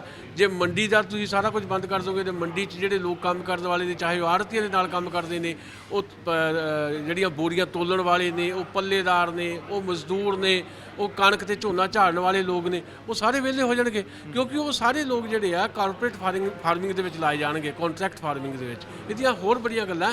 ਅਲਟੀਮੇਟਲੀ ਇਹ ਸਰਕਾਰ ਜਿਹੜੀ ਹੈ, ਇਹਦੀਆਂ ਨੀਤੀਆਂ ਜਿਹੜੀਆਂ ਆ, ਇਹ ਭਾਰਤ ਦੇ ਹਰ ਆਮ ਨਾਗਰਿਕ ਦੇ ਖਿਲਾਫ ਨੇ। ਇੱਕ ਸਵਾਲ ਜ਼ਰੂਰ ਵੱਡਾ ਇਹ ਪੈਦਾ ਹੁੰਦਾ ਹੈ ਕਿ ਇਸ ਬਿੱਲਾਂ ਦਾ ਵਿਰੋਧ ਹੀ ਹੋ ਰਿਹਾ ਹੈ, ਤੁਸੀਂ ਵੀ ਵਿਰੋਧ ਕਰ ਰਹੇ ਹੋ ਆਪਣੀ ਗੱਲਾਂ ਦੇ ਵਿੱਚ, ਤੁਹਾਨੂੰ ਲੱਗਦਾ ਹੈ ਕਿ ਕੋਈ ਫਾਇਦਾ ਵੀ ਹੋਏਗਾ ਇਹਨਾਂ ਬਿੱਲਾਂ ਦਾ ਕਿਸਾਨਾਂ ਨੂੰ? ਫਾਇਦਾ ਦੇਖੋ, ਇਹਦਾ ਫਾਇਦਾ ਨੰਬਰ 1 ਤਾਂ ਵੀ ਤੁਹਾਡੀ ਇੱਕ ਕੰਸੈਂਸਸ ਬਣ ਜਾਂਦੀ ਆ, ਤੁਸੀਂ ਇੱਕ ਰਾਏ ਬਣਾਉਂਦੇ ਹੋ। ਜਦੋਂ ਜੂਨ ਦੇ ਵਿੱਚ ਇਹ ਬਿੱਲ ਆਉਂਦਾ, ਤੁਸੀਂ ਫਾਇਦੇ ਦੀ ਗੱਲ ਤੁਹਾਨੂੰ ਮੈਂ ਦੱਸਦਾ, 25 ਜੂਨ ਦੀ ਤੁਸੀਂ ਸੁਖਬੀਰ ਸਿੰਘ ਬਾਦਲ ਦੀ ਤਕਰੀਰ ਸੁਣੋ। ਉਹ ਬੋਲ ਰਹੇ ਨੇ, ਕੈਪਟਨ ਅਮਰਿੰਦਰ ਨੂੰ ਕਹਿ ਰਹੇ ਨੇ ਵੀ ਤੁਸੀਂ ਐਵੇਂ ਸੁਨੀਲ ਜਾਖੜ ਵਿਰੋਧ ਕਰੀ ਜਾਂਦੇ ਇਹਦਾ, ਤੇ ਇਹ ਤਾਂ ਬਿੱਲੇ ਬੜਾ ਚੰਗਾ, ਜੇ ਕੰਪਨੀਆਂ ਆ ਵੀ ਜਾਣਗੀਆਂ ਕੀ ਲੈ ਜਾਣਗੀਆਂ। ਤੇ ਮੁੜ ਕੇ ਆ 20 ਸਤੰਬਰ ਨੂੰ ਕੀ ਕੀਤਾ, ਜਦੋਂ ਰਿਜ਼ਾਈਨ ਦਿੱਤਾ, ਤੇ ਉਹੀ ਸੁਖਬੀਰ ਬਾਦਲ ਕਹਿ ਰਹੇ ਆ ਕਿ ਸਾਨੂੰ ਪੁੱਛਿਆ ਵੀ ਨਹੀਂ ਗਿਆ, ਜਦ ਕਿ ਜੂਨ ਦਾ ਆਰਡੀਨੈਂਸ ਆਇਆ ਨਾ, ਜੂਨ 'ਚ ਆਰਡੀਨੈਂਸ ਤਾਂ ਆ ਗਏ ਸੀ। ਰੌਲਾ ਹੁਣ ਕਿਉਂ ਪਿਆ? ਕਿਉਂਕਿ ਕਿਸਾਨਾਂ ਨੇ ਲੜਾਈ ਇੱਥੇ ਤੱਕ ਪਹੁੰਚਾ ਦਿੱਤੀ ਆ, ਨਾਲ ਉਹਨਾਂ ਦੇ ਖੇਤ ਮਜ਼ਦੂਰ ਵੀ ਲੱਗੇ ਆ। ਇਹ ਫਰਕ ਪੈਂਦਾ ਹੈ। ਆਉਣ ਵਾਲੇ ਸਮੇਂ ਦੇ ਵਿੱਚ ਭਾਵੇਂ ਹੁਣ ਇਹ ਕਾਨੂੰਨ ਬਣ ਜਾਣੇ ਆ, ਕਿਉਂਕਿ ਰੌਲੇ ਰੱਪੇ ਦੇ ਵਿੱਚ ਰਾਜ ਸਭਾ ਦੇ ਵਿੱਚ ਪਾਸ ਕਰ ਦਿੱਤੇ ਗਏ, ਲੋਕ ਸਭਾ 'ਚ ਪਹਿਲਾਂ ਪਾਸ ਸੀ, ਰਾਸ਼ਟਰਪਤੀ ਦੇ ਦਸਤਖਤ ਹੋਏ ਨੇ ਆ, ਕਾਨੂੰਨ ਬਣ ਜਾਣੇ ਆ। ਪਰ ਕਈ ਵਾਰੀ ਇਹ ਹੋਇਆ, ਹਿੰਦੁਸਤਾਨ ਦਾ ਇਤਿਹਾਸ ਹੈ ਵੀ ਕਾਨੂੰਨ ਬਣੇ ਬਣਾਏ ਜਿਹੜੇ ਆ ਉਹ ਵਾਪਸ ਵੀ ਲਏ ਜਾਂਦੇ ਰਹੇ ਆ। ਭਾਰਤ ਦੇ ਵਿੱਚ ਇੱਕ ਵਾਰੀ 60ਵਿਆਂ ਦੇ ਵਿੱਚ ਵਾਪਰਿਆ ਸੀ, ਹਿੰਦੁਸਤਾਨ 'ਚ ਹੀ ਵਾਪਰਿਆ ਸੀ ਵੀ ਇੱਕ ਸਰਕਾਰ ਨੇ ਸੰਵਿਧਾਨ 'ਚ ਸੋਧ ਕਰਕੇ ਜਿਹੜੀ ਵਿਧਾਨ ਸਭਾ ਤੇ ਲੋਕ ਸਭਾ ਆ ਉਹਨੂੰ 6 ਸਾਲ ਕਰਤਾ ਸੀ, ਵੀ MP 6 ਸਾਲ, MLA ਵੀ 6 ਸਾਲ। ਉਸ ਤੋਂ ਬਾਅਦ ਜਦੋਂ ਜਨਤਾ ਪਾਰਟੀ ਦੀ ਸਰਕਾਰ ਆਈ, ਉਹਨੇ ਸੰਵਿਧਾਨ 'ਚ ਸੋਧ ਕਰਕੇ ਮੁੜ ਕੇ ਫਿਰ 5 ਸਾਲ ਕੀਤੀ। ਸਵਾਲ ਇਹ ਹੈ ਕਿ ਸਰਕਾਰ ਕਿੱਦਾਂ ਦੀ ਹੈ ਤੇ ਆਉਣ ਵਾਲੇ ਸਮੇਂ 'ਚ ਲੋਕ ਸਰਕਾਰ ਕਿੱਦਾਂ ਦੀ ਬਣਾਉਂਦੇ ਆ। ਜਦ ਲੋਕਾਂ ਤੇ ਇੰਨੀ ਸੰਕਟ ਆ, ਪਹਿਲਾਂ ਗਲਤ ਕਿਸਮ ਦੀ ਨੋਟਬੰਦੀ, ਫਿਰ ਗਲਤ ਕਿਸਮ ਦੀ GST, ਫਿਰ ਧਾਰਾ 370 ਜੰਮੂ ਕਸ਼ਮੀਰ ਤੋਂ ਵਾਪਸ ਲੈ ਲਈ, 35 ਵਾਪਸ ਲੈ ਲਿਆ, ਹੁਣ ਭਾਸ਼ਾਵਾਂ ਦੇ ਇਸ਼ੂ ਦੇ ਵਿੱਚ ਜੋ ਕੀਤਾ ਜਾ ਰਿਹਾ, ਹੁਣ ਕਿਸਾਨੀ ਦੇ ਇਸ਼ੂ ਤੇ ਜੋ ਕੀਤਾ ਜਾ ਰਿਹਾ, ਇੰਨੇ ਪ੍ਰੈਸ਼ਰ ਪਾ ਦਿੱਤੇ ਗਏ ਨੇ ਲੋਕਾਂ ਦੇ। ਲੋਕਾਂ ਦਾ ਜੀਣਾ ਦੂਬਰ ਹੈ, ਲੋਕਾਂ ਦੇ ਕੋਲ ਨਾ ਰੁਜ਼ਗਾਰ ਹੈ, ਲੋਕਾਂ ਕੋਲ 2 ਵਕਤ ਦੀ ਰੋਟੀ ਨਹੀਂ ਹੈ, ਤੇ ਜਿਹੜਾ ਮਰਦਾ ਬੰਦਾ ਹੈ ਫਿਰ ਜਦੋਂ ਐਕਸ਼ਨ 'ਚ ਆਉਂਦਾ ਨਾ, ਉਹ ਤੁਸੀਂ ਦੇਖ ਰਹੇ ਹੋ ਜਿਵੇਂ ਕਿਸਾਨ ਹੁਣ ਆਏ ਹੋਏ। ਮੇਰਾ ਆਖਰੀ ਸਵਾਲ, ਤੁਹਾਡੀ ਦੂਰਦ੍ਰਿਸ਼ਟੀ ਕੀ ਕਹਿੰਦੀ ਹੈ ਕਿ ਜਿਹੜਾ ਕਿਸਾਨ ਅੰਦੋਲਨ ਹੈਗਾ, ਇਸ ਅੰਦੋਲਨ ਦਾ ਸਿੱਟਾ ਕੀ ਨਿਕਲੂਗਾ ਤੇ ਆਉਣ ਵਾਲੇ ਸਮੇਂ ਦੇ ਵਿੱਚ ਪੋਲੀਟੀਕਲ ਸਿਨੈਰੀਓ ਕੀ ਬਣ ਕੇ ਰਹੇਗਾ? ਦੇਖੋ, ਇਹਦਾ ਸਿੱਟਾ ਇਹ ਹੈ ਕਿ ਨੰਬਰ 1 ਤਾਂ ਇਹ ਹੈ ਵੀ ਮੈਂ ਇਹ ਨਹੀਂ ਕਹਿੰਦਾ ਕਿ ਇਹ ਅੰਦੋਲਨ ਐਡਾ ਵੱਡਾ ਹੋ ਜਾਣਾ ਹੈ ਵੀ ਕੱਲ੍ਹ ਨੂੰ ਨਰਿੰਦਰ ਮੋਦੀ ਦੀ ਸਰਕਾਰ ਜਿਹੜੀ ਹੈ ਉਹ ਵਾਪਸ ਚਲੀ ਜਾਏਗੀ, ਇਹ ਸਾਰੇ ਮੁੱਦਿਆਂ ਦੇ ਉੱਤੇ ਉਹ ਰਿਵਰਸ ਕਰ ਜਾਏਗੀ, ਮੈਂ ਇਹ ਤਾਂ ਨਹੀਂ ਕਹਿੰਦਾ। ਪਰ ਕਈ ਵਾਰੀ ਇੰਨੀ ਤਾਕਤ ਬਣ ਜਾਂਦੀ ਹੈ ਮੂਵਮੈਂਟਸ ਦੀ, ਉਹ ਮੂਵਮੈਂਟਸ ਦੀ ਤਾਕਤ ਬਣਨ ਦੀ ਮੈਨੂੰ ਸੰਭਾਵਨਾ ਜ਼ਰੂਰ ਦਿਖਾਈ ਦੇ ਰਹੀ ਹੈ। ਉਹਦਾ ਕਾਰਨ ਹੈ ਨੰਬਰ 1 ਤਾਂ ਇਸ ਵੇਲੇ ਇਕੱਲੇ ਪੰਜਾਬ ਦੇ ਕਿਸਾਨ ਨਹੀਂ ਲੜ ਰਹੇ, ਕਿਉਂਕਿ ਅਖੌਤੀ ਕਿਸਮ ਦਾ ਮੀਡੀਆ ਜਿਹੜਾ ਸੋ ਕਾਲ ਨੈਸ਼ਨਲ ਮੀਡੀਆ ਜਿਹਨੂੰ ਕਹਿੰਦੇ, ਉਹ ਚੀਜ਼ਾਂ ਦਿਖਾਈ ਨਹੀਂ ਰਿਹਾ। ਹਿੰਦੁਸਤਾਨ ਦੀਆਂ 250 ਕਿਸਾਨ ਜਥੇਬੰਦੀਆਂ ਇਕੱਠੀਆਂ ਇਸ ਇਸ਼ੂ ਦੇ ਉੱਤੇ, 250 ਕਿਸਾਨ ਜਥੇਬੰਦੀਆਂ, ਜਿਹਦੇ 'ਚ 31 ਕਿਸਾਨ ਜਥੇਬੰਦੀਆਂ ਸਾਡੀਆਂ ਹੋ ਗਈਆਂ ਪੰਜਾਬ ਵਾਲੀਆਂ। ਆਉਣ ਵਾਲੇ ਸਮੇਂ ਦੇ ਵਿੱਚ ਇੱਕ ਲੜਾਈ ਇਕੱਲੇ ਕਿਸਾਨ ਦੀ ਨਹੀਂ ਹੈ, ਆਉਣ ਵਾਲੇ ਸਮੇਂ ਦੇ ਵਿੱਚ ਇੱਕ ਬਹੁਤ ਵਿਸ਼ਾਲ ਤੇ ਵਿਆਪਕ ਪਲੇਟਫਾਰਮ ਲੋਕਾਂ ਦਾ ਇਸ ਦੇਸ਼ 'ਚ ਉੱਭਰਨ ਵਾਲਾ ਆ, ਉਹ ਸਾਨੂੰ ਹੁਣੇ ਦਿਖਾਈ ਦੇ ਰਿਹਾ। ਸੋ ਮੈਨੂੰ ਲੱਗਦਾ ਭਵਿੱਖ ਜਿਹੜਾ ਆ ਉਹ ਸਟਰਗਲ ਦਾ ਭਵਿੱਖ ਹੈ, ਇਸ ਵੇਲੇ ਭਵਿੱਖ ਸੰਘਰਸ਼ਾਂ ਦਾ ਆ। ਤੇ ਸੰਘਰਸ਼ ਜਿਹੜਾ ਲੋਕਪੱਖੀ ਹੋਵੇ, ਜੇ ਸੰਘਰਸ਼ ਨੂੰ ਕੋਈ ਰਾਜਨੀਤਿਕ ਦ੍ਰਿਸ਼ਟੀ ਵੀ ਮਿਲੀ ਹੋਵੇ, ਸਹੀ ਲੀਹਾਂ ਤੇ ਹੋਵੇ, ਤਾਂ ਉਹਦੇ ਸਿੱਟੇ ਸਾਰਥਕ ਹੀ ਨਿਕਲਿਆ ਕਰਦੇ ਆ, ਭਾਵੇਂ ਉਹ ਸਿੱਟੇ ਅੱਜ ਨਿਕਲ ਜਾਂ ਕੱਲ੍ਹ ਨੂੰ ਨਿਕਲ। ਗੱਲ ਕਰਨ ਲਈ ਤੁਹਾਡਾ ਸ਼ੁਕਰੀਆ ਜੀ। ਬਿਲਕੁਲ ਜੀ, ਇਹ ਸਨ ਸੁਸ਼ੀਲ ਦੋਸਾਂਝ ਜੀ, ਜਿਨ੍ਹਾਂ ਦਾ ਆਖਣਾ ਹੈ ਕਿ ਜਿਹੜਾ ਕਿਸਾਨਾਂ ਦਾ ਅੰਦੋਲਨ ਹੈ ਆਉਣ ਵਾਲੇ ਸਮੇਂ 'ਚ ਇੱਕ ਵੱਡੀ ਤਾਕਤ ਬਣੂਗਾ, ਤੇ ਜਦੋਂ ਵੱਡੀ ਤਾਕਤ ਬਣ ਜੇ, ਜਿਹੜਾ ਵੀ ਅੰਦੋਲਨ ਹੁੰਦਾ ਹੈ ਜੇ ਉਹ ਸਹੀ ਦਿਸ਼ਾ ਵੱਲ ਜਾਏ ਤਾਂ ਉਹ ਜਿਹੜੇ ਸਿੱਟੇ ਹੈਗੇ ਨੇ ਉਹ ਸਾਰਥਕ ਨਿਕਲਦੇ ਨੇ। ਸੋ ਹੋਰ ਵੀ ਬੁੱਧੀਜੀਵੀਆਂ ਨਾਲ ਗੱਲਬਾਤ ਕਰਾਂਗੇ, ਆਓ ਫਿਰ ਚੱਲਦੇ ਹਾਂ। ਖੇਤੀ ਬਿੱਲਾਂ ਦੇ ਉੱਤੇ ਚਰਚਾ ਕਰਦੇ ਹੁਣ ਅਸੀਂ ਸਿਆਸੀ ਮਾਮਲਿਆਂ ਦੇ ਮਾਹਰ ਡਾਕਟਰ ਪਿਆਰੇ ਲਾਲ ਗਰਗ ਜੀ ਕੋਲ ਪੁੱਜੇ ਹਾਂ, ਕਿਉਂਕਿ ਸਵਾਲ ਬਹੁਤ ਸਾਰੇ ਅਹਿਮ ਨੇ। ਤੁਸੀਂ ਹੋਰ ਵੀ ਬੁੱਧੀਜੀਵੀਆਂ ਦੇ ਇਸ ਮੁੱਦੇ ਉੱਤੇ ਰਾਏ ਸੁਣੀ, ਸੁਝਾਅ ਵੀ ਸੁਣੇ, ਕਿਉਂਕਿ ਸਵਾਲ ਆਪਣੇ ਆਪ ਦੇ ਵਿੱਚ ਵੱਡਾ ਇਹ ਬਣਿਆ ਹੋਇਆ ਹੈ ਕਿ ਇਹ ਖੇਤੀ ਬਿੱਲ ਜਿਹੜੇ ਹੈਗੇ ਨੇ ਇਹ ਕਿਸਾਨ ਵਿਰੋਧੀ ਨੇ ਜਾਂ ਇਹਨਾਂ ਦੇ ਵਿੱਚ ਕਿਸਾਨਾਂ ਦਾ ਕੁਝ ਭਲਾ ਵੀ ਛੁਪਿਆ ਹੋਇਆ ਹੈ, ਤੇ ਜਿਹੜੀ ਪਰਸੈਪਸ਼ਨ ਬਣਦੀ ਜਾਂਦੀ ਹੈ ਭਾਜਪਾ ਦੀ ਕਿਸਾਨ ਵਿਰੋਧੀ ਹੋਣ ਦੀ, ਇਸ ਦਾ ਕੀ ਨੁਕਸਾਨ ਹੋਏਗਾ, ਹੋਰ ਜਿਹੜੇ तमाम ਮੁੱਦੇ ਨੇ ਉਹਨਾਂ ਉੱਤੇ ਗੱਲਬਾਤ ਕਰਾਂਗੇ। ਗਰਗ ਸਾਹਿਬ, ਹਮਦਰ ਟੀਵੀ ਤੇ ਤੁਹਾਡਾ ਨਿੱਘਾ ਸਵਾਗਤ ਹੈ ਜੀ। ਸ਼ੁਕਰੀਆ ਜੀ, ਬਹੁਤ ਬਹੁਤ। ਗਰਗ ਸਾਹਿਬ, ਸਭ ਤੋਂ ਪਹਿਲਾਂ ਮੈਂ ਤੁਹਾਡੇ ਤੋਂ ਜਾਣਨਾ ਚਾਹੁੰਦਾ, ਕਿਉਂਕਿ ਸਰਕਾਰ ਬਿੱਲ ਲੈ ਕੇ ਆਈ ਹੈ, ਖੇਤੀ ਬਿੱਲ, ਮੋਦੀ ਸਰਕਾਰ, ਤੇ ਜੇ ਕੇਂਦਰ ਸਰਕਾਰ ਇਹ ਲੈ ਕੇ ਬਿੱਲ ਆਈ ਹੈ ਤੇ ਇਹ ਕਹਿ ਕੇ ਸੱਤਾ ਦੇ ਵਿੱਚ ਆਈ ਸੀ ਸਰਕਾਰ ਕਿ ਅਸੀਂ ਕਿਸਾਨਾਂ ਦਾ ਭਲਾ ਕਰਾਂਗੇ, ਕਿਉਂਕਿ ਪਿਛਲੀ ਸਰਕਾਰਾਂ ਜਿੰਨੀਆਂ ਵੀ ਰਹੀਆਂ ਨੇ ਉਹਨਾਂ ਨੇ ਕਿਸਾਨੀ ਵੱਲ ਧਿਆਨ ਨਹੀਂ ਦਿੱਤਾ। ਪਰ ਇਸ ਵੇਲੇ ਪੂਰਾ ਦੇਸ਼ ਜਿਹੜਾ ਅੰਦੋਲਨ ਛਿੜਿਆ ਹੋਇਆ ਕਿਸਾਨਾਂ ਦਾ, ਉਹਦੇ ਵਿੱਚ ਇਹ ਗੱਲ ਨਿਕਲ ਕੇ ਆ ਰਹੀ ਹੈ ਕਿ ਇਹ ਤਾਂ ਭਾਈ ਕਿਸਾਨ ਵਿਰੋਧੀ ਬਿੱਲ ਹੈਗੇ ਨੇ। ਤੁਹਾਡੇ ਤੋਂ ਮੈਂ ਜਾਣਨਾ ਚਾਹੁੰਦਾ ਕਿ ਇਹ ਜਿਹੜੇ ਬਿੱਲ ਹੈਗੇ ਨੇ, ਤੁਹਾਨੂੰ ਕੀ ਲੱਗਦਾ ਕਿ ਕਿਸਾਨ ਵਿਰੋਧੀ ਨੇ ਜਾਂ ਇਹਨਾਂ ਦੇ ਵਿੱਚ ਕਿਸਾਨਾਂ ਦਾ ਕੁਝ ਭਲਾ ਵੀ ਛੁਪਿਆ ਹੋਇਆ ਹੈ? ਦੇਖੋ, ਮੈਂ ਇੱਕ ਨਾ ਪੰਜਾਬੀ ਦੇ ਮੁਹਾਵਰੇ ਤੋਂ ਸ਼ੁਰੂ ਕਰਾਂਗਾ। ਜੀ ਜੀ। ਪੰਜਾਬੀ ਦਾ ਇੱਕ ਮੁਹਾਵਰਾ ਹੈ, ਕਹਿੰਦੇ ਉਹ ਫਿਰੇ ਨੱਥ ਕਢਾਉਣ ਨੂੰ ਤੇ ਉਹ ਫਿਰੇ ਨੱਕ ਵਢਾਉਣ ਨੂੰ। ਲੋਕਾਂ ਦਾ ਵਾਅਦਾ ਤੈਅ ਕਰਿਆ ਸੀ ਵੀ ਕਿਸਾਨਾਂ ਦੀ ਆਮਦਨ ਦੁੱਗਣੀ ਕਰ ਦਾਂਗੇ, ਕਿਸਾਨ ਬੜਾ ਖੁਸ਼ਹਾਲ ਹੋ ਜੂ, ਕਿਸਾਨ ਸੌਖਾ ਹੋ ਜੂ। ਪਹਿਲੀ ਜਿਹੜੀ ਉਹਨਾਂ ਦੀ ਪਾਰੀ ਸੀ 5 ਸਾਲ ਦੀ, ਉਹ 'ਚ ਕੁਛ ਨਹੀਂ ਹੋਇਆ, ਸਭ ਦੇ ਸਾਹਮਣੇ ਹੀ ਸੀ। ਪਰ ਕਿਸਾਨਾਂ ਨੂੰ ਐਡਾ ਵੱਡਾ ਕੋਈ ਬਹੁਤ ਜ਼ਿਆਦਾ ਨੁਕਸਾਨ ਵੀ ਨਹੀਂ ਹੋਇਆ, ਉਸ 'ਚ ਫਾਇਦਾ ਨਾ ਹੋਇਆ ਹੋਵੇ, ਡਰ ਪੈਦਾ ਹੋ ਗਿਆ ਸੀ। ਉਹਨੇ ਕਹਿਣਾ ਸ਼ੁਰੂ ਕਰਤਾ ਸੀ ਵੀ ਅਸੀਂ ਇਹ ਅਨਾਜ ਨਹੀਂ ਖਰੀਦਣਾ ਇਸ ਪਾਸੇ ਹੁਣ। ਤੇ ਉਹ ਪੰਜਾਬ ਤੇ ਹਰਿਆਣਾ, ਯੂਪੀ ਤੇ ਰਾਜਸਥਾਨ, ਇਹ 4 ਸਟੇਟਾਂ ਦਾ ਤਾਂ ਇਹਦੇ ਨਾਲ ਬਿਲਕੁਲ ਪੱਠਾ ਬੈਠਣ ਦਾ ਡਰ ਹੈ। ਠੀਕ ਹੈ ਜੀ। ਕਿਉਂਕਿ ਕਿਸਾਨ ਦਾ ਤਾਂ ਉਹ MSP ਕਰਕੇ ਹੀ ਬਚਾ ਹੈ ਮਾੜਾ ਮੋਟਾ, ਜੇ ਇਕੱਲੇ ਕਿਸਾਨ ਨੂੰ ਦੇਖੀਏ ਆਪਾਂ, ਬਾਕੀ ਗੱਲਾਂ ਤੇ ਮੈਂ ਆਵਾਂਗਾ। ਸੋ ਹੁਣ ਇਹਨਾਂ ਨੇ ਜਿਹੜੇ ਬਿੱਲ ਲਿਆਂਦੇ, ਇਹ ਬਿੱਲ ਕਿਹਾ ਤਾਂ ਇਹ ਆ ਵੀ ਅਸੀਂ ਕਿਸਾਨ ਨੂੰ ਮੁਕਤ ਕਰ ਰਹੇ ਹਾਂ ਜੀ, ਜਿੱਥੇ ਮਰਜ਼ੀ ਜਾ ਕੇ ਵੇਚੇ ਆਪਦੀ ਚੀਜ਼। ਇਹ ਮੇਰੇ ਹਿਸਾਬ ਨਾਲ ਗਲਤ ਬਿਆਨੀ ਹੈ, ਕਿਉਂਕਿ ਕਿਸਾਨ ਤਾਂ ਪਹਿਲਾਂ ਵੀ ਵੇਚ ਸਕਦਾ ਆਪਦੀ ਚੀਜ਼, ਕਿਸਾਨ ਤੇ ਕੋਈ ਰੋਕ ਨਹੀਂ। ਜੇ ਪੰਜਾਬ ਦਾ ਕਿਸਾਨ ਹਰਿਆਣੇ 'ਚ ਜਾ ਕੇ ਆਪਦੀ, ਉਹ ਵਪਾਰ ਨਹੀਂ ਹਰਿਆਣੇ 'ਚ ਇੱਥੋਂ ਵੀ ਇੱਥੋਂ ਮੁੱਲ ਲੈ ਕੇ ਉੱਥੇ ਵੇਚੇ ਆਪਦੀ ਜਿੰਸ, ਜਿੱਥੇ ਮਰਜ਼ੀ ਵੇਚੇ। ਕਿਸਾਨ ਨੂੰ ਹਿੰਦੁਸਤਾਨ 'ਚ ਖੁਦ ਪਹਿਲਾਂ ਹੀ ਹੈ, ਪਰ ਉਹ ਜਾ ਨਹੀਂ ਸਕਦਾ। ਆਪਾਂ ਨੂੰ ਪਤਾ ਹੀ ਹੈ ਕਿੰਨੇ ਕਿਰਾਏ ਭਾੜੇ ਪੈਂਦੇ ਨੇ, ਤੇ ਦੂਜੀ ਗੱਲ ਕਿੰਨਾ ਕੁ ਉਹਦੇ ਕੋਲ ਮਾਲ ਹੁੰਦਾ ਹੈ, ਕਿੰਨਾ ਉਹਨੂੰ ਜਲਦੀ ਵੇਚਣਾ ਹੁੰਦਾ ਉਹਨੇ। ਉਹ ਕੋਈ ਇਹੀ ਟਾਈਮ ਥੋੜ੍ਹਾ, ਉਹ ਕੋਈ ਵਪਾਰੀ ਥੋੜ੍ਹਾ ਹੈ ਵੀ ਉਹ ਇਹ ਵੇਚਣੀ ਤੁਰਿਆ ਫਿਰੇ। ਤੇ ਇਸ ਕਰਕੇ ਨਾ ਉਹ ਖਾਨਾ ਬਦੋਸ਼ ਹੈ ਵੀ ਚੁੱਕ ਕੇ ਆਪਦਾ ਸਮਾਨ ਵੇਚਣ ਗਾਹਾਂ ਦੀ ਗਾਹਾਂ ਜਾਂਦਾ। ਸੋ ਇਹ ਜਿਹੜੀ ਸੋਚ ਹੈ ਕਿ ਅਸੀਂ ਵਪਾਰੀ ਇਹਨੂੰ ਕਿਸਾਨ ਨੂੰ ਮੁਕਤ ਕਰ ਰਹੇ ਹਾਂ ਮੰਡੀ ਤੋਂ, ਉਹ ਜਿੱਥੇ ਮਰਜ਼ੀ ਆਪਦਾ ਜਿਹੜੇ ਮਰਜ਼ੀ ਭਾਅ 'ਤੇ ਵੇਚੇ।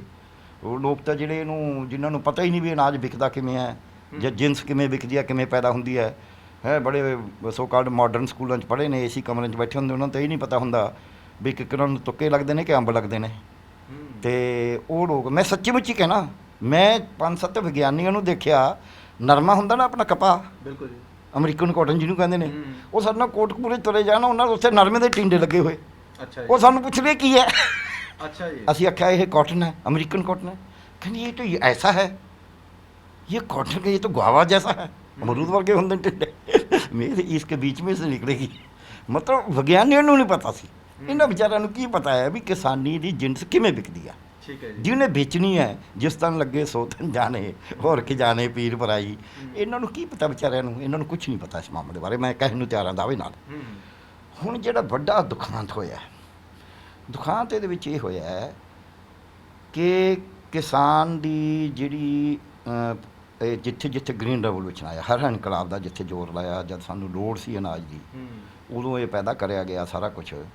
ਉਹਦੇ ਨਾਲ ਕਿਸਾਨ ਦਾ ਅਰਥਚਾਰਾ ਅਤੇ ਉਹਦੀ ਫਸਲਾਂ ਦਾ ਜਿਹੜਾ ਤੌਰ ਤਰੀਕਾ ਸੀ, ਉਹ ਬਿਲਕੁਲ ਬਦਲ ਦਿੱਤਾ ਗਿਆ। ਠੀਕ ਹੈ। ਪਹਿਲਾਂ ਜਵਾਰ, ਬਾਜਰਾ, ਮੱਕੀ ਅਤੇ ਗੁਆਰਾ, ਹਾਂਜੀ, ਮੂੰਗਫਲੀ, ਤਿਲ, ਇਹ ਚੀਜ਼ਾਂ ਬੀਜਦਾ ਸੀ ਕਿਸਾਨ ਪੰਜਾਬ ਦਾ ਜ਼ਿਆਦਾ। ਕਣਕ ਬੀਜਦਾ ਸੀ, ਝੋਨਾ ਤਾਂ ਮਤਲਬ ਕਦੇ ਕਦੇ ਬਾਸਮਤੀ ਬੀਜੀ ਜਾਂਦੀ ਸੀ ਇੱਥੇ, ਅਤੇ ਬਾਸਮਤੀ ਦੀ ਮਹਿਕ 'ਤੇ ਗੀਤ ਵੀ ਲਿਖੇ ਹੋਏ ਨੇ। ਝੋਨਾ ਬਹੁਤ ਘੱਟ ਹੁੰਦਾ ਸੀ, ਅਤੇ ਇਹਨੂੰ ਕਣਕ ਝੋਨੇ 'ਚ ਪਾਤਾ। ਤੀਜਾ ਰਹਿ ਗਿਆ ਗੰਨਾ। ਈਵਨ ਇੱਥੋਂ ਨਰਮਾ ਖਤਮ ਹੋ ਗਿਆ ਬਠਿੰਡੇ ਦੇ ਟਿੱਬਿਆਂ 'ਚੋਂ। ਕੋਟਕਪੂਰੇ ਦੀ ਮੰਡੀ ਨੂੰ ਵਾਈਟ ਗੋਲਡ ਦੀ ਮੰਡੀ ਕਿਹਾ ਜਾਂਦਾ ਸੀ, ਚਿੱਟਾ ਸੋਨਾ, ਬਹੁਤ ਜ਼ਿਆਦਾ ਨਰਮਾ ਆਉਂਦਾ ਸੀ। ਪਰਸੋਂ ਮੈਂ ਉੱਥੇ ਜਾ ਕੇ ਆਇਆ, ਉਜਾੜ ਪਈ ਹੈ ਮੰਡੀ। ਸੋ ਇਹ ਜਿਹੜਾ ਸੀ, ਜਦ ਤੁਸੀਂ ਇਹ ਫੇਰ ਕਰਤਾ, ਉਹ ਕਿਸਾਨ ਨੇ ਤਾਂ ਕਰਿਆ ਨਹੀਂ। ਤੁਹਾਡੀ ਐਗਰੀਕਲਚਰ ਯੂਨੀਵਰਸਿਟੀ, ਤੁਹਾਡੀ ਆਪਣੀ ਲੋੜ, ਤੁਹਾਡੇ ਵਿਗਿਆਨੀ, ਖੇਤੀ ਵਿਗਿਆਨੀ, ਤੁਹਾਡੇ ਅਰਥ ਸ਼ਾਸਤਰੀ, ਉਹਨਾਂ ਨੇ ਕਿਹਾ ਕਿਸਾਨ ਨੂੰ, ਤਾਂ ਕਿਸਾਨ ਨੇ ਤੁਹਾਡੀ ਗੱਲ ਮੰਨੀ ਆ। ਅੱਜ ਉਹਦੀ ਨਿਰਭਰਤਾ ਇਸ ਤਰ੍ਹਾਂ ਹੋ ਗਈ ਕਿ ਹੁਣ ਉਹ ਕਣਕ ਝੋਨੇ ਦੇ ਆਲੇ ਰਹਿ ਗਿਆ, ਅਤੇ ਛੋਡੇ ਵੀ ਖਤਮ ਹੋ ਗਏ, ਜਿਹੜੇ ਕਿ ਜਿਨ੍ਹਾਂ ਨੂੰ ਪਾਣੀ ਦੀ ਲੋੜ ਹੀ ਨਹੀਂ ਹੁੰਦੀ ਸੀ। ਦਾਲਾਂ ਖਤਮ ਹੋ ਗਈਆਂ। ਸੋ ਉਹਦੇ ਵਿੱਚ ਉਹਨੂੰ ਅੱਜ ਕਿਸਾਨ ਨੂੰ ਬਚਾਉਣ ਵਾਸਤੇ, ਬਾਕੀ ਅਜੇ ਮੈਂ ਗੱਲ ਨਹੀਂ ਜਾ ਰਿਹਾ, ਇਕੱਲੇ ਕਿਸਾਨ ਦੀ ਗੱਲ ਕਰਾਂਗੇ ਮੈਂ। ਇਹ ਬਿੱਲ ਸਾਰਿਆਂ, ਇਹ ਜਨਤਾ ਦੇ ਵਿਰੁੱਧ ਨੇ, ਅਜੇ ਸਮਝ ਨਹੀਂ ਆ ਰਹੀ ਲੋਕਾਂ ਨੂੰ, ਉਹ ਮੈਂ ਬਾਅਦ 'ਚ ਆਵਾਂਗਾ। ਕਿਸਾਨ ਨੂੰ ਬਚਾਉਣ ਵਾਸਤੇ ਜਿਹੜੀ ਹੈ ਮਿਨੀਮਮ ਸਪੋਰਟ ਪ੍ਰਾਈਸ ਹੈ, ਜਿਹੜੀ ਇਹ ਤੋਂ ਬਗੈਰ ਸਰ ਨਹੀਂ ਸਕਦਾ।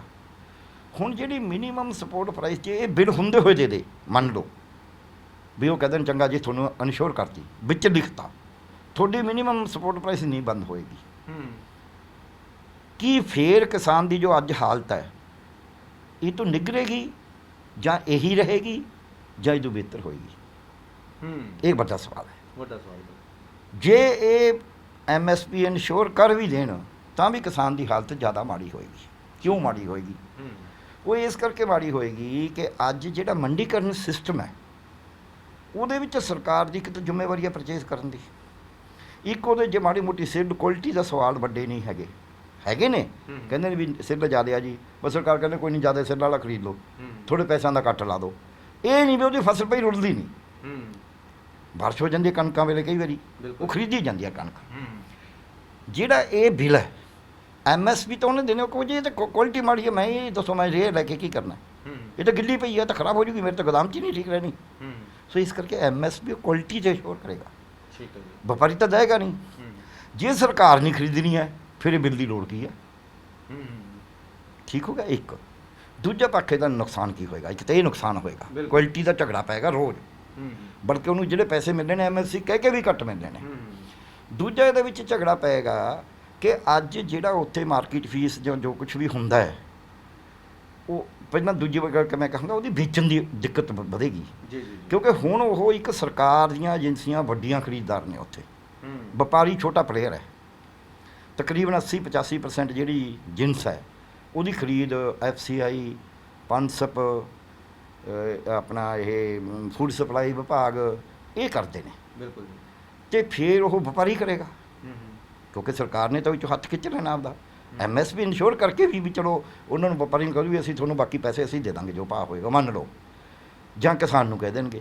MSP ਤਾਂ ਇਨਸ਼ੋਰ ਕਰਤੀ, ਪਰ ਖਰੀਦਦਾਰ ਤਾਂ ਵਪਾਰੀ ਹੈ ਨਾ।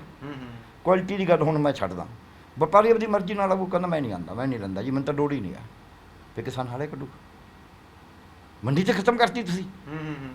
ਵਪਾਰੀ ਕੱਢੇ, ਵਪਾਰੀ ਦੇ ਆਸਰੇ ਛੱਡਤਾ। ਵਪਾਰੀ 100 ਹੋਵੇ, 1000 ਹੋਵੇ, ਲੱਖ ਹੋਵੇ, 5 ਲੱਖ ਹੋਵੇ, ਜਿੰਨਾ ਮਰਜ਼ੀ ਹੋਵੇ, ਤੁਸੀਂ ਵਿਅਕਤੀਗਤ ਵਪਾਰੀਆਂ ਦੇ ਖਾਤੇ ਛੱਡਤਾ।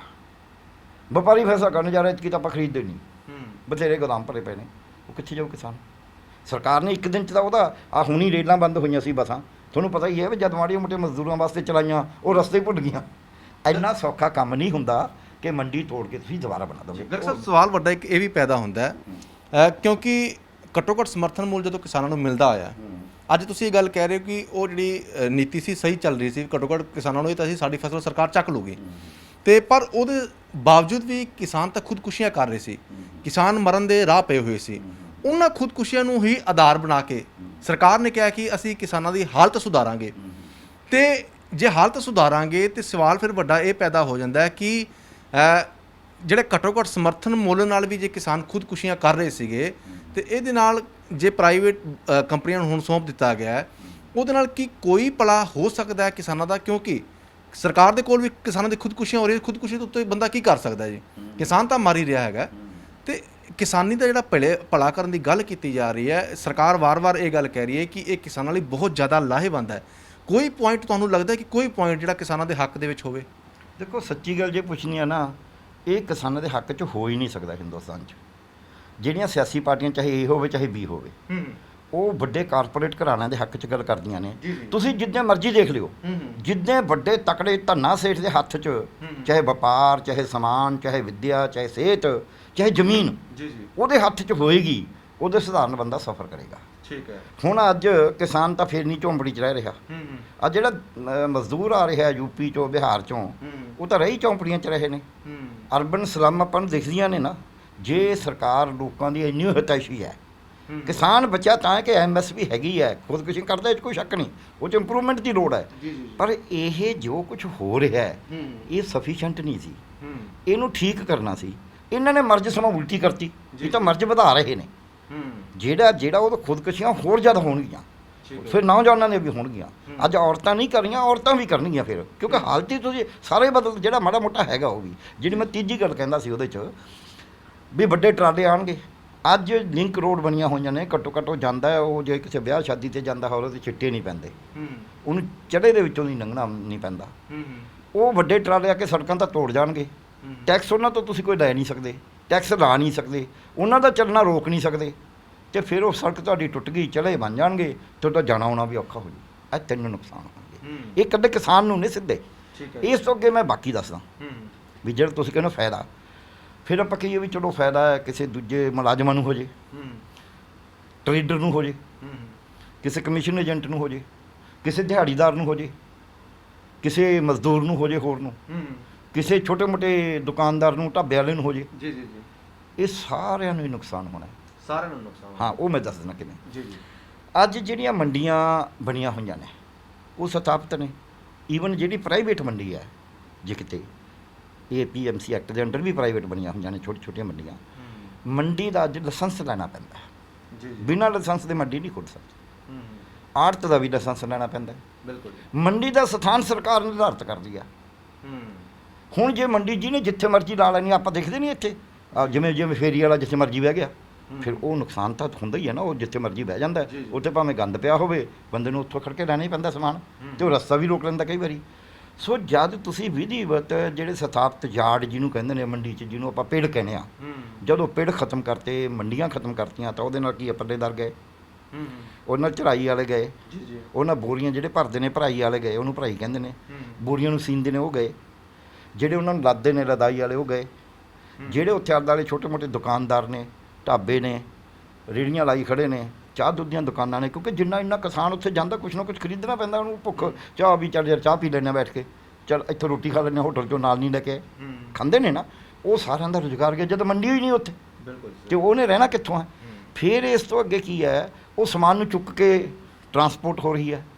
ਉਹ ਟਰਾਂਸਪੋਰਟ ਕੋਈ ਵੱਡੇ ਟਰਾਲੇ ਨਹੀਂ ਕਰਦੇ, ਉਹ ਸਧਾਰਨ ਛੋਟੇ ਟਰੈਕਟਰ, ਛੋਟੇ ਟਰੱਕ ਆ, ਚਿੱਟੇ ਹਾਥੀ, ਇਹੋ ਜਿਹੇ ਰਾਹੀਂ ਹੁੰਦੀ ਆ। ਅਤੇ ਉਹ ਛੋਟੇ ਟਰੱਕਾਂ ਵਾਲਿਆਂ ਦਾ ਗਿਆ ਕੰਮ ਸਾਰਾ, ਕਿਉਂਕਿ ਇਹ ਤਾਂ ਆਉਣਗੇ। ਫਿਰ ਉਹ ਨਹਾਉਣ ਵਾਸਤੇ, ਕਿਉਂਕਿ ਇਹਨਾਂ ਤਾਂ ਆਟੋਮੈਟਿਕ ਮਸ਼ੀਨੀ ਸਿਸਟਮ ਹੈ। ਵੱਡਾ ਸਾਈਡ ਵਾ ਇੱਥੇ ਮੋਗੇ ਬਣਿਆ ਹੋਇਆ, ਦੇਖ ਲਿਓ ਜਾ ਕੇ, ਸਿੱਧਾ ਟਰਾਲਾ ਅੰਦਰ ਜਾਂਦਾ, ਠਾ ਉੱਥੇ ਲੈ ਜਾਂਦਾ। ਲੋਕਾਂ ਦਾ ਰੁਜ਼ਗਾਰ ਗਿਆ। ਫਿਰ ਮੰਡੀਆਂ ਫੇਲ ਹੋ ਗਈਆਂ, ਤਾਂ ਫਿਰ ਮੰਡੀ ਕਰਨ ਦੇ ਮੁਲਾਜ਼ਮ ਗਏ। ਮੁਲਾਜ਼ਮ ਵੀ ਤਾਂ ਉਹਦੇ 'ਚ ਬਥੇਰੇ ਨੇ, ਆੜਤੀਆ ਵੀ ਗਿਆ। ਜਦ ਆੜਤ ਲੈਣੀ ਹੋਈ ਨਹੀਂ, ਜਦ ਇਹ ਤਾਂ ਕਹਿੰਦੇ ਅਸੀਂ ਵਿਚੋਲੀਆ ਖਤਮ ਕਰਦੇ ਹਾਂ, ਇਹਨੇ ਆੜਤੀਆ ਨੂੰ ਕਹਿਤਾ ਵੀ ਵਿਚੋਲੀ ਹੈ। ਇਹ ਬੜੀ ਮਿਸਨੋਮਰ ਹੈ। ਆੜਤੀਆ ਜੇ ਅੱਜ ਖਤਮ ਹੋਏਗਾ ਤਾਂ ਕਿਸਾਨ ਜਮਾ ਹੀ ਮਾਰਿਆ ਜਾਏਗਾ, ਖੁਦਕੁਸ਼ੀ ਹੋਰ ਵਧੇਗੀ। ਹੁਣ ਤੁਸੀਂ ਕਹੋਗੇ ਵੀ ਆੜਤੀਏ ਨਾਲ ਖੁਦਕੁਸ਼ੀ ਦਾ ਕਿਆ ਤਲਕ, ਲੋਕ ਤਾਂ ਦੁਖੀ ਨੇ ਆੜਤੀਏ ਤੋਂ। ਲੋਕ ਤਾਂ ਕਹਿੰਦੇ ਨੇ ਵੀ ਆੜਤੀਆ ਹੋਰ ਤੋਂ ਪੈਸੇ ਦੇ ਕੇ ਉਹਨੂੰ ਤੰਗ ਕਰਦਾ ਹੈ, ਅਤੇ ਤਾਂ ਖੁਦਕੁਸ਼ੀਆਂ ਨੇ। ਜਿੰਨੀਆਂ ਖੁਦਕੁਸ਼ੀਆਂ ਪੰਜਾਬ 'ਚ ਹੋਈਆਂ ਨੇ, ਉਹਨਾਂ ਨੂੰ ਸਟੱਡੀ ਕਰ ਲਓ, ਉਹਨਾਂ 'ਚੋਂ ਮੈਕਸੀਮਮ ਉਹਨੇ ਜਿਹੜੇ ਬੈਂਕ ਦਾ ਨੋਟਿਸ ਲੱਗਣ 'ਤੇ ਹੋਈਆਂ ਨੇ। ਬਹੁਤ ਥੋੜ੍ਹੀਆਂ ਨੇ ਜਿੱਥੇ ਆੜਤੀਏ ਨੇ ਕਿਤੇ ਬਦਮਾਸ਼ੀ ਟਾਈਪ ਕਰੀ ਹੋਵੇ, ਧੱਕਾ ਕਰਿਆ ਹੋਵੇ, ਉੱਥੇ ਖੁਦਕੁਸ਼ੀ ਹੋਈ ਹੋਵੇ। ਉਹ ਗਿਣਤੀ ਹੈਗੀ ਹੈ, ਪਰ ਉਹ ਥੋੜ੍ਹੀ ਹੈ। ਖੁਦਕੁਸ਼ੀ ਕਿਉਂ ਕਰ ਰਿਹਾ ਕਿਸਾਨ? ਇਹਨਾਂ ਨੇ ਸਟੱਡੀ ਨਹੀਂ ਕਰਿਆ। ਇਹ ਕਹੀ ਜਾਂਦੇ ਨੇ ਭਾਅ ਘੱਟ ਨੇ ਤਾਂ ਕਰਦਾ ਹੈ, ਫਲਾਣਾ ਹੈ ਫਲਾਣਾ ਹੈ, ਬੜੇ ਆਲਟਰਨੇਟਿਵ ਦੇ ਰਹੇ ਨੇ। ਹਾਂ, ਕੋਈ ਕਹਿੰਦਾ ਸਵਾਮੀਨਾਥਨ ਰਿਪੋਰਟ ਦੇ ਦਿਓ ਤਾਂ ਹਟ ਜਾਏਗਾ। ਇਹ ਗਲਤ ਹੈ। ਕਿਉਂ? ਪਹਿਲੀ ਗੱਲ ਇਹ ਹੈ ਕਿ 80% ਕਿਸਾਨ ਉਹ ਹੈ ਜਿਹਦੇ ਕੋਲ ਵੇਚਣ ਨੂੰ ਬਹੁਤ ਥੋੜ੍ਹਾ ਹੈ।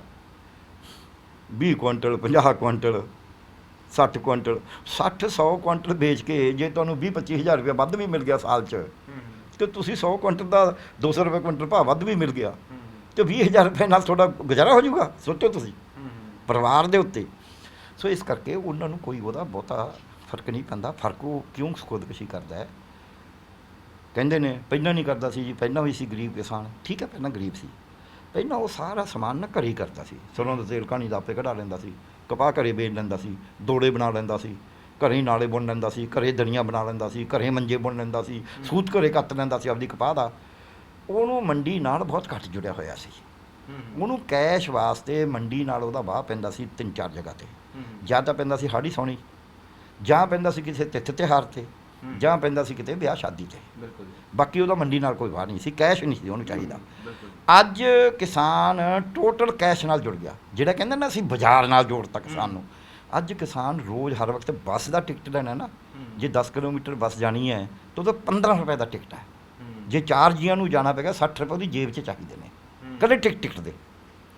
ਸੋ ਅੱਜ ਉਹਨੂੰ ਪੈਸਾ ਹਰ ਵਕਤ ਚਾਹੀਦਾ। ਬੱਚੇ ਨੂੰ ਪੜ੍ਹਾਉਣਾ, ਉਹਦੀ ਫੀਸ ਦੇਣੀ ਹੈ, ਪੈਸੇ ਚਾਹੀਦੇ ਨੇ। ਹਸਪਤਾਲ ਜਾਣਾ, ਪੈਸੇ ਚਾਹੀਦੇ ਨੇ। ਉਹਨੇ ਕੋਈ ਹੋਰ ਚੀਜ਼ ਖਰੀਦਣੀ ਹੈ, ਪੈਸਾ ਚਾਹੀਦਾ ਨਗਦ। ਘਰੇ ਹੈ ਨਹੀਂ ਸਭ ਕੁਛ। ਸੋ ਉਹ ਮੰਡੀ ਨਾਲ ਜੁੜਨ ਕਰਕੇ ਉਹਨੂੰ ਹਰ ਵਕਤ ਪੈਸਾ ਚਾਹੀਦਾ ਹੈ। ਸਾਡੀਆਂ ਜਿਹੜੀਆਂ ਕਰਜ਼ਾ ਦੇਣ ਵਾਲੀਆਂ ਏਜੰਸੀਆਂ ਨੇ, ਉਹਨਾਂ 'ਚ ਕੋਈ ਐਸਾ ਸਿਸਟਮ ਨਹੀਂ ਵੀ ਇਹਨਾਂ ਦਾ ਲਿਮਿਟ ਬਣਾ ਕੇ ਉੱਥੇ ਪੈਸੇ ਜਮ੍ਹਾਂ ਕਰ ਦਿੰਦੇ ਇਹਨਾਂ ਦੇ ਖਾਤੇ। ਉਹ ਜਿੱਦੇ ਜਾਵੇ ਆਪਦੇ ਉਹਨੇ ਕਢਾ ਲਏ ਜਿੰਨੀ ਲੋੜ ਹੈ। ਜਿਵੇਂ ਆਪਾਂ ਬੈਂਕ ਦੀ ਕਾਪੀ 'ਚੋਂ ਕਢਾਉਣੇ ਆ, ਕਰਜ਼ਾ ਉਹਦੇ ਖਾਤੇ 'ਚ ਜਮ੍ਹਾਂ ਕਰ ਦੇਣਾ। ਇਹੋ ਜਿਹਾ ਸਿਸਟਮ ਤਾਂ ਹੈ ਨਹੀਂ। ਉਹਨੂੰ ਤਾਂ ਕਰਜ਼ਾ ਇੱਕ ਵਾਰੀ ਮਿਲਦਾ, ਲਿਮਿਟ ਜੀ ਬਣ ਕੇ ਜੋ ਵੀ ਹੈ, ਠੀਕ ਹੈ। ਹੁਣ ਉਹ ਕਰਜ਼ਾ ਤਾਂ ਇੱਕ ਵਾਰੀ ਲੈ ਲਿਆ, ਉਹ ਤਾਂ ਖਤਮ ਹੋ ਗਿਆ। ਰੋਜ਼ ਦਾ ਕਿੱਥੋਂ ਪੂਰਾ ਕਰੇ? ਰੋਜ਼ ਦਾ ਕੰਮ ਉਹਦਾ ਆੜਤੀ ਹੀ ਪੂਰਾ ਕਰਦਾ ਹੈ। ਉਹ ਕਿਸਾਨ ਜਾਂਦਾ ਮੰਡੀ 'ਚ, ਬੱਚਾ ਗਿਆ ਕਾਲਜ ਗਿਆ ਹੋਇਆ, ਉਹ ਕਹਿੰਦਾ ਬਾਪੂ ਫੀਸ ਦੇਣੀ ਸੀ, ਕੋਈ ਨਹੀਂ ਆਪਣੇ ਆੜਤੀਆਂ ਤੋਂ ਲੈ ਲਿਓ, ਆੜਤੀ ਦੇ ਦਿੰਦਾ ਹੈ। ਕੋਈ ਸਮਾਨ ਖਰੀਦਣ ਗਿਆ, ਪੈਸੇ ਹੈ ਨਹੀਂ ਜੇਬ 'ਚ, ਉੱਥੇ ਜਾਂਦਾ ਉਹ ਲਾਲਾ ਜੀ ਸਮਾਨ ਲੈਣਾ ਸੀ, ਜਿਹੜਾ ਉਹ ਥੋੜ੍ਹੇ ਦਿਓ ਦਾ 5000 ਰੁਪਇਆ, ਉਹ ਕਹਿੰਦਾ ਲੈ ਜਾ। ਸੋ ਇਹ ਜਿਹੜੀ ਉਹਦੀ ਹੈਗੀ ਆ, ਉਹਦੇ ਵਿਆਜ ਵੀ ਬਹੁਤ ਲਾਉਂਦੇ, ਸਾਰਾ ਕੁਝ ਬੜੇ ਉਹਦੇ ਨੁਕਸ ਨੇ, ਪਰ ਉਹਦਾ ਇੱਕ ਫਾਇਦਾ ਇਹ ਹੈ ਵੀ ਉਹ ਮੌਕੇ ਤੇ ਲੋੜ ਉਹਦੀ ਸਰ ਗਈ। ਦੂਜੀ ਗੱਲ ਉਹਦੀ ਕੀ ਹੈ? ਦੂਜੀ ਗੱਲ ਉਹਦੀ ਅਣਖ। ਆੜਤੀਏ ਦੇ ਸਾਹਮਣੇ ਉਹਦੀ ਅਣਖ ਨਹੀਂ ਮਰਦੀ। ਉਹ ਆੜਤੀਏ ਸਾਹਮਣੇ ਗਿੜਗੜਾਉਂਦਾ ਨਹੀਂ, ਚਾਹੇ ਵਿਆਜ ਉਹ ਜਿੰਨਾ ਮਰਜ਼ੀ ਲਾਉਂਦਾ। ਬੜੇ ਘੱਟ ਨੇ ਜਿਨ੍ਹਾਂ ਨੂੰ ਗਿੜਗੜਾਉਣਾ ਪੈਂਦਾ ਹੋਵੇ। ਉਹਨੂੰ ਕੋਈ ਕਿਸੇ ਬਾਬੂ ਦੇ ਵੱਸ ਨਹੀਂ ਪੈਂਦਾ। ਉਹਦਾ ਮਨੀ ਆੜਤੀਏ ਦਾ ਇਹ ਨਹੀਂ ਕਹਿੰਦਾ ਵੀ ਤੁਸੀਂ ਤਾਂ ਪਹਿਲੇ ਦੇਣੇ ਸੀ, ਉਹ ਕਿਉਂ ਨਹੀਂ ਦਿੱਤੇ। ਉਹ ਮਾਲਕ ਫੈਸਲਾ ਕਰਦਾ। ਇੱਥੇ ਤਾਂ ਬੈਂਕ ਦਾ ਬਾਬੂ ਕਹਿੰਦਾ ਉਹਨੂੰ। ਫਰਕ ਸਮਝੋ ਕਿੱਥੇ ਹੈ। ਸੋ ਉਹਦੀ ਇੱਜ਼ਤ ਜਿਹੜੀ ਜਿਹਨੂੰ ਆਪਾਂ ਅਣਖ ਕਹਿੰਦੇ ਆ, ਉਹ ਅਣਖ ਆੜਤੀਏ ਕਰਕੇ ਬਚਦੀ ਹੈ, ਮਰਦੀ ਨਹੀਂ। ਕਈਆਂ ਦੀ ਮਰਦੀ ਵੀ ਹੈ, ਪਰ ਬਹੁਤ ਘੱਟ ਦੀ ਮਰਦੀ ਹੈ। ਬੈਂਕਾਂ ਕਰਕੇ ਜ਼ਿਆਦਾ ਦੀ ਮਰਦੀ ਹੈ। ਸੋ ਅੱਜ ਲੋੜ ਕਿਸ ਗੱਲ ਦੀ ਸੀ? ਲੋੜ ਇਸ ਗੱਲ ਦੀ ਸੀ ਕਿ ਜਿਹੜਾ ਉਹਦਾ ਆਮਦਨ ਹੈ, ਜਿਵੇਂ ਇੱਕ ਅਸੀਂ ਕਹਿੰਦੇ ਘੱਟੋ ਘੱਟ ਉਜਰਤ, ਜਿੰਨੀ ਘੱਟੋ ਘੱਟ ਉਜਰਤ ਭਾਰਤ ਸਰਕਾਰ ਨੇ ਤੈਅ ਕਰੀ ਵੀ ਇੰਨੀ ਮਿਲਣੀ ਚਾਹੀਦੀ ਹੈ, ਉਨੀ ਤਾਂ ਉਹਦੀ ਯਕੀਨੀ ਕਰ ਦਿਓ ਆਮਦਨ।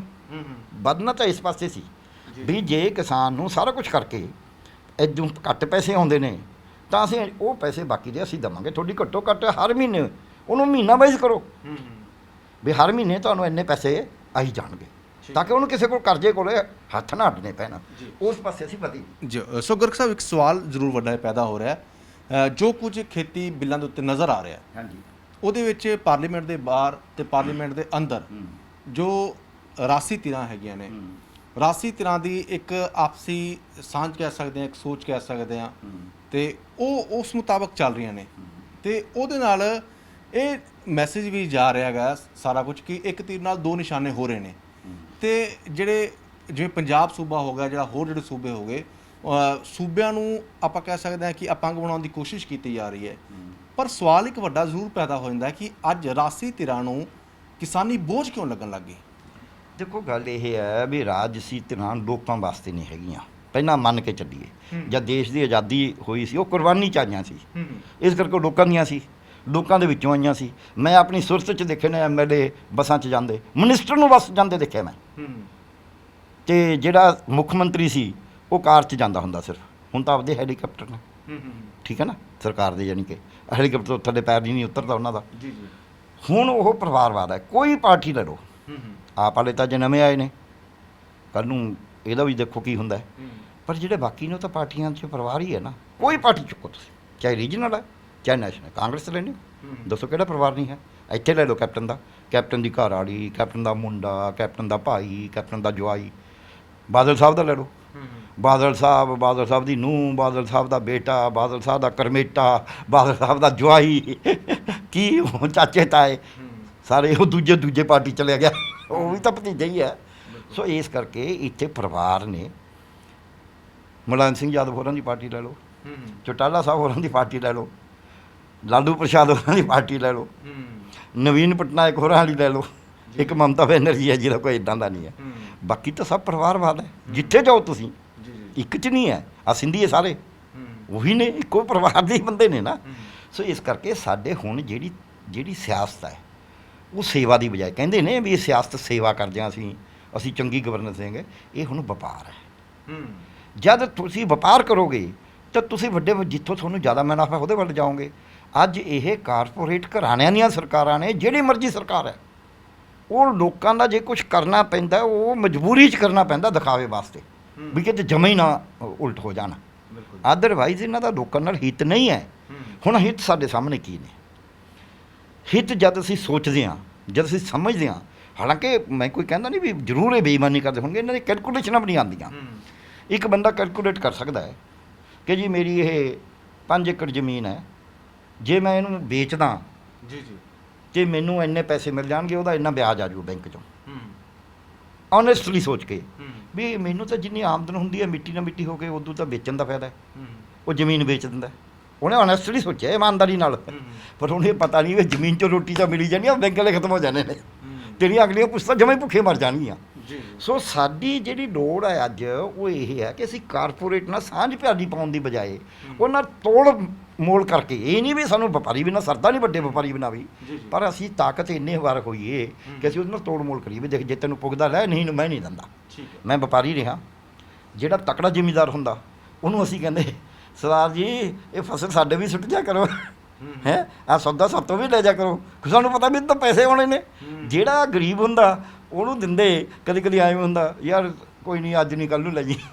ਸੋ ਜਿਹੜਾ ਬੰਦਾ ਤਾਕਤ 'ਚ ਹੈ, ਸਾਨੂੰ ਕਿਸਾਨ ਨੂੰ ਮਜ਼ਦੂਰ ਨੂੰ ਤਾਕਤਵਰ ਬਣਾਉਣਾ ਸੀ ਕਿ ਉਹ ਸੌਦੇਬਾਜ਼ੀ ਕਰੇ। ਸੌਦੇਬਾਜ਼ੀ ਤਾਂ ਤਾਕਤ ਨਾਲ ਹੁੰਦੀ ਹੈ, ਦੋ ਤਰ੍ਹਾਂ ਦੀ ਸੌਦੇਬਾਜ਼ੀ, ਕਦੇ ਬਿਨਾਂ ਤਾਕਤ ਦੇ ਨਹੀਂ ਹੁੰਦੀ। ਜੇ ਇੱਕ ਕਮਜ਼ੋਰ ਹੈ ਨਾ, ਫਿਰ ਉਹਦੇ ਉਲਟ ਜਾਏਗੀ। ਉਹਦੇ ਵਿੱਚ ਸਰਕਾਰ ਦੀ ਭੂਮਿਕਾ ਕੀ ਹੁੰਦੀ ਹੈ? ਇਹ ਤਾਂ ਦੋ ਤਰ੍ਹਾਂ ਹੋ ਗਈਆਂ ਨਾ। ਸਰਕਾਰ ਦੀ ਭੂਮਿਕਾ ਹੁੰਦੀ ਹੈ ਕਮਜ਼ੋਰ ਵਾਲੇ ਪਾਸੇ ਖੜੇ, ਇਹ ਕਮਜ਼ੋਰ ਵਾਲੇ ਪਾਸੇ ਖੜਨ ਦੀ ਵਜ੍ਹਾ ਦੂਜੇ ਪਾਸੇ ਖੜਦੀ ਵਾਲਾ ਗੱਲ ਤਾਂ ਹੀ ਨਹੀਂ ਹੈ। ਸੋ ਗਰਗ ਸਾਹਿਬ, ਸਮਾਂ ਆਪਾਂ ਨੂੰ ਇਜਾਜ਼ਤ ਨਹੀਂ ਦੇ ਰਿਹਾ, ਪਰ ਸਵਾਲ ਆਪਣੇ ਹਾਲੇ ਵੀ ਬਹੁਤ ਇੰਪੋਰਟੈਂਟ ਪਏ ਨੇ, ਉਹਨਾਂ ਤੇ ਚਰਚਾ ਕਰਾਂਗੇ। ਇੱਕ ਆਮ ਤੌਰ ਤੇ ਬੁੱਧੀਜੀਵੀਆਂ ਦੀ ਰਾਏ, ਮੈਂ ਉਹਨਾਂ ਦੀ ਗੱਲਾਂ ਬਾਤਾਂ ਤੋਂ ਮੈਨੂੰ ਜੋ ਮਹਿਸੂਸ ਹੋਇਆ ਉਹ ਇਹ ਹੋਇਆ ਕਿ ਉਹਨਾਂ ਦਾ ਮੰਨਣਾ ਹੈ ਕਿ ਜਿਹੜੀ ਬੀਜੇਪੀ ਪਾਰਟੀ ਹੈਗੀ, ਮੋਦੀ ਸਰਕਾਰ ਹੈਗੀ ਹੈ, ਇਹ ਜਿਹੜੇ ਪਿੰਡੂ ਇਲਾਕੇ ਨੇ ਉਹਨਾਂ ਨੂੰ, ਖੇਤਰਾਂ ਨੂੰ ਖਤਮ ਕਰਨਾ ਚਾਹੁੰਦੀ ਹੈ ਤੇ ਸ਼ਹਿਰੀਕਰਨ ਕਰਨਾ ਚਾਹੁੰਦੀ ਹੈ। ਤੁਸੀਂ ਇਸ ਗੱਲ ਨਾਲ ਸਹਿਮਤ ਹੋ? ਹਾਂ ਜਾਂ ਨਾ ਜੀ ਜਵਾਬ ਦਿਓ। ਬਿਲਕੁਲ, ਇਹ ਕਦੀ ਬੀਜੇਪੀ ਨਹੀਂ, ਇਹ ਸਾਰੀਆਂ ਪਾਰਟੀਆਂ ਦਾ ਇਹੀ ਹੈ ਵੀ ਪੇਂਡੂ ਖਤਮ ਕਰੋ, ਵੱਡੇ ਸੈੱਜ ਬਣਾਓ, ਵੱਡੇ ਸਮਾਰਟ ਸਿਟੀ ਬਣਾਓ ਤੇ ਵੱਡੀ ਟੈਕਨੋਲੋਜੀ ਲਿਆਓ, ਆਰਟੀਫੀਸ਼ੀਅਲ ਇੰਟੈਲੀਜੈਂਸ ਲਿਆਓ, ਇਹ ਮਸ਼ੀਨਾਂ ਬੰਦੇ ਸਭ ਖਤਮ ਕਰੋ, ਸਾਰਾ ਕੰਮ ਰੋਬੋਟ ਨਾਲ, ਆਰਟੀਫੀਸ਼ੀਅਲ ਇੰਟੈਲੀਜੈਂਸ ਨਾਲ ਕਰੋ। ਸਾਰੀਆਂ ਪਾਰਟੀਆਂ ਦਾ ਫਿਰ ਤੁਹਾਡੀ ਦੂਰਦ੍ਰਿਸ਼ਟੀ ਕੀ ਕਹਿੰਦੀ ਹੈ ਕਿ ਜਿਹੜਾ ਕਿਸਾਨ ਅੰਦੋਲਨ ਹੈਗਾ, ਕਿਉਂਕਿ ਆਮ ਤੌਰ ਤੇ ਪਿੰਡਾਂ ਦੇ ਨਾਲ ਹੀ ਜੁੜਿਆ ਹੋਇਆ, ਇਹ ਹਕੀਕਤ ਹੈਗੀ ਹੈ, ਤੇ ਇਹ ਕਿਸਾਨ ਅੰਦੋਲਨ ਦਾ ਸਿੱਟਾ ਕੀ ਨਿਕਲੂਗਾ ਤੇ ਇਸ ਦੇ ਸਿਆਸੀ ਸਮੀਕਰਨ ਜਿਹੜੇ ਬਣਨਗੇ ਉਹ ਆਉਣ ਵਾਲੇ ਸਮੇਂ ਦੇ ਵਿੱਚ ਕੇਂਦਰ ਦੇ ਤੇ ਪੰਜਾਬ ਦੇ ਵਿੱਚ ਕੀ ਬਣਨਗੇ? ਦੇਖੋ, ਸਿੱਟਾ ਤਾਂ ਇਹਦਾ ਪੋਜ਼ੀਟਿਵ ਨਿਕਲੂ, ਨੈਗੇਟਿਵ ਤਾਂ ਨਿਕਲਦਾ ਨਹੀਂ। ਘੱਟੋ ਘੱਟ ਜਦ ਤੁਸੀਂ ਰੋਨੇ ਹੋ, ਤੁਸੀਂ ਨਾ ਵੀ ਜਿੱਤੋ, ਮੈਂ ਵੈਸੇ ਤਾਂ ਇਹਦੀ ਜਿੱਤ ਹੋਊਗੀ, ਪਰ ਮੈਂ ਤਾਂ ਕਹਿੰਦਾ ਜੇ ਜਿੱਤ ਨਾ ਵੀ ਹੋਵੇ ਤਾਂ ਵੀ ਸਟਰਗਲ ਤਾਂ ਸਟਰਗਲ ਹੀ ਹੁੰਦਾ। ਰੋਣੋਂ ਨਹੀਂ ਹਟਾ ਸਕਦਾ ਸਾਨੂੰ ਕੋਈ, ਇਹ ਰੋਣਾ ਹੈ ਜਿਹੜਾ, ਨਹੀਂ ਤਾਂ ਸਰਕਾਰ ਨੇ ਤੁਹਾਨੂੰ ਬੋਲਣਾ ਹੀ ਬੰਦ ਕਰ ਦੇਣਾ ਜਮਾਂ ਹੀ। ਆਕਰ ਇਹੀ ਹੈ ਕਿ ਐਕਸਕਿਊਜ਼ ਬਣਾ ਕੇ। ਸੋ ਮੈਂ ਕਹਿੰਦਾ ਇਹ ਬਹੁਤ ਵੱਡੀ ਪੋਜ਼ੀਟਿਵ ਗੱਲ ਹੈ। ਦੂਜੀ ਇਹਦੇ 'ਚ ਇੱਕ ਪੋਜ਼ੀਟਿਵ ਗੱਲ ਹੈ, ਜੇ ਤੁਸੀਂ ਦੇਖੋ ਔਰਤ ਬਹੁਤ ਅੱਗੇ ਆਈ ਹੈ, ਔਰਤਾਂ ਦੀ ਲੀਡਰਸ਼ਿਪ ਡਿਵੈਲਪ ਹੋਊ, ਦਲਿਤ ਅੱਗੇ ਆਏ ਨੇ ਇਹਦੇ 'ਚ, ਮਜ਼ਦੂਰ ਆਏ ਨੇ। ਇੱਕ ਹੋਰ ਪੋਜ਼ੀਟਿਵ ਗੱਲ ਹੈ, ਮਜ਼ਦੂਰ, ਵਪਾਰੀ, ਆੜਤੀਆ, ਸੈਲਰ ਮਾਲਕ, ਇਹ ਸਾਰੇ ਇਕੱਠੇ ਹੋਣ ਲੱਗੇ। ਆ ਬਡਾਡੇ ਦੇ ਵਿੱਚ ਬੀਜੇਪੀ ਦਾ ਬੜਾ ਜ਼ੋਰ ਸੀ, ਉੱਥੋਂ ਦੇ ਵਪਾਰ ਮੰਡਲ ਨੇ ਪਾਸ ਕਰਤਾ ਵੀ ਅਸੀਂ ਇੱਥੇ ਵੜਨ ਨਹੀਂ ਦੇਣਾ ਇਹਨਾਂ ਨੂੰ। ਇਹ ਬੜੀ ਵੱਡੀ ਗੱਲ ਹੈ। ਸੋ ਇਹਦਾ ਰਿਜ਼ਲਟ ਪੋਜ਼ੀਟਿਵ ਨਿਕਲੂ। ਬਾਕੀ ਪਾਰਟੀਆਂ ਦੀ ਗੱਲ ਤੁਹਾਡੀ ਠੀਕ ਹੈ, ਪਾਰਟੀਆਂ ਤਾਂ ਆਪਣਾ ਸਿਆਸੀ ਰੋਟੀਆਂ ਸੇਕਦੀਆਂ ਨੇ, ਉਹ ਤਾਂ ਇਹ ਦੇਖਦੀਆਂ ਨੇ ਜਿਵੇਂ ਇੱਥੇ ਕਾਂਗਰਸ ਹੋ ਜੀ ਆਪਾਂ 22 'ਚ ਜਿੱਤ ਜੀਏ, ਆਪ ਵਾਲੇ ਸੋਚਦੇ ਨੇ ਆਪਾਂ ਜਿੱਤ ਜੀਏ, ਹੈ ਅਕਾਲੀ ਕਹਿੰਦੇ ਨੇ ਆਪਾਂ ਜਿੱਤ ਜੀਏ, ਆਪਣੀ ਥੋੜ੍ਹੀ ਜਿਹੀ ਬੇਇੱਜ਼ਤੀ ਜੀਏ, ਇਕੱਠੇ ਹੋ ਜੀਏ। ਬੀਜੇਪੀ ਕਹਿੰਦੀ ਹੈ ਵੀ ਇਹਨਾਂ ਅਕਾਲੀਆਂ 'ਚੋਂ ਇਹਨੂੰ ਲੜੀ ਜਾਂ ਇਹਨੂੰ ਲੜੀ, ਆਪਾਂ ਜਿੱਤ ਜੀਏ। ਨਵਜੋਤ ਸਿੱਧੂ ਕਹਿੰਦਾ ਮੈਂ ਹੀ ਮੁੱਖ ਮੰਤਰੀ ਬਣ ਜਾ। ਸੋ ਪਾਰਟੀਆਂ ਦਾ ਬਾਕੀ ਜਗ੍ਹਾ ਦੁਸ਼ਯੰਤ ਚੌਟਾਲਾ ਦਾ ਵੀ ਅੱਜ ਫਿਰ ਉਹਨੇ ਹੋਰ ਪਾਸਾ ਕਾਂਟਾ ਬਦਲ ਲਿਆ। ਸੋ ਪੋਲੀਟੀਕਲ ਪਾਰਟੀਆਂ ਦਾ ਕੰਮ ਸਿਰਫ ਤਾਕਤ ਲੈਣਾ ਹੈ, ਲੋਕਾਂ ਨੂੰ ਆਈਆਂ ਵੀ ਬਾਅਦ 'ਚ ਨੇ। ਤੁਸੀਂ ਜੇ ਦੇਖੋਗੇ ਇਸ ਕਿਸਾਨ ਅੰਦੋਲਨ ਦਾ ਬੀਜੇਪੀ ਨੂੰ ਫਾਇਦਾ ਹੋਊਗਾ ਆਉਣ ਵਾਲੇ ਸਮੇਂ 'ਚ ਜਾਂ ਨੁਕਸਾਨ ਤੁਹਾਨੂੰ ਲੱਗ ਰਿਹਾ? ਨਹੀਂ, ਨੁਕਸਾਨ ਹੋਊਗਾ। ਇਹ ਤਾਂ ਫਾਇਦੇ ਦਾ ਮਤਲਬ ਹੀ ਕੋਈ ਨਹੀਂ। ਗਰ ਸਾਹਿਬ, ਇੱਕ ਸਵਾਲ ਜ਼ਰੂਰ ਪੈਦਾ ਹੁੰਦਾ ਹੈ ਕਿ ਪਰਸੈਪਸ਼ਨ ਜਿਹੜੀ ਹੁੰਦੀ ਹੈ ਸਿਆਸਤ ਦੇ ਵਿੱਚ ਬੜੀ ਅਹਿਮ ਮੰਨੀ ਜਾਂਦੀ ਹੈ। ਮੈਂ ਹੋਰ ਵੀ ਬੁੱਧੀਜੀਵੀਆਂ ਤੋਂ ਇਸ ਬਾਰੇ ਰਾਏ ਲਈ ਹੈਗੀ ਹੈ। ਪਿਛਲੀਆਂ ਚੋਣਾਂ ਦੇ ਵਿੱਚ ਭਾਜਪਾ ਬਾਰੇ ਇਹ ਬਣ ਗਈ ਸੀ ਗੱਲ ਕਿ ਇਹ ਘੱਟ ਗਿਣਤੀ ਦੇ ਵਿਰੋਧ ਪਾਰਟੀ ਹੈਗੀ ਹੈ, ਇਸ ਨੂੰ ਘੱਟ ਗਿਣਤੀਆਂ ਨੂੰ ਨੁਕਸਾਨ ਹੈਗਾ ਇਸ ਪਾਰਟੀ ਤੋਂ, ਤੇ ਇਸ ਵਾਰੀ ਜਿਹੜੀ ਪਰਸੈਪਸ਼ਨ ਬਣਦੀ ਜਾ ਰਹੀ ਹੈ ਕਿ ਭਾਜਪਾ ਕਿਸਾਨ ਵਿਰੋਧੀ ਪਾਰਟੀ ਹੈਗੀ ਹੈ। ਪਰ 2014 ਦੀਆਂ ਲੋਕ ਸਭਾ ਚੋਣਾਂ ਤੇ ਆਪਾਂ ਨਜ਼ਰ ਮਾਰੀਏ ਤਾਂ 30% ਜਿਹੜਾ ਵੋਟ ਬੈਂਕ ਹੈਗਾ ਸੀਗਾ ਉਹ ਪਿੰਡੂ ਖੇਤਰ ਦਾ ਸੀਗਾ ਭਾਜਪਾ ਦਾ, ਤੇ 2019 ਦੇ ਵਿੱਚ ਜਿਹੜੀਆਂ ਲੋਕ ਸਭਾ ਚੋਣਾਂ ਹੋਈਆਂ ਨੇ ਉਹਦੇ ਵਿੱਚ 38% ਵੋਟ ਬੈਂਕ ਬੀਜੇਪੀ ਦਾ ਪਿੰਡੂ ਖੇਤਰ ਰਿਹਾ ਤੇ 8% ਜਿਹੜਾ ਵੋਟ ਬੈਂਕ ਪਿੰਡਾਂ ਦੇ ਵਿੱਚ ਵਧਿਆ ਹੈਗਾ। ਸੋ ਜਿਹੜੀ ਹੁਣ ਪਰਸੈਪਸ਼ਨ ਬਣਦੀ ਵੀ ਹੈ, ਤੁਹਾਨੂੰ ਕੀ ਲੱਗਦਾ ਹੈ ਕਿ ਇਹ ਆਉਣ ਵਾਲੇ ਸਮੇਂ ਦੇ ਵਿੱਚ ਭਾਜਪਾ ਇਸ ਨੂੰ ਤੋੜਨ ਦੇ ਵਿੱਚ ਕਾਮਯਾਬ ਰਹੇਗੀ ਜਾਂ ਇਸ ਦਾ ਫਾਇਦਾ ਜਾਂ ਨੁਕਸਾਨ ਹੋਏਗਾ? ਨੁਕਸਾਨ ਹੋਏਗਾ। ਜਿਹੜਾ 30 ਤੋਂ 8 ਹੋਇਆ ਉਹ 30 ਤੋਂ 22 ਰਹੇਗਾ ਜਾਂ 20, ਕਿਉਂਕਿ ਜਿਹੜਾ ਪਿੰਡ ਦਾ ਅੱਜ ਕਿਸਾਨ ਹੈ, ਮਜ਼ਦੂਰ ਹੈ, ਉਹਨੂੰ ਲੱਗਦਾ ਪਹਿਲਾਂ, ਕਿਉਂਕਿ ਪਿੰਡਾਂ ਦੇ ਵਿੱਚ ਮੁਸਲਮਾਨ ਤਾਂ ਪਾਪੂਲੇਸ਼ਨ ਹੈ ਨਹੀਂ ਸੀ। ਮੁਸਲਮਾਨ ਪਾਪੂਲੇਸ਼ਨ ਜਿਵੇਂ ਪੰਜਾਬ ਲਈ ਤਾਂ ਇੱਕ ਕਾਦੀਆਂ ਚਾਹੇ ਇੱਕ ਇੱਥੇ ਹੈ, ਮਲੇਰਕੋਟਲੇ ਜ਼ਿਆਦਾ, ਠੀਕ ਹੈ, ਯੂਪੀ 'ਚ ਥੋੜ੍ਹੀ ਜ਼ਿਆਦਾ ਪਾਪੂਲੇਸ਼ਨ ਹੈਗੀ, ਦਿੱਲੀ 'ਚ ਹੈਗੀ, ਉਹ ਸ਼ਹਿਰੀ ਹੈ ਬਹੁਤੀ।